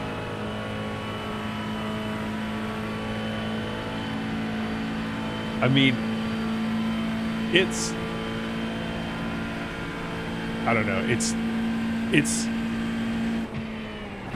so another thing about the vet is it blips on downshifts. And so if you downshift at the wrong time, the car flips around. Oh, that's interesting. Yeah. Because I was watching, I did a GT3 fixed at Red Bull Ring in the vet last season. And I lost it in the last turn. And I was like, what happened? And I went back and looked. And what sent the car around was when I downshifted, it blipped and it flipped it around. Just out of nowhere. That's really weird because most modern sequential or paddle shift gearboxes are flat shift. They don't need to blip. I agree.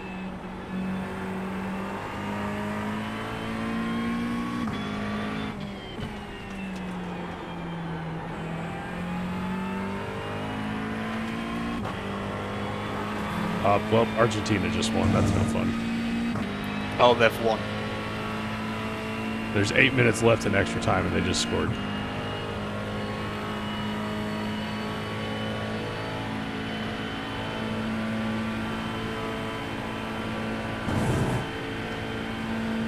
Next time you drive it, Jim, look, when you downshift, like go back through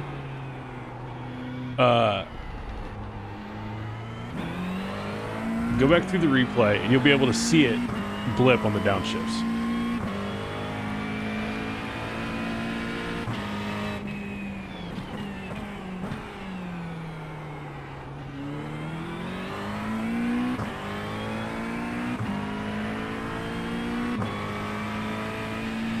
So a car early on iRacing that I used to love was the Formula Renault 2 litre, the smaller one.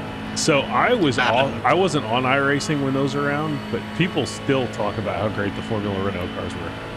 Oh yeah, they're awesome little cars, and I didn't realise that the smaller one, the 2 litre engine, had 7 gears, but it also had downshift protect, so I could never get it into the gear I wanted.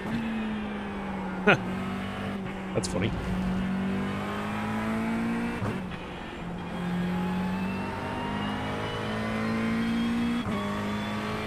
I think the Formula Renault V8 is my favourite open wheeler on iRacing though. It's just a shame it never got participation that it deserved.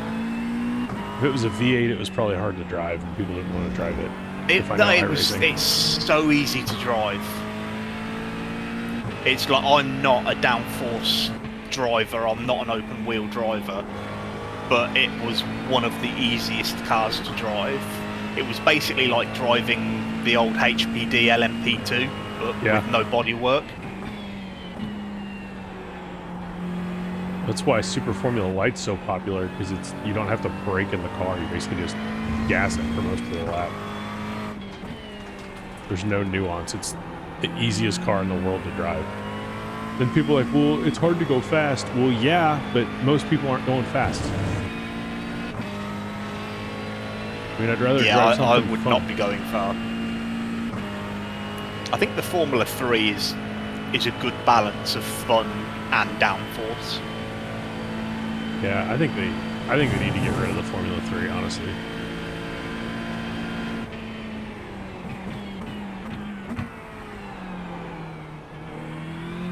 Because really, Formula 3 is what is killing open wheel. There doesn't need to be 3 C-Class cars at all.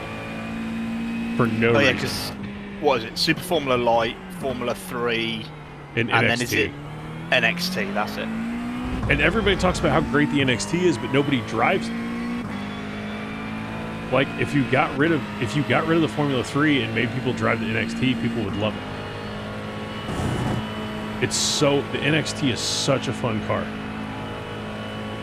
Does it have an oval and a road course series? Yes, it does. And they're separate. It's not like IndyCar.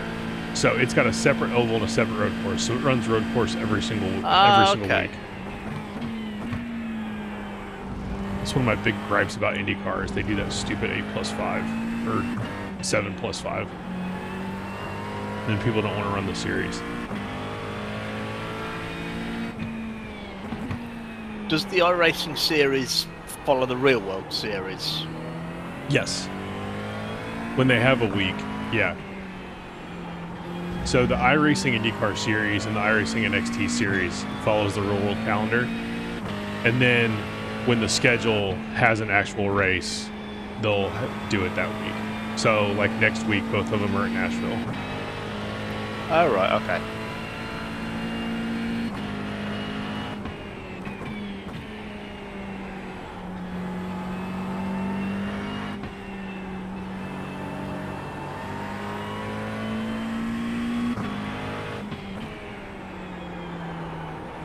Jim, I have the F3. I think I've driven it like 3 times. Like, it's fun, but I'd rather drive the NXT every day of the week if I can get a split.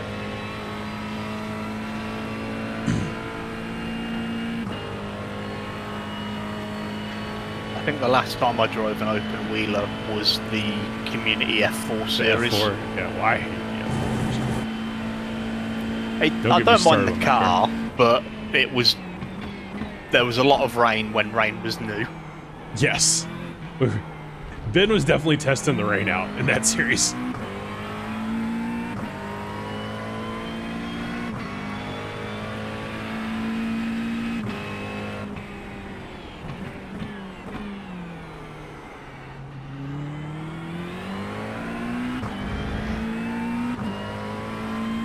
I tell you, for a 1.5K driver, this Drew Eisenman guy is pretty quick.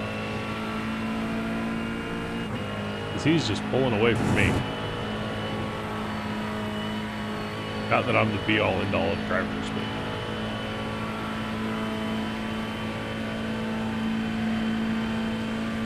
wouldn't expect to get dusted by somebody at that level.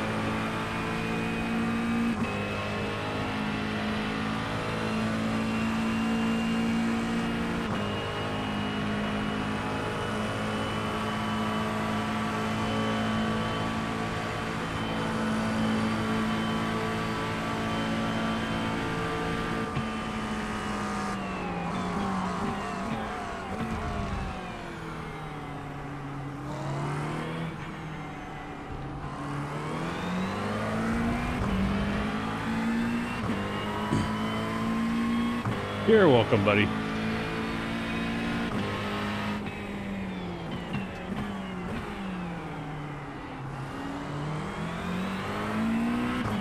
So the chance of rain at 8 o'clock onwards has dropped down to 1%. Well, then I'm not worried. I ain't worried about no 1%.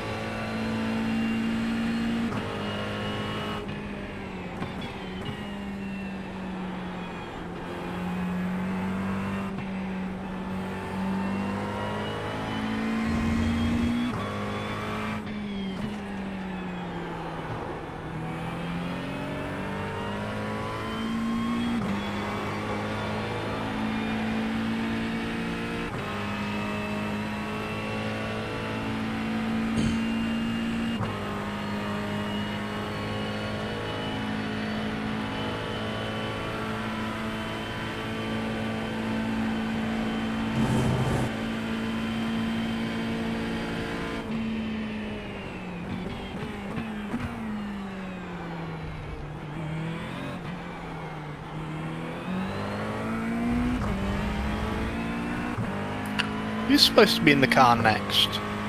Tom.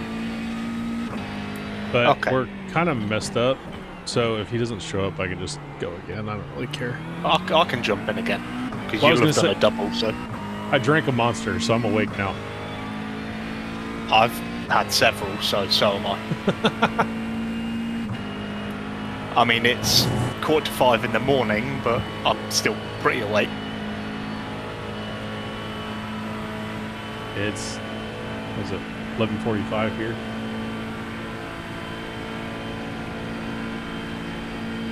At some point, I do need a little power nap though, because today is my nan's 80th birthday, and the whole family are going up to see her.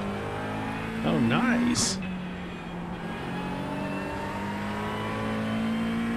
Yeah, it should be pretty cool because we don't get together very often, so it'll be nice to see people. Taking her to see the BTCC this weekend? I don't even know if they're racing. No, it's not back until 25th and 26th. Oh, do they That's do what I'm a going. summer break thing? Yeah, so they have like a month off. The next round, when they're back, is when I am going to Thruxton to see them. Oh, yeah, nice. You'll have to let me know how that is. I bet the sightlines there are really good. Yeah, I think it'll be a bit like Brands Hatch Indy, where you can, obviously it's a bigger track, but Yeah. where you'll be able to see quite a lot.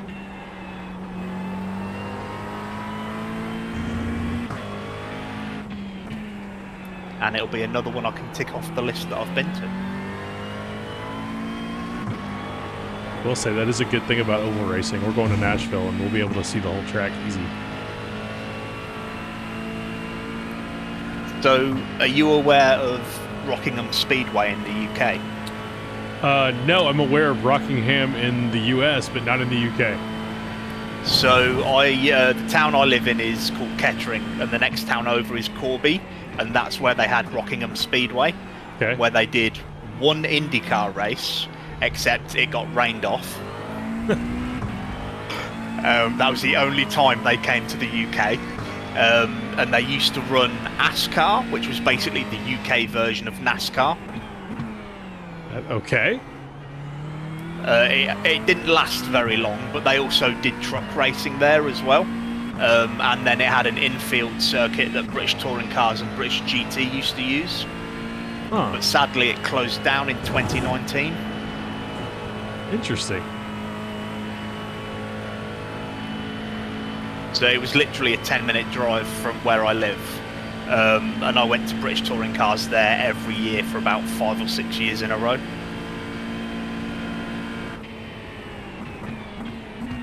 Assuming it had to be a pretty big oval if it had an infield circuit.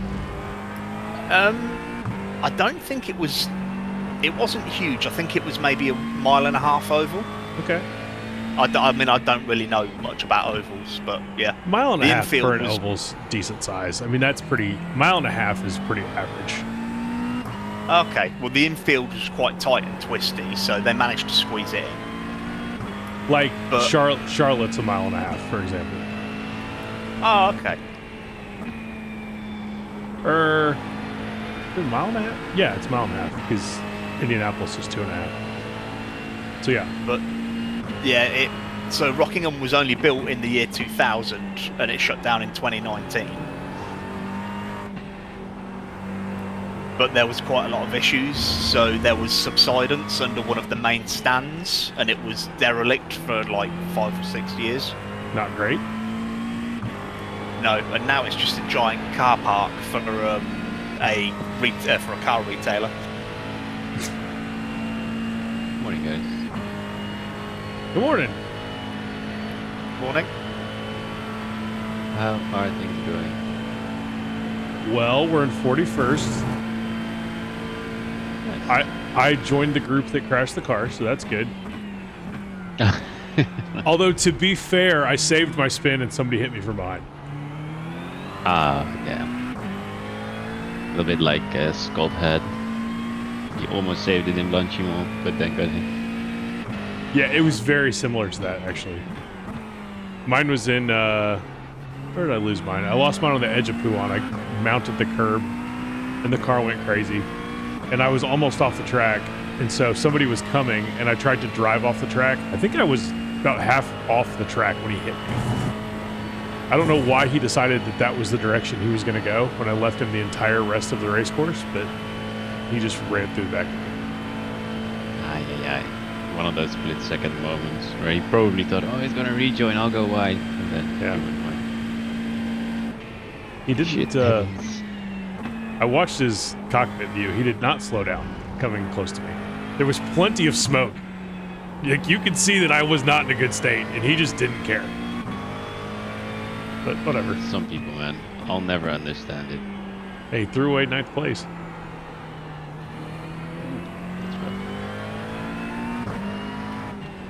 Well, how long is your stint still?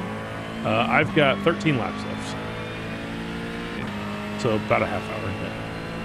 Yeah, then I'll quickly grab a bite of breakfast, and then I'll be back Yeah, to jump in sounds the good. car. Okay, see you guys in a bit.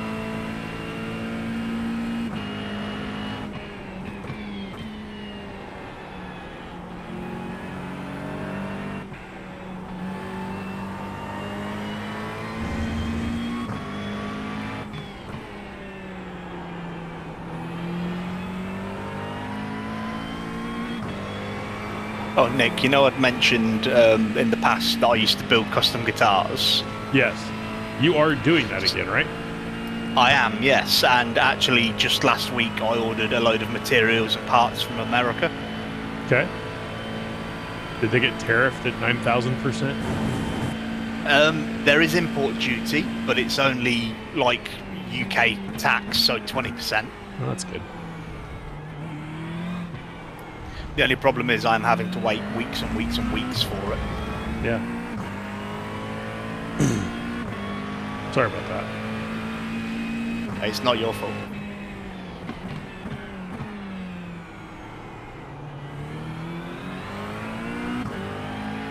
But yeah, this will actually be the first one of the guitars that I build that I'm building for myself. Okay. So of all, That's wait, of all the ones you've done, you've never built yourself one? Well, no, because I'm left-handed, it's a bit awkward. So Okay. obviously, if I wanted to build a demonstration model for people to use, You'd build it right. it has, That makes sense. Yeah, I build it right-handed because otherwise no one could play mine. Okay. But what I am doing is I'm building myself a left-handed one, and then I'm building a right-handed one that will be identical in everything but colour, so that people can actually play it and try it out. Like that. Yeah, mine should hopefully be finished by the end of this year, because obviously waiting on stuff to arrive. And then the second one, the right-handed one, should be done hopefully early to middle of next year. So how long does it take you to make, like, once you have all this stuff? So once I have all the stuff, if you include painting, it takes about a week to 2 weeks. Okay. But because they cost so much just to build, I have to buy it bit by bit. I don't have enough money to buy it all That at makes once sense. at the moment. Yeah.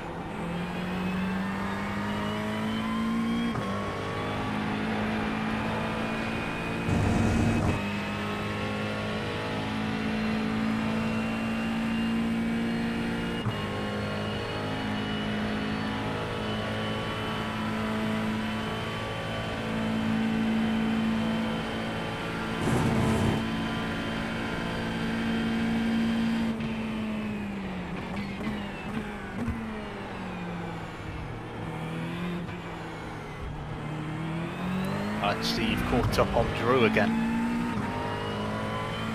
Yeah. Just needed my fuel to go down a bit and his tires to go down a bit.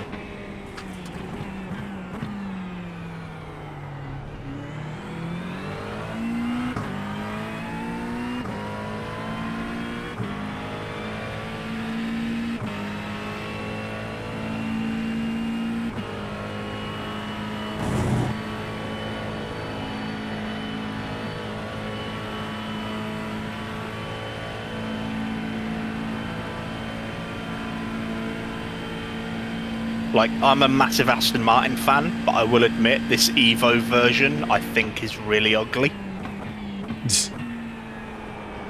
just don't like the way it drives. I'll be honest, I own it, but I've maybe done 5 laps in it. It's about all I can handle, honestly.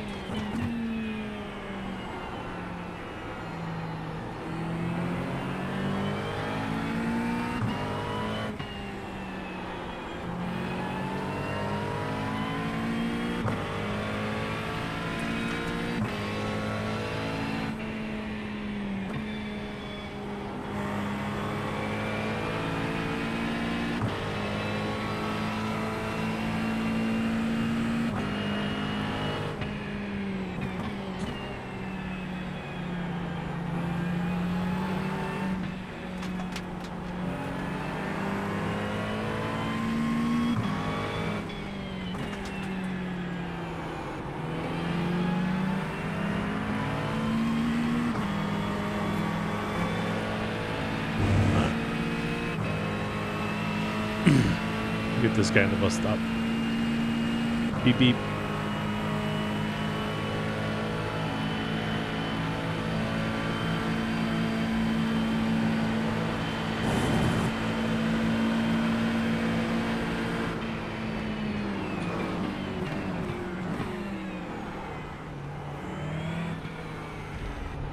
Nicely done.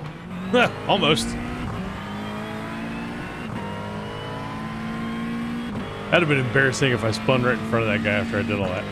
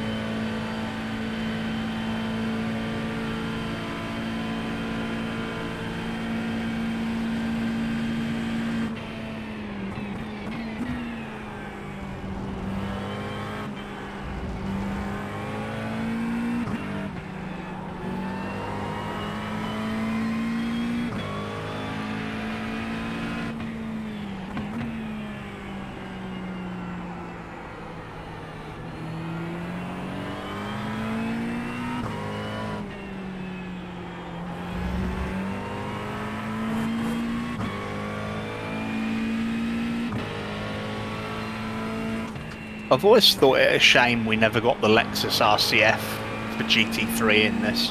I agree. It's one of my favourite cars on ACC. I think they'd have been really good in this.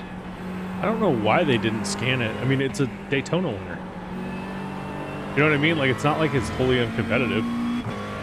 Yeah, and I thought with the tie-in with IMSA, they were basically going to get All every the cars. IMSA car. Yeah. I think, is there supposed to be a new Lexus? Because I know the one they have is getting phased out. Yes, so I think it makes its debut next year or the year after. Okay. But have you seen photos of it? It has got the longest bonnet ever. It's about 100 foot long. That's what I think of the new Toyota that everybody's all excited about. Well, yeah, that's what the Lexus is going to be. It's going to be based on that. Oh, it's just a badged Toyota? Yeah, I think in America they will run it as a Lexus, but in Japan, like in Super GT, and in Europe, it'll be run as a Toyota. Oh, okay. But it is the same car. It just, yeah, the bonnet is huge. Yes, so I have seen it.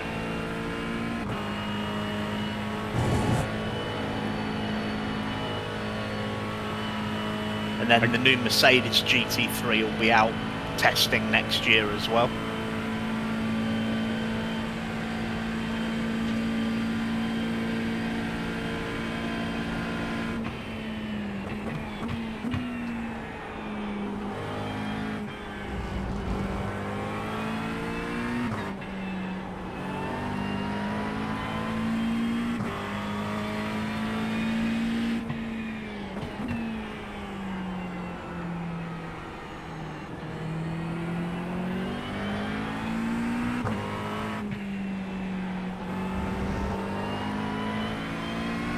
I gotta tell you, this is way better than double stinting.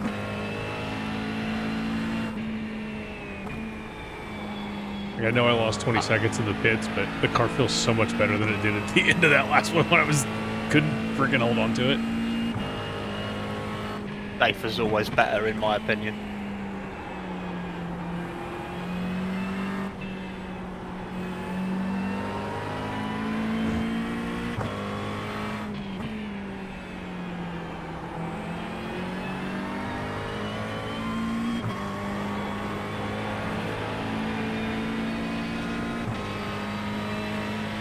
This dude in the 30 car is 1.0. What is the fastest driver they have for him to get into this split?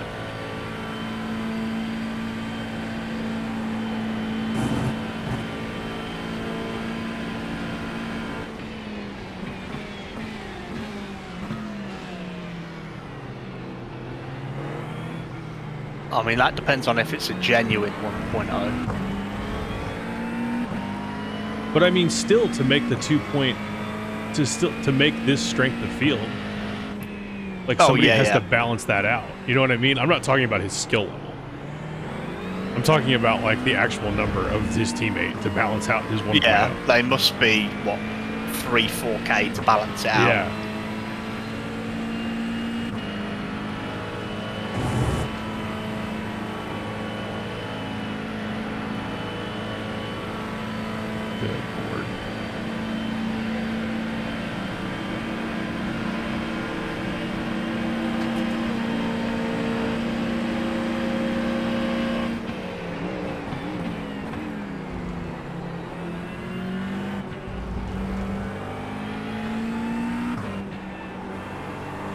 Well, that's the best pass I've made so far. Nice one.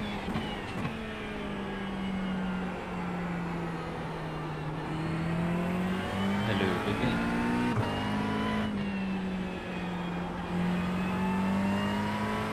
So what's for breakfast in the Netherlands today? I'm a very boring guy when it comes to breakfast.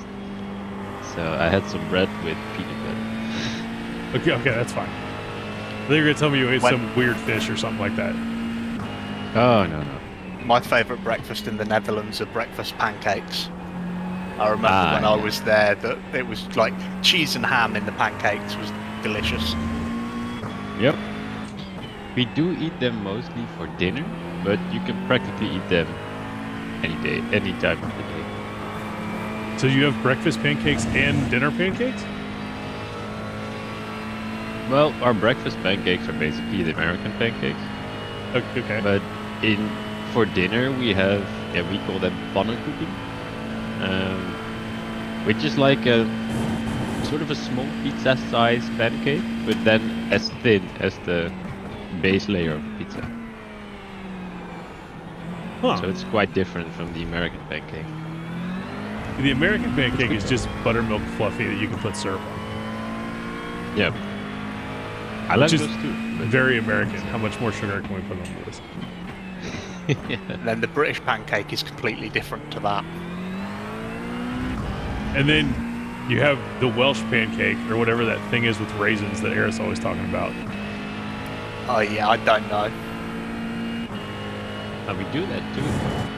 Like, we do everything with our pancakes. So you and these have like the ham and cheese, which is classic, but there's people that like put raisin in the batter or other fruits. There's even pizza pancakes. Or just the classic with what we call stroop. It's sort of like the syrup you guys have in the States, but then slightly thicker and a bit less sweet. Okay. Pizza pancake is outrageous. Yeah, that's a thing from the last few years though. That's I had it once. It's basically just like tomato sauce and cheese on a pancake.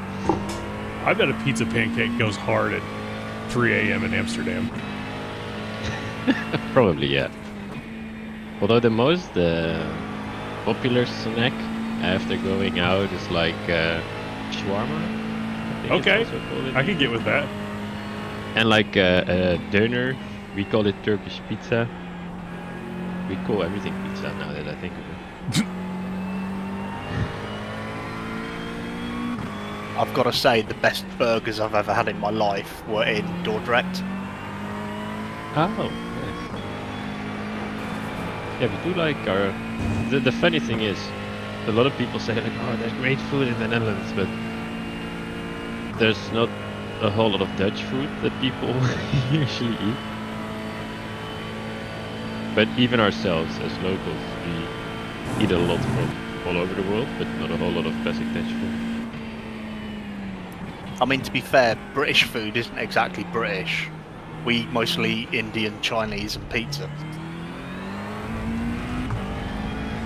Yeah, I think we are roughly the same. Although we do have like the classic, they call it potatoes, meat and vegetables. Like you have some potatoes, some sort of meat, and I don't know, carrots or peas or whatever. That's like as classic Dutch as it gets. Okay. Yeah, everything we have A lot that's of good, Dutch- we stole from other people, so what are you gonna do? Yeah, well, you know, we had the golden age and the colonies and stuff, so we're not much better.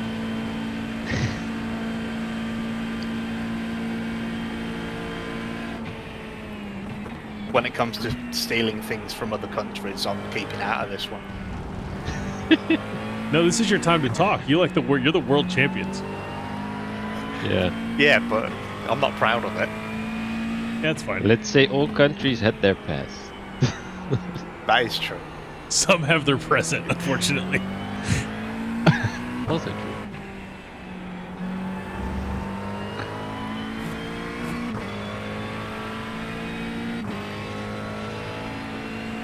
Yeah, there's a lot of hatred and everything towards the US going on in the Netherlands as well, but in Europe in general.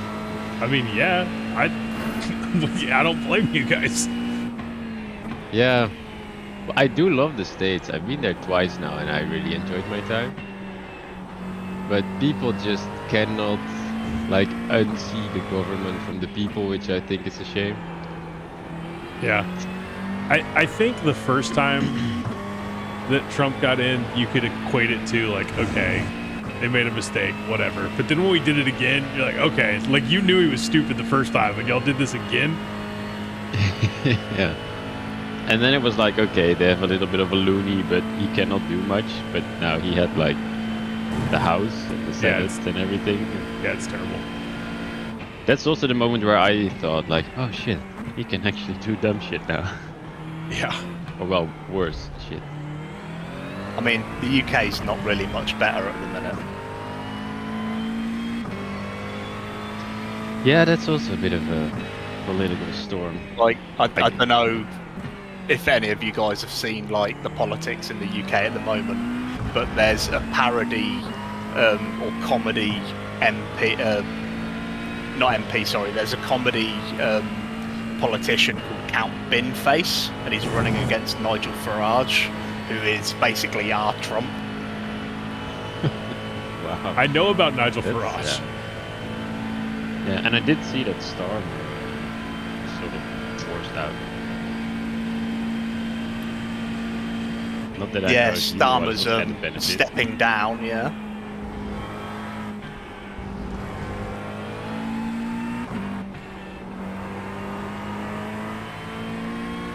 But yeah, I mean, politics in every country is questionable. Yeah, I think the world is going through a phase at the moment. Like the last 10 years have been questionable. I think especially post-COVID, a lot of people just became anti-everything. And that got very popular. Yeah, I can see that.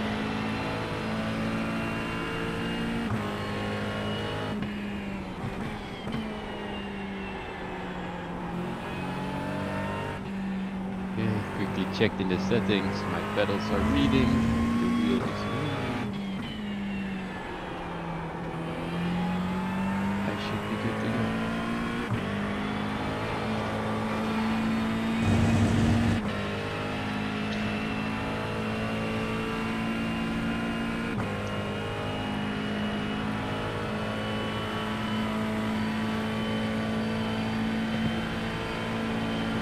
track temperature is still pretty cool. I think overnight when I got out of the car it was 19. It's only 21 now.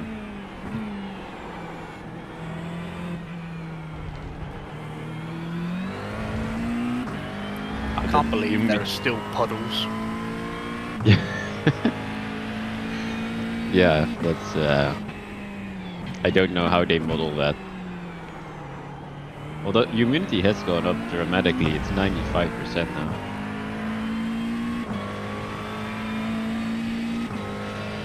Yeah, because there was a chance of rain from 8 AM game time, but that disappeared. Ah, okay. Yeah, I was sort of expecting to have at least one wet stint, but then it's just going to be nice and dry. I think there's still a chance in the last 2 hours of the race, but I can't see that far ahead. Copy that.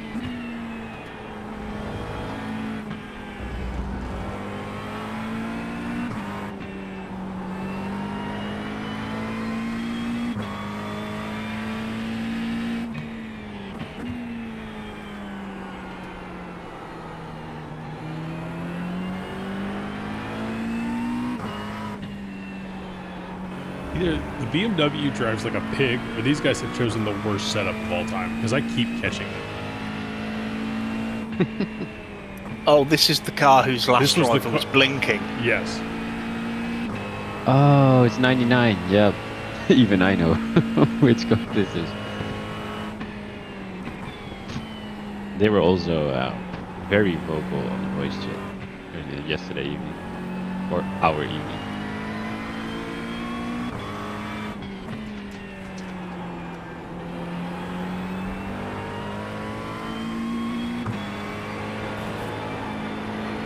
Where in the States are you? Indianapolis. So almost right in the middle. Yeah. So it's just past midnight for you now? Yes.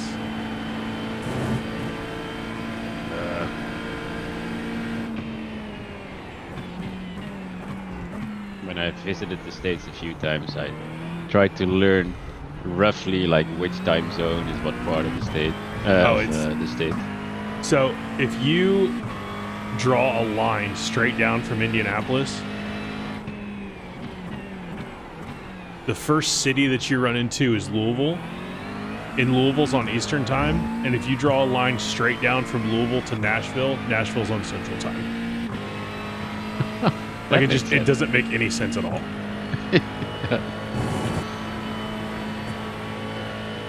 Yeah, something I found confusing in the first year I visited, because I did 2 road trips, and then I was in Page, like at the border of Arizona and Utah. Yeah. And it sort of depended on where in Page you were and to which cell phone tower my phone pinged. Yes. What time it thought it was. Yes. Because it went from mountain time back to the other time, back to mountain time. I arrived at the hotel and I just walked in, and the first thing I asked was, what time do you guys think it is? And Arizona doesn't change their clocks. So half the year they're one time and half the year they're the other time. Oh, yeah. That's... I mean, yeah, if you have separate states, I can understand that everyone can decide on their own. But if you're at the border of 2 states, it must be very confusing.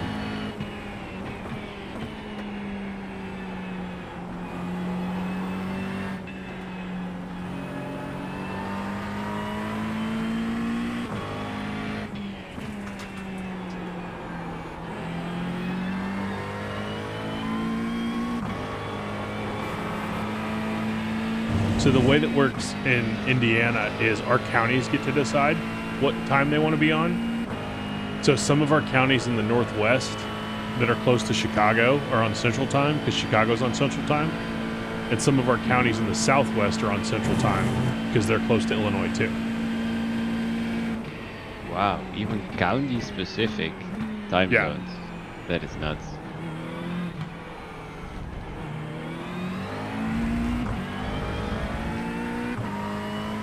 Yeah, that's way different in Europe, where the European Union just says everyone uses summertime. Okay. And Whatever you say, I mean, man. we do have time zone differences here, but Yeah. everyone should be on summertime.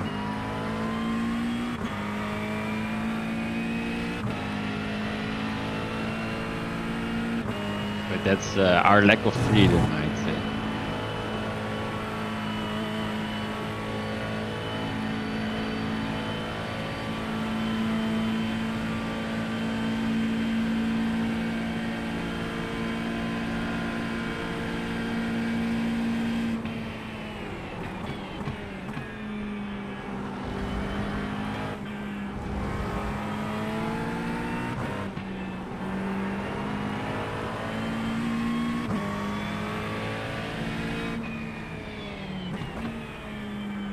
Considering at the start of the race, Scott was running with this Aston Martin, they've done a lot better than us. Yeah. Yeah. Yeah, I do remember the tail end of this 144. They've definitely had better luck.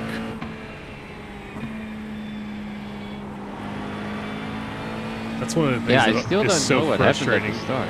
about endurance racing is when you're running down somebody that you know that you're faster than, and they're just way ahead of you. And you're like, God, I feel so stupid. Yeah. They have Yeah, I had a it great team overnight name as too, well. by the way. Their team name is Worst Case Scenario, which I really like. Yeah. Nice, I like remember that. seeing this rear wing last night in my stint and sort of giggling to myself, like, yeah, well played. So there's one car that I passed, Tom, while you were asleep. That you know, how some cars have the Pro sticker on their like on the back. They put a sticker that says mid, which I really liked. Nice. Yeah, that's my sort of humor.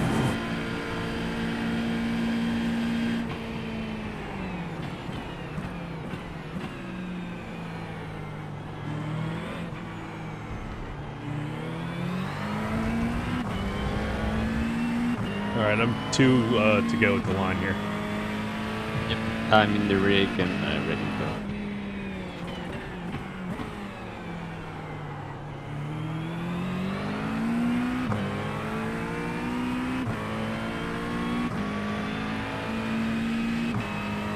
I had that last night where I was running, well, obviously in like P46, I think. Yeah. And then P8 came out of the pits behind me and just flashed like the whole lap through. And when I finished my stint, he was 13 seconds behind me. I was like, yeah, good luck, dude.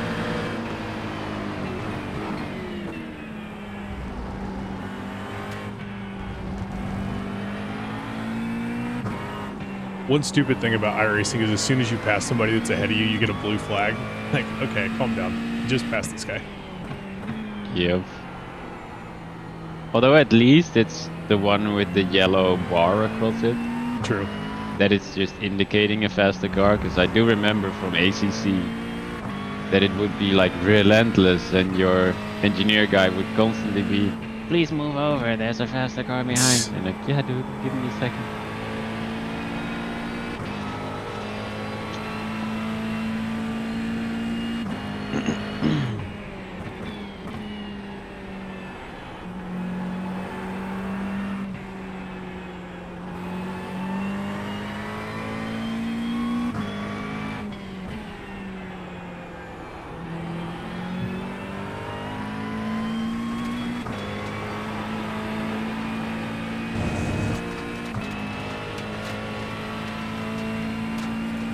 Still hear the bass of that Aston's engine, and it's over a second behind you.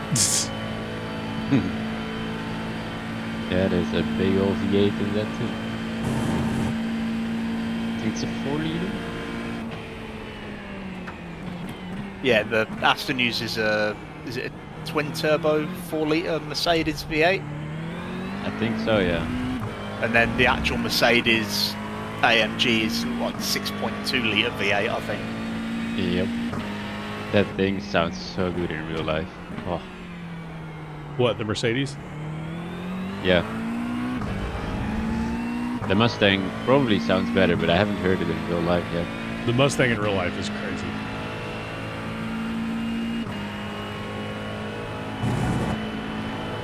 I used to sort of main the Mustang in LMU if I did endurance with a friend of mine.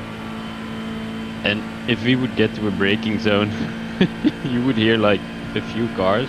And if we were 3 or 4 cars back, you would just hear the sort of, yeah, how should you call them? Aggressive downshifts. Yeah. of the Mustang just over all the other cars.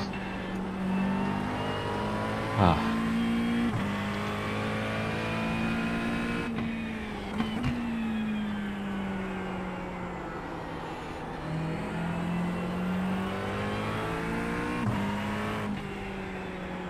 And it's in an MU, it's a bit like iRacing, where a lot of people are sort of a meta slave. Yeah. So we generally just drove the Mustang whenever we did races. So we had a lot of races where there were like 38 cars and we were the only Mustang. That's funny.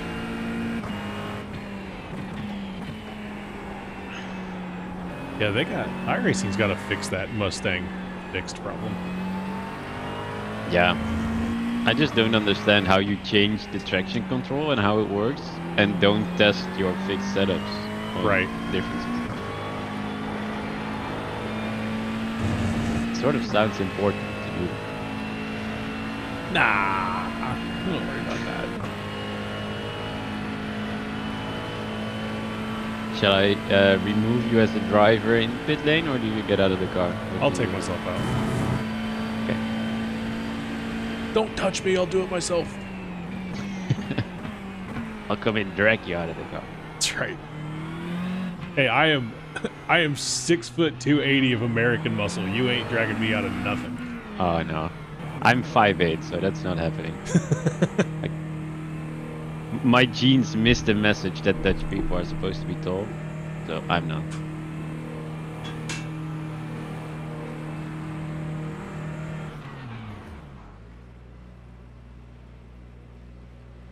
And we out.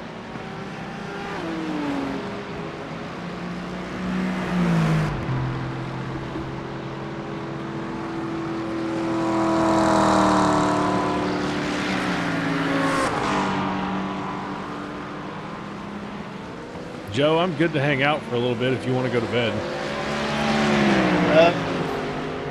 What's the time? What is it? 20 past 5 here. I may as well just be awake, mate. Okay, your choice. Are you serious? Yeah. Yeah. I can fall asleep in the sun later when I'm at my nan's party. I mean, I run well on little sleep, but no sleep? That's like... Then I really struggle. I'll probably have a power nap at like half an hour before I go to my nan's party and I'll be fine.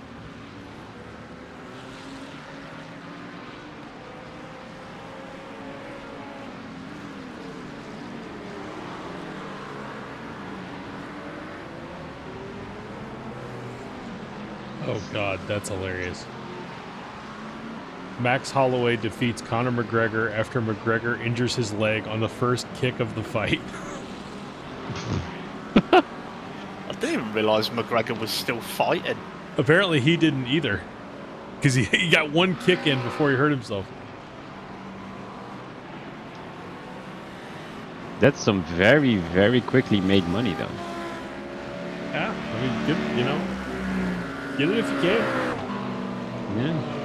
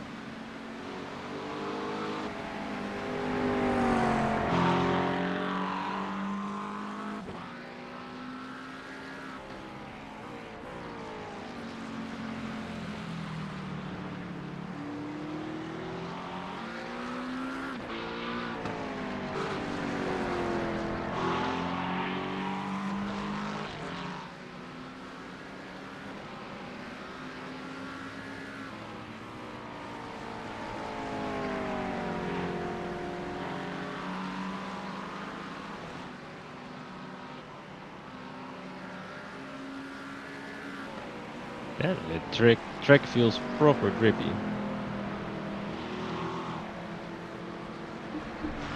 Yeah, I don't know how it was earlier. It's been fine for me.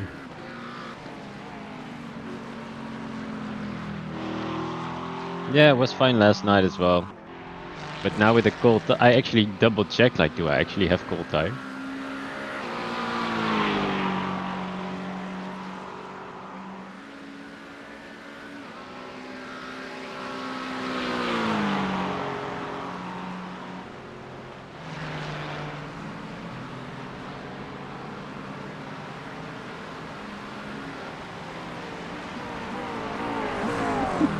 There's still a puddle on the inside of the curb at La Source.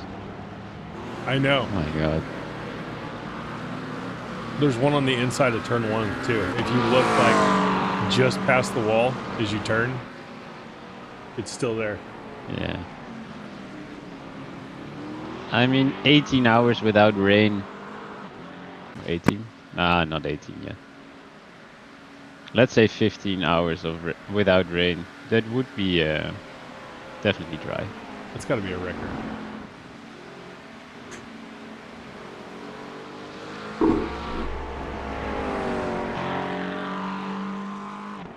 Been in this area plenty of times. You can have 4 seasons in one day, but when it dries out quick.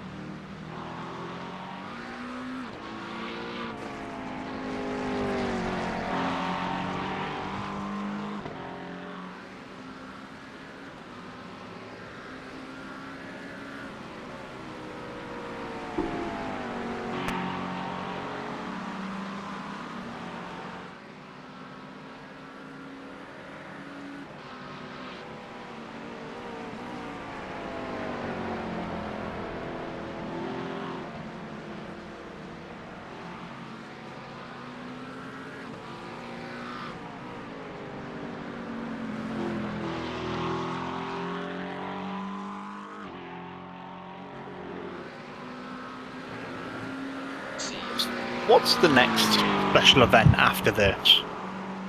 Road America. Oh, is it an 8 hour? I believe so. Let me look.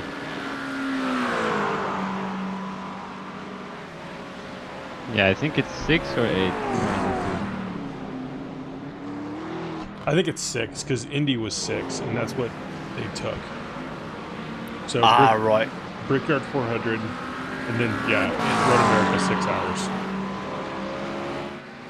This is July 24th through the 26th. But I'm going to be completely honest. Our group is going to be probably out on Road America after we have to do it for 12 hours next weekend. Oh yeah, you guys. I can't imagine people are going to be hyped to do it for 6 the weekend after that.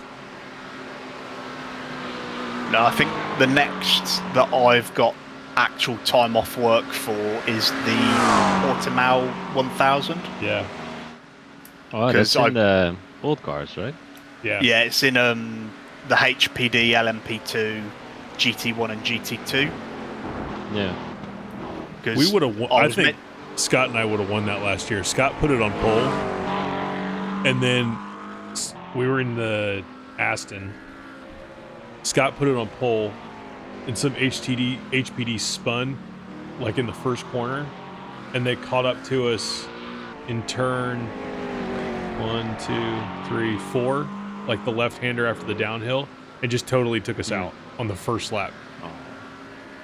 Oh really? I didn't get to see it because I was meant to drive with you, but I couldn't. And so we fought our way back. We ended up finishing 4th, but I think we would have won because we had really good pace and we qualified first. Well, Scott And if you qualified finish first. 4th after such an incident. Yeah, we got put to dead last on the first lap and finished 4th.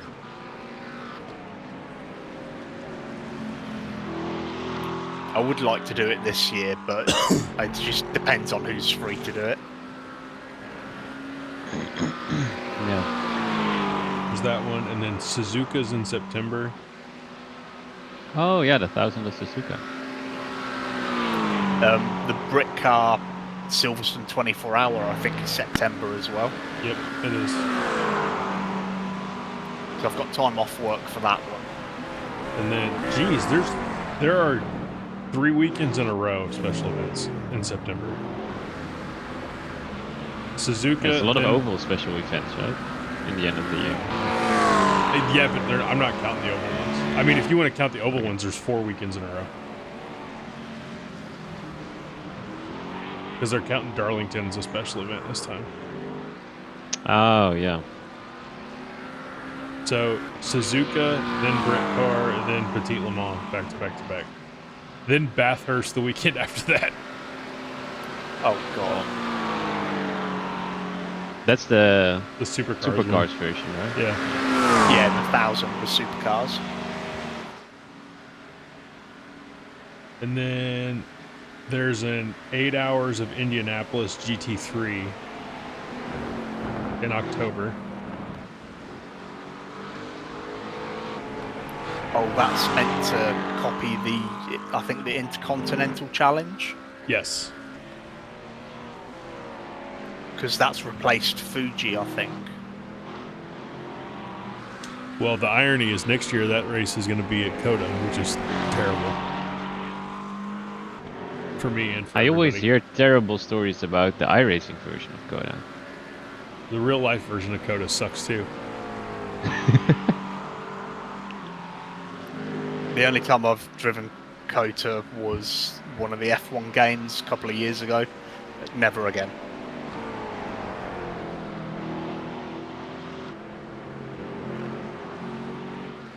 I do enjoy it on LMU, but I heard that on iRacing it's a bit of a off-track nightmare.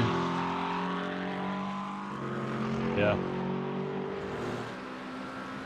I'll tell you what, I'm not going to be able to commit to it because of the incoming baby, but I would love to do the Porsche Cup 12-hour spa race. That'd be so fun. Oh, yeah. Oh yeah, that's this year, isn't it? Yeah, it's at the end. It's the last weekend in November.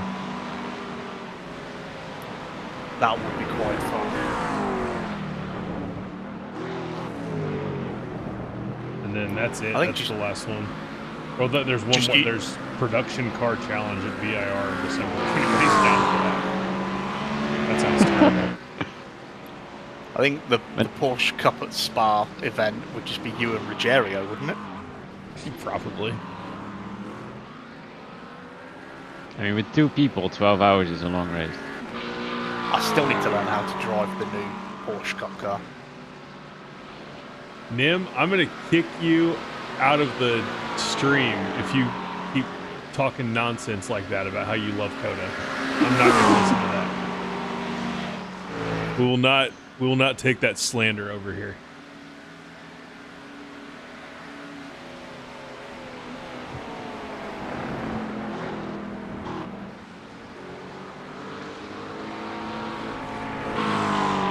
I haven't driven the new Cup car a whole lot, but when I drove it, it was pretty fun. I know it's got ABS now, but I just need to get used to the bouncing. Yeah, that's definitely an issue. Making Coda all the endurance races for the rest of the year. No. No. I mean, in a high downforce car, Coda's not that bad. I've already hashed it out with Joe, so I don't feel like I need to rehash the entire thing, but I went to the F1 race in Coda in 2022, and it was the worst fan experience I've ever had. And it has ruined Coda for me forever. So it could be the best track in the world, and I'm going to talk about how terrible it is. Yeah, it's just tainted for you now. So the only part of the story that I will rehash is you can't take a cooler into Coda, so you can only buy drinks there. And in Texas, it is hot as hell in October. Mm-hmm. And they ran out of water at 10 a.m. on race day. The race didn't start till 3. Oh my god. Sounds like a safety hazard. So that track can kick rocks.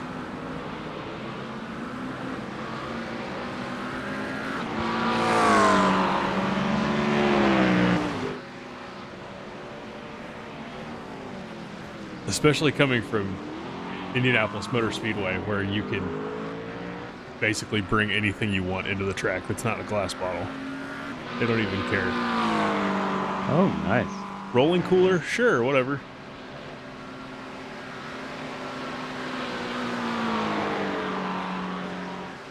Yeah, I went to a few baseball games in the States, but then I was very strict with like the plastic see-through bags and Yeah. certain sizes, and it differs per stadium. Yes, it does. Every stadium's different. So every racetrack is different too. So like at IMS, you can bring literally anything that's not a glass bottle in. Like literally anything. Like if you want to bring a fifth of vodka in, it fits in a plastic bottle, they'll let you bring it in. Like they don't care. But like I'm going to Sounds great. I'm going to Nashville in a couple weeks for the IndyCar race, and you can't bring anything into Nashville. Like no drink at all. Yeah. Oh, really? You have to buy all their own stuff. Yeah. At Nashville, you have to buy all their own stuff. You can't bring anything in. Yeah, that sounds like the Netherlands. You're usually allowed to have like one bottle of water, and that's it. Well, Nick, you remember my wife went to Download Festival last Yes. month? Yes. Yeah, so you're allowed to take a 24 crate of alcohol in with you, Okay. but it cannot be like bottles. It has to be either cans or, again, in like a plastic container. Yeah. It makes sense. I mean, that's pretty good at a festival, though, that they let you bring anything in. I've never been to a festival where you can bring anything. Oh yeah, like a 5-day festival, 24 cans is great. Yeah. So wait, are you talking about the IMS dirt track? You can't bring anything in? Because I've never been to that, but that would be crazy to me if that were the case.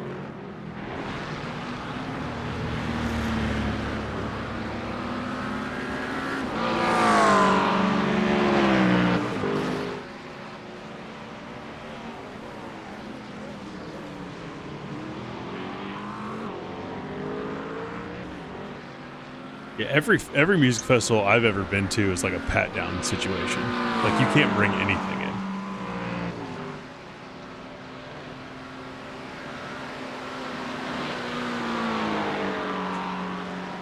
Yeah, here it depends if like they separate the campsite from the festival usually, if it's a multi-day thing.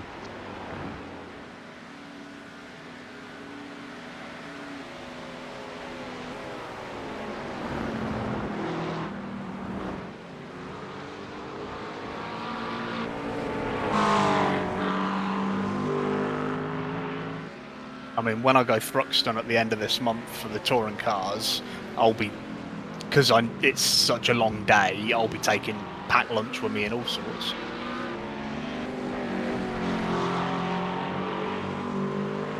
Smart move.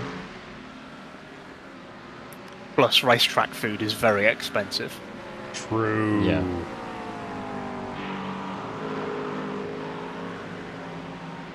So apparently Conor McGregor ran at Max Holloway, tried to do a flying kick, landed on his knee wrong, and basically blew his knee out.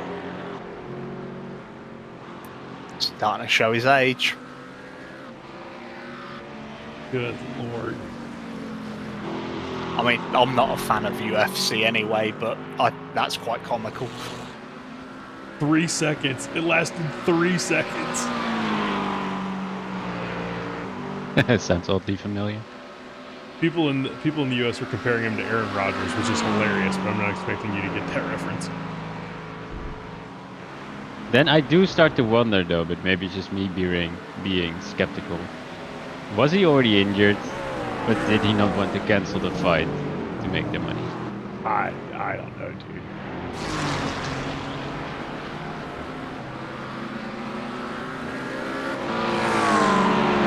Ooh, Eldora Wednesday through Saturday. That should be fun. I've never been to Eldora. I'm not massive on the dirt track scene though. Yeah, is that a dirt oval? Yeah, Eldora's. I believe that's the one Tony Stewart owns. I think. And Because I've gotten into, like, let's say, asphalt oval racing quite a bit the past, let's say, 6-7 years. yeah, dirt, not as much. I know about the Chili Bowl and things, but Okay, yeah, Eldora is the one Tony Stewart owns. Yep. Eldora used to put on. I shouldn't say used to. Like I don't think they don't anymore because I don't know if that's true. They used to put on a huge race every year. Like Tony Stewart would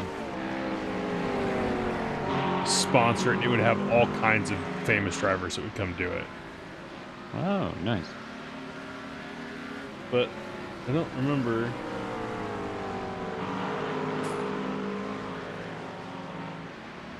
Let's see.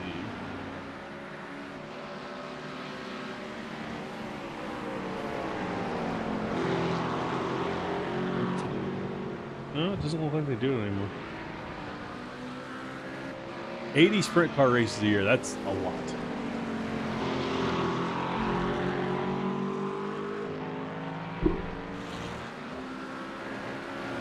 Yeah, over here in the Netherlands, like since Max Verstappen, the only thing they know is Formula One, and they're like, oh, there's 22 races now, it's such a busy schedule, and then I'm always like, whoa, and then there's NASCAR.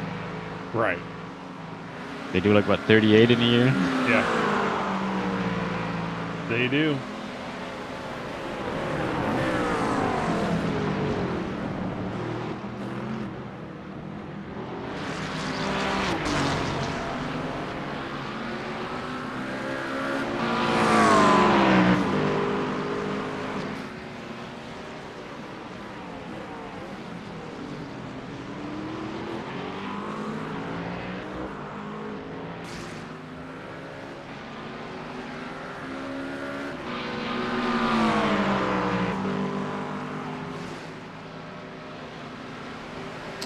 Oh, it was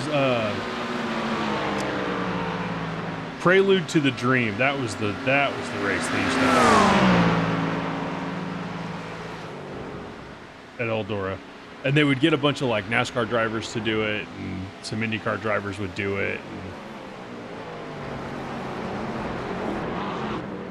Nice. And then they would have the Dream 'cause 100 after that. I think Larson and Christopher Bell do a lot of dirt still, right? Larson runs But mostly dirt. off season.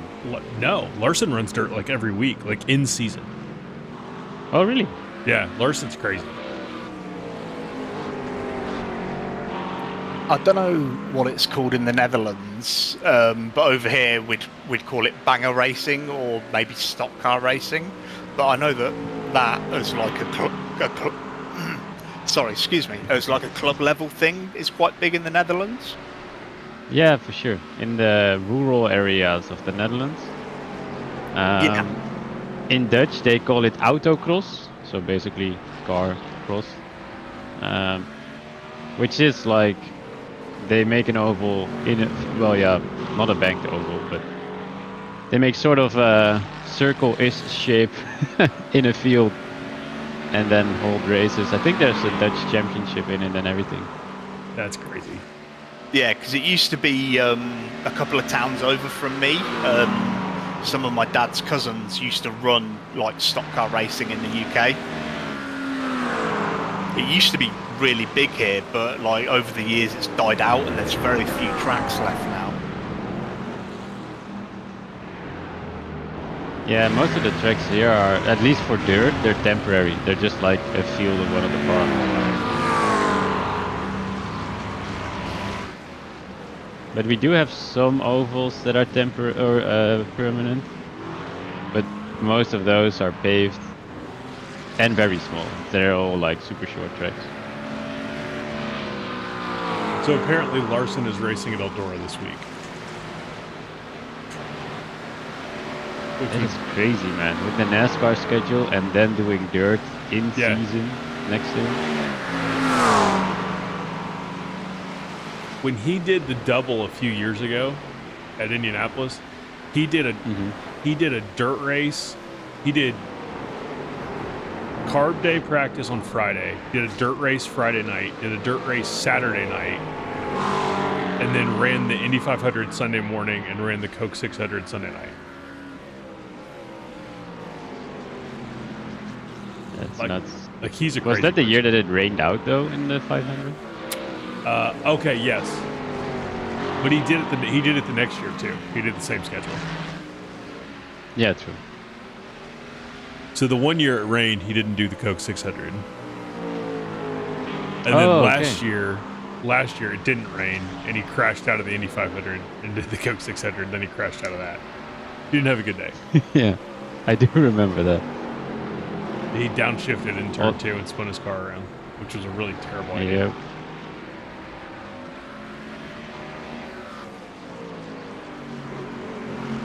And I think it was the year before or before that I think McLaughlin spun out, and that he went onto the radio, right? Like, what Same idiot year. spins out? Yeah, same year. Yep.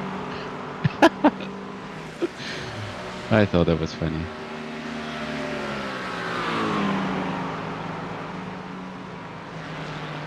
I still wonder But if usually the- McLaughlin hit a weeper on the track, or if it was still a little bit wet, because that was so weird.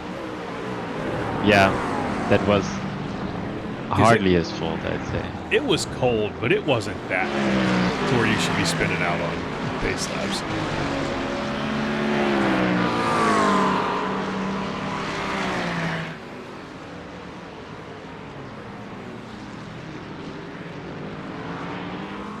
Yep, same year. You're right, Jim.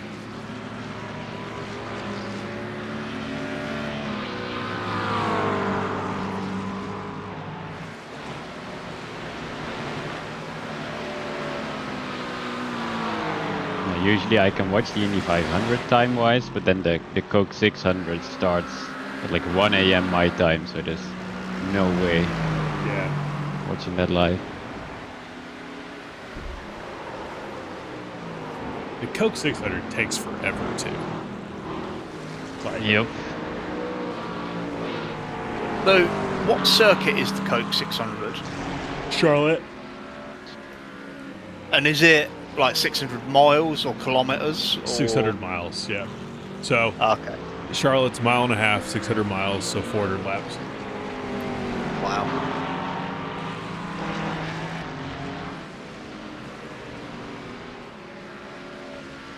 Oh, Nick, you know how we always go on about people flashing their lights in sim racing for no need? Yes, I do. So, have you come across a British touring car driver called Ricky Collard yet? I have not. So he drove in the series a couple of years ago. He's a British GT champion, and he's back in the British touring cars this year. And every race so far, he has been warned for flashing his lights too much. I hate him now. I don't know who he is, but he's my enemy.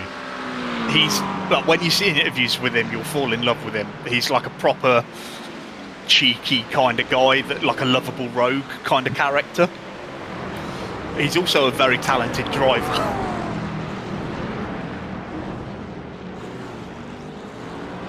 But I think he's kind of brought it over from his GT racing, and he's forgot what he's doing now. Yeah.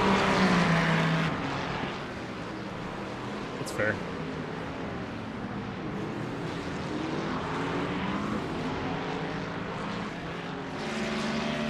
And to be honest, if you looked at like World Touring Car Championship or TCR now, they're flashing their lights practically the whole race long.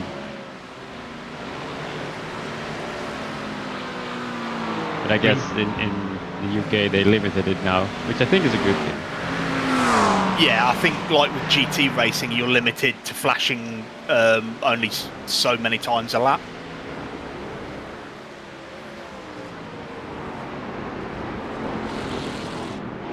He's no Ash Sutton, so I don't care. No, I was about to say he's no Ash Sutton. If he wins this year's championship, he will be the most successful driver in terms of actual championships, but not wins. So he'll be the Scott Dixon of BTCC.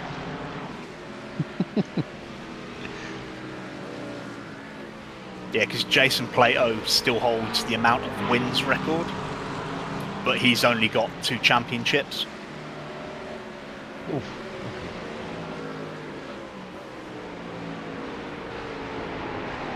I have a P9 in the race with an ego problem, I think. What is the Jack Sears trophy? Is that like Rookie of the Year?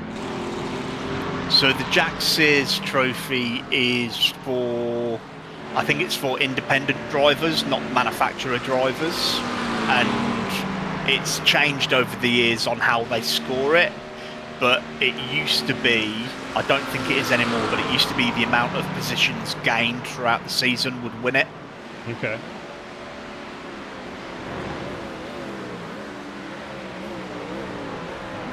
The reason I've asked is I've popped up the entry list, and there's 3 people that are, not to flame you on stream, but there's 3 people that are eligible for the Jack Sears Trophy. They are all manufacturer drivers. Oh, fair enough. It's obviously changed over the last couple of years then. If you're wondering, it is Lewis Selby, Max Buxton, and Nick Hamilton. Yes, so Nick Hamilton has only become a manufacturer driver this season. Okay. But he's also actually having a really good season, because I don't know if you know... He's Lewis's brother, I know that. Yeah, but he's also got multiple sclerosis, so he has adapted controls in the car. Oh, I did know that, actually. I did know that.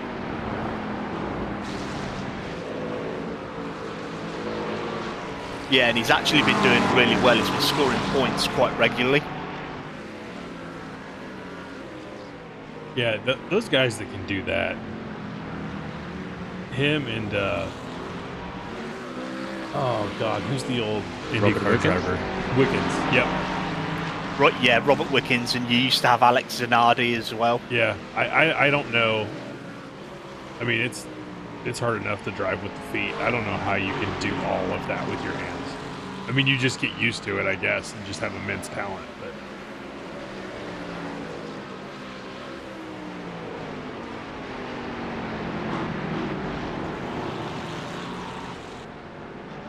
I mean, obviously, you don't want that accident to happen to anybody. But I would have loved to see what Wickens could have done in IndyCar had that not happened to him. Yep. Yeah, because was it his back he broke? Yeah, I mean, he's paralyzed from the waist down. Yeah, from the waist down, yeah. So I don't know exactly what caused that. He got caught up in the catch fence, that I know. I mean, I mean, that crash is the reason they don't run Pocono anymore. IndyCar doesn't. Really? Yeah. They were having a lot of trouble with the DW12 at Pocono because it was creating pack racing. And they were having some pack racing at like Fontana, which is fine because the track's really wide and the turns are really long. And so it wasn't that big of a deal. But at Pocono, the turns are really tight. And so you're basically running into these packs, into these really tight, you know, more than 90-degree turns in some cases. And guys were just flipping wheels and going all over the place. Yeah, those kind of speeds, that's insane. It was just dangerous. It was just dangerous. I mean, they just don't need to be driving there.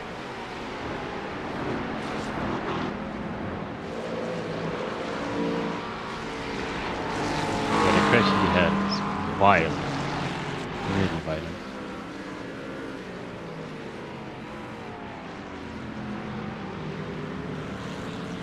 And then Justin Wilson died at Pocono, which is why they got the aero screen. That was really unfortunate. Is that why they brought it in?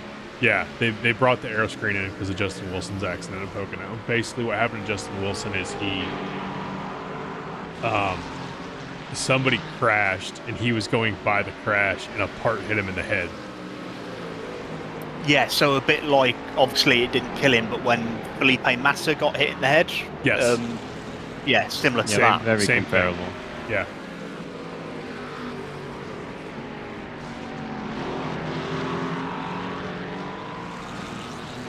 Personally, I've always thought the aero screen is what F1 should have chosen. Yeah. Yeah, Because- it looks way better. it looks better. It does exactly the same job, and also with the halo, you've still got a chance of debris getting through it. Yeah.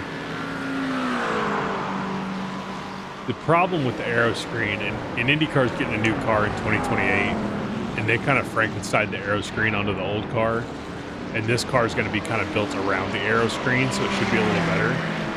But Okay. those dudes just bake in the car. I mean, it gets so hot. Like last weekend at Mid-Ohio, McLaughlin apparently was having like a heat stroke, like 13 laps into the race.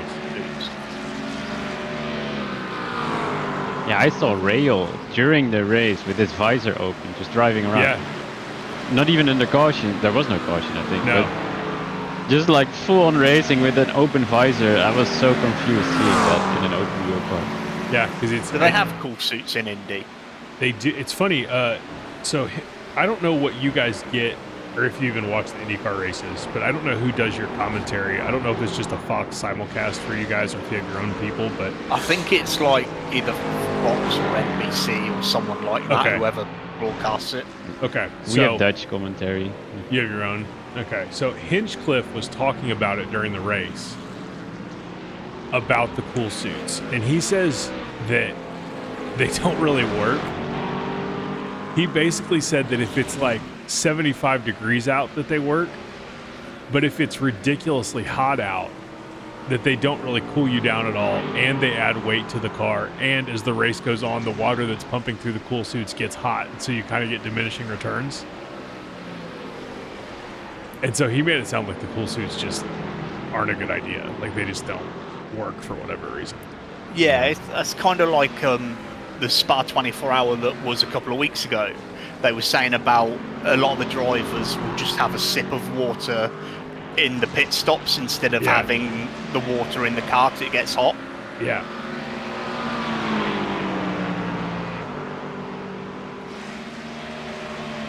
And so they have them, but they're not. They don't really use them. It sounds like.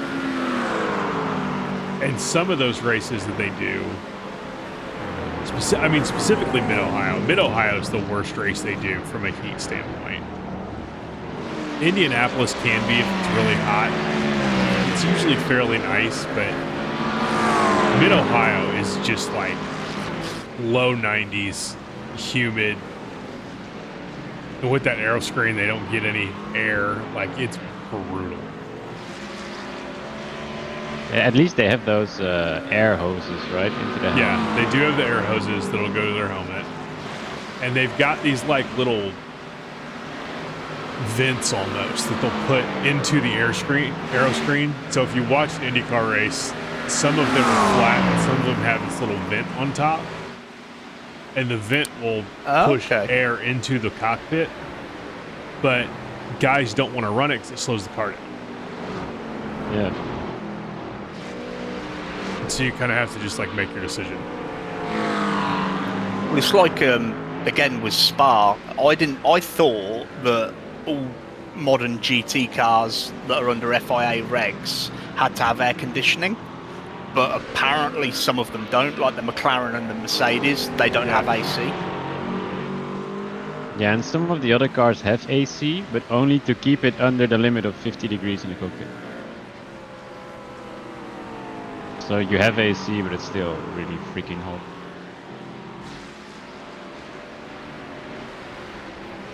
Yeah, because I mean, these guys aren't getting any air in these things. Yeah, they were Was it- not double stinting at all in the first hours of Spa. Yeah, because they It could. was so hot. Yeah. Yeah, they Yeah. were all singling, weren't they? Was it a couple of years ago in F1? I think George Russell's cool suit failed at one of the hottest Grand Prix of the year. And like he passed out of heat stroke after the race or something. Yeah, I think I've also seen Lance Stroll being carried out of the car a couple of years ago. Yes, I remember Lance Stroll as well, yeah.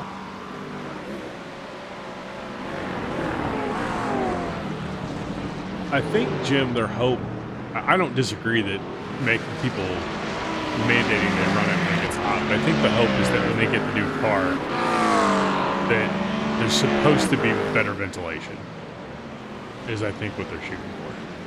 So it won't be as much of an issue. But that may or may not be true.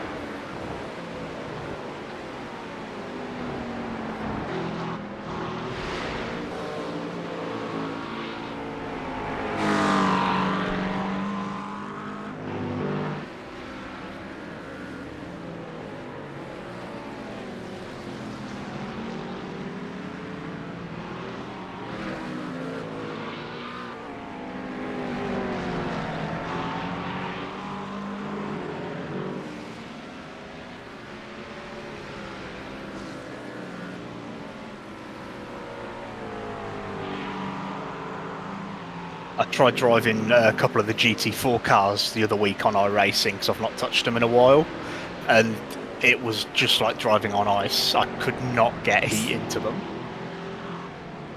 I've never tried the GT4s actually.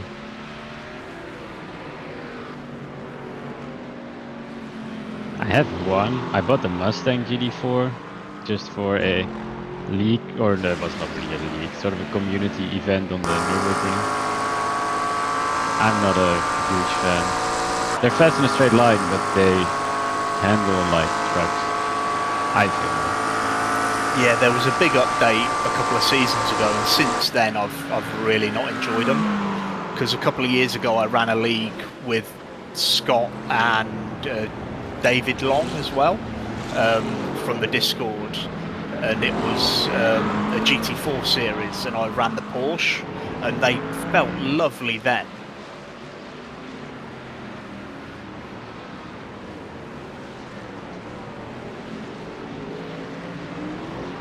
I guess new tire models are not always what you want. No, new well, isn't always better. Yeah.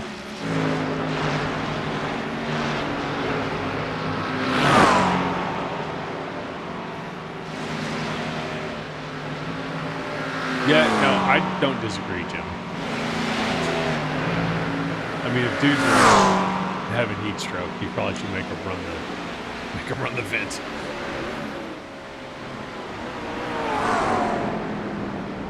The NASCAR run air conditioning. Yes. They have air conditioning going into their helmets and their suits, I believe, but I don't know. I don't think the cars are air conditioned. But they have. But they've got something at least. Yeah, they've got air conditioning going into the helmets and air conditioning in the suits. Because I don't know much about the latest generation of NASCAR. I know that they're sequential now, aren't they? They're not manual anymore. Correct. Yep. I am not the person to ask because I don't really like the NASCAR style of racing, honestly. I know, I think it was a couple of years ago, there was a series on Netflix that was kind of like NASCAR's Drive to Survive. Yep. I can't remember what it was called. I remember watching like one episode and I was just like, this is too much. Yeah.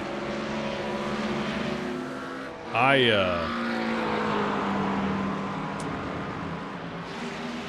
have not watched it. I know it exists.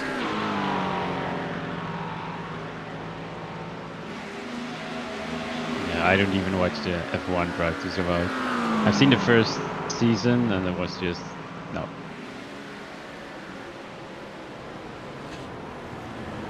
Oh my god, they're parking it in the bus stop.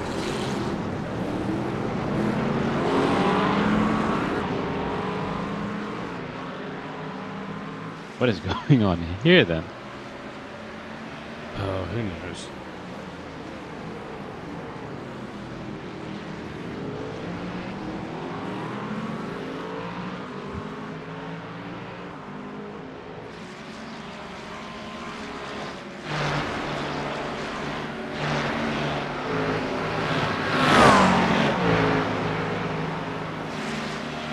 Can someone take off the tires for the pit stop?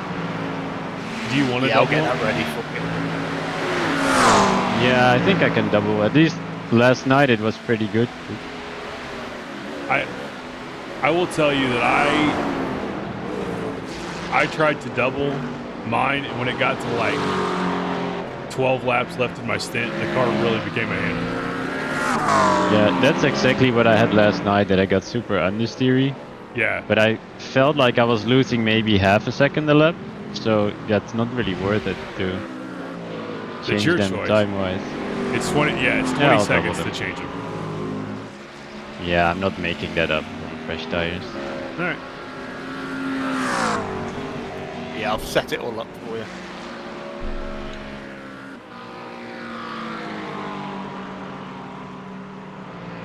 I just decided I'd rather guarantee not going into the pits again. Yeah, that's also a very understandable choice.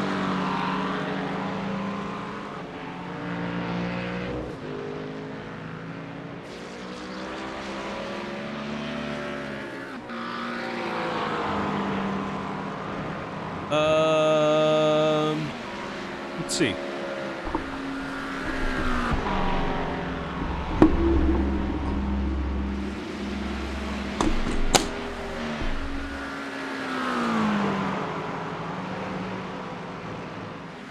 Six.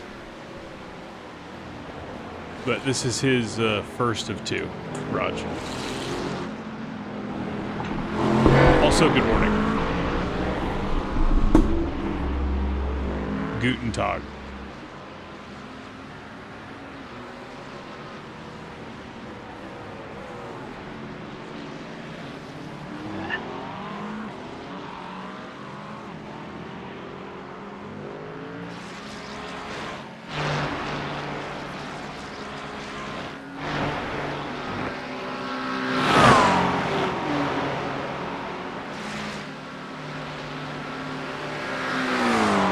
The Bom new, dia to you. the new IndyCar game that we were talking about that iRacing are supposed to be creating for next year, I'm actually interested in it on console because years ago when I was a kid I had Newman Haas Racing. Oh, and yeah. that was so much fun. Yeah, so I had a game called IndyCar Series 2005 that I used to just play the absolute crap out of. But it was the last year before they added road courses, so it was only ovals. It was like 15 ovals, which I guess to this day is why I'm good at IndyCar oval, because that's what I grew up on. I just got good at it. And IndyCar Oval is just a lot of fun. It is. I did, I think 9 out of 12 races last season. On the oval. Yeah. That's pretty good for a European. Finding 9 time slots you could do. Yeah, it's usually only 1 or 2 splits, but it's good fun. Usually just staying alive already means a top 5 or top 10. Yeah.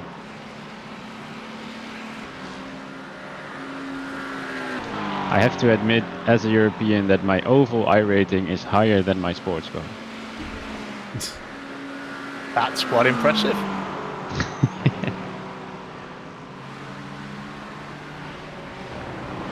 But that's all IndyCar and not. I do enjoy NASCAR as well, like the sort of tire saving stuff and trying to control that. That's something I have to learn. Yeah. But if I would start doing NASCAR now, my I rating on oval would definitely tank. Yeah.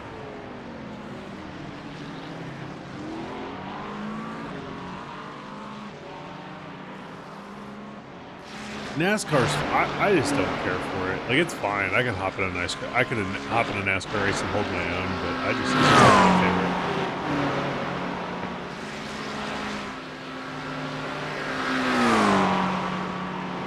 Yeah, for me it's really track dependent. I enjoy the occasional super speedway, but I do like sort of the medium short tracks, not the super short ones. Yeah. With the real world NASCARs, they're basically just silhouette cars, right? And it's only the engines that are different from manufacturer. Yeah, and even then, I think they're just badged. Like, I don't think there's anything different about the cars, like, at all. Yeah, it's like a styling thing, isn't it? Yeah, I mean, like, IndyCar has Hondas and Chevys, but I mean, they're the same engine. Oh, are they really? Yeah, I mean, some of them get... I mean, sometimes at one track, one will get better gas mileage than the other one, but they're built to the same spec. They're whatever they are, 2.4 liter V6 turbos. Like, they're the same engine.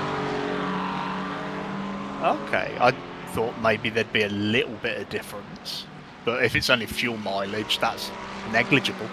Yeah. 2.2 liter twin turbocharged V6s. And they're gonna the new engine formula is gonna be 2.4. Aren't they hybrid now as well, or is it just push to pass? Yeah, so one of the reasons that they're getting this new formula is Honda basically said we want to be hybrid or we're leaving the series. So IndyCar was like, ooh, can't have that. Okay, we better get hybrids. And they basically stuck a hybrid unit on their existing engines. Like, it doesn't do anything really. And it fails all the time, and like, honestly, the impact is minimal. Honestly, Scott Dixon is going to McLaren for a million reasons other than this, but I think one of the reasons he's going is his Honda hybrid fails more than anybody in the series. And last time it failed, he got so pissed off. And so now he's going to a Chevy team.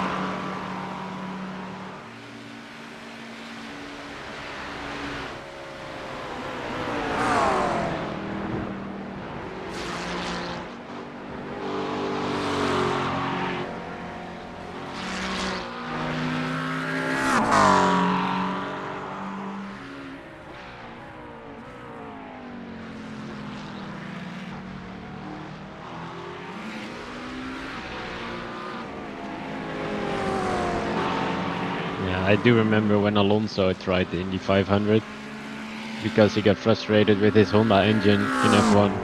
Yeah. And then I think he was running P5 and his Honda engine broke in IndyCar. Yeah. I mean, you shouldn't laugh, but it was still funny.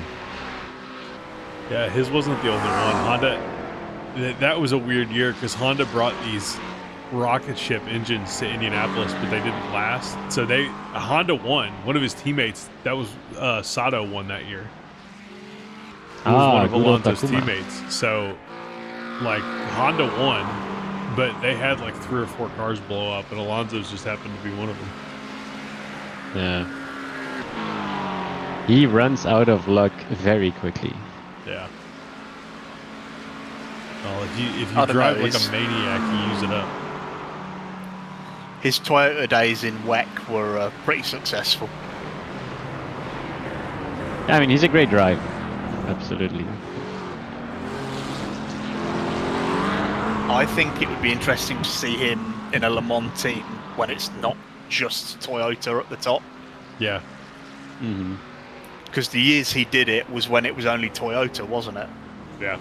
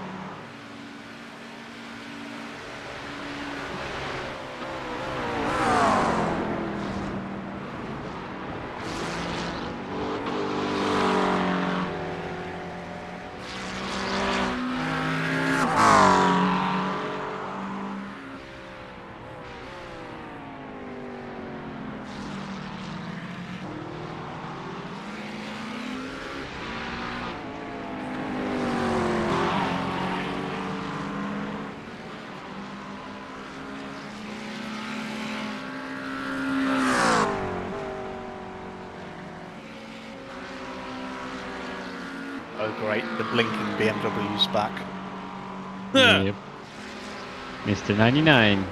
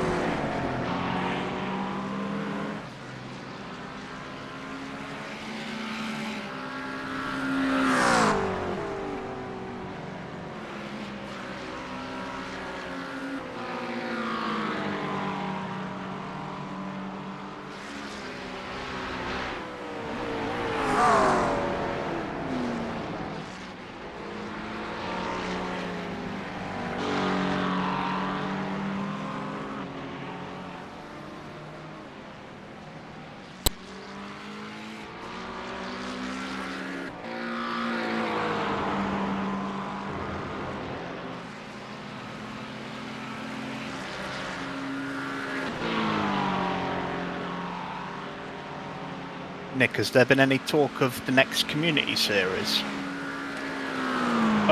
No, but people have been poking me about it, so I might reach out to Ben and see if he wants to do one. Yeah, because I think we had it was within the Discord. We were saying about him obviously not doing YouTube really anymore, or for a long hiatus. But we mentioned the community series, and he did say that he'd always be involved in it. Yeah, I'll reach out to him and see if he wants to do one. If I am going to, I am happy to always organize one, but like I said, from about September to, I would like to try and do Daytona next year, but from September until then, I'm not going to be able to really race at all. Like, yep, that's totally understandable. So, at least not on command. Like, I might be able to sneak away for an odd one, but yeah. So, if we're going to do one, then I'm going to be involved in it and have to be in the next month or so. So I can reach out to him and see what he's doing. The hard part about those is finding the balance of like cars that people want to do, because you don't want to make it all paid content. Yeah. And we did, like we did GT3 last year, and people just didn't do it. Yeah, well, that was me messing up how to do it as well. Yeah, I thought that would have been I thought that one would have been more popular. Quick question, can one of you check the tires? Because they're getting very slidey now in my last lap. I think I was taken anyway. Yeah, I'm on it. Thank you.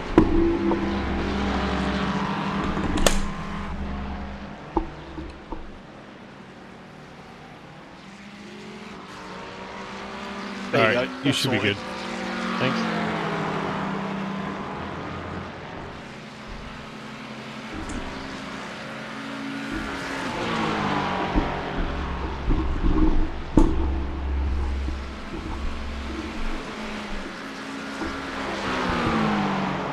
But it's funny that you mention it, because I had the exact situation where another Discord community of Lawrence du Soswa, they also have like community races, Yeah. and they had it in the Williams F1 car, which is paid, Yeah. and then all paid tracks. So I owned one track and did not own the car either. I was like, yeah, I'm not gonna go like Right. 75 euros deep into a community series. Yeah. So we did BTCC, and that was fun. It kind of worked with our group because a lot of people in that Discord have at least one touring car and own a lot of the British tracks, so that one kind of worked out. I thought the Porsche Cup series was fun. I didn't have a chance to do that one, sadly. Yeah, we didn't get a ton of participation, but it was the new Porsche Cup car, and it was like half paid, half free tracks. And I thought that one was pretty good. The Formula Ford one was really good. We got a lot of people that did that one. Yeah, even when we did the F4 series with all the rain, that had quite good participation. Yeah. We've never done GT4. I mean, we were just saying how ass they were. Yeah. It's true. I don't know. We did GR86 that one time. I just hate those cars. They're like slow, no downforce cars. I just hate. But if everybody wants, it's one of those, if everybody else wants to do them, I'll get over it. I don't really care. They're fun in sort of a community race like that, where you're just back racing, drafting, Yeah. little bumps. I also did a community series a while ago. It was like a Nordschleife Cup, so all races were at the Nordschleife, but then the cars Different cars. rotated round. But they mostly used like either legacy cars or free Yeah. cars, and then the paid ones were like GT3, GT4 cars Yeah. that most people have anyway.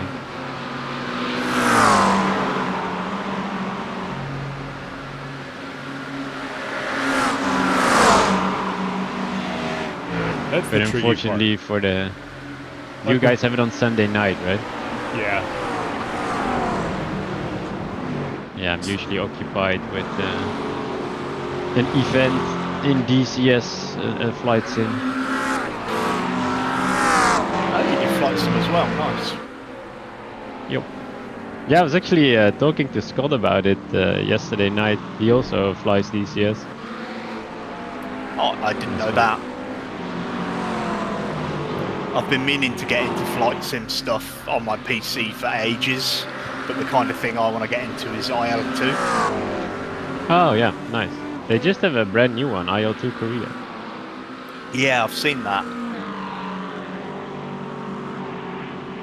I actually just sold my 27-inch monitors to somebody who's making a flight sim. Oh nice. Ah, cool. Now that I've got like a profile SimLab rig, I've actually got space that I could put flight sim equipment on. Yeah, when I flight sim, I just use desk-mounted stuff, because I don't want it to get in the way of each other. Yeah. It's definitely nice if you have it mounted somewhere. And they are dabbling into direct drive, or well, at least force feedback, as it's called there. So you have flight sticks that provide force feedback. That sounds pretty cool.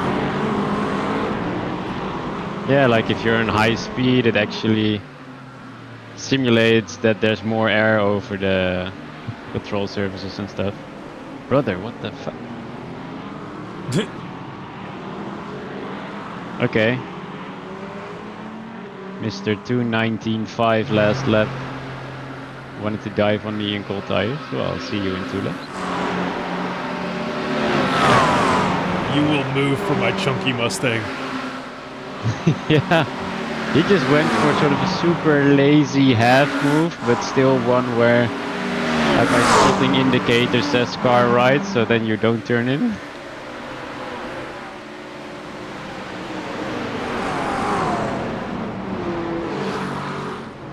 And now he's holding a solo. Big Mustang ran into corner.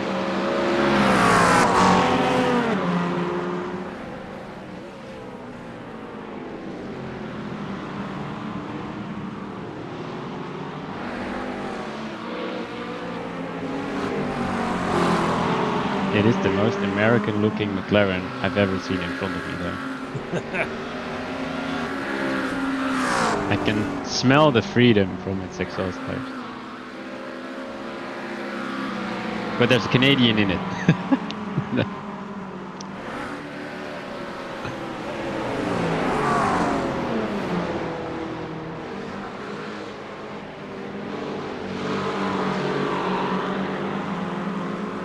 Alright, what you want to do, Mustang boy? Yeah.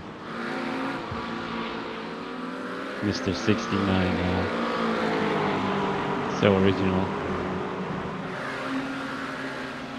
Oh, I bet he thinks he's hilarious.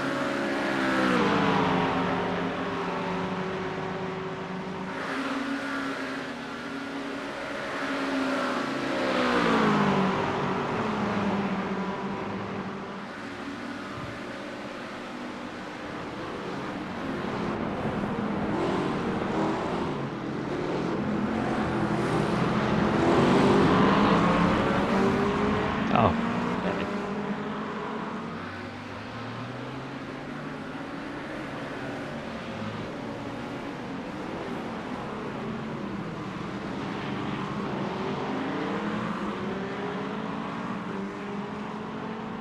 Couple cars back is Mika Hakkinen's alter ego, Mikko Heikkinen. Oh yeah, me and Rogerio were on about that earlier in the race. What if that was his Smurf account? That's exactly what Ross said.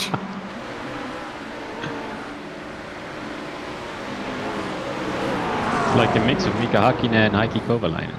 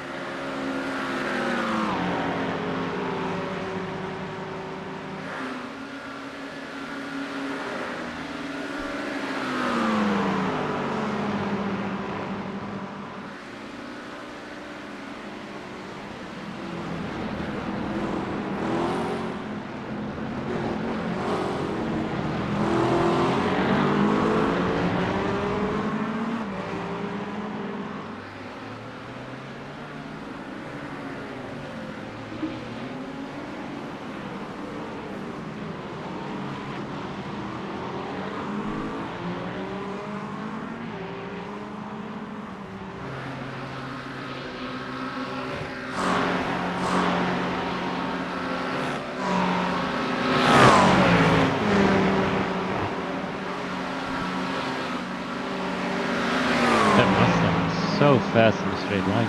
Holy shit. It was 0.6 behind me when I exited the hairpin.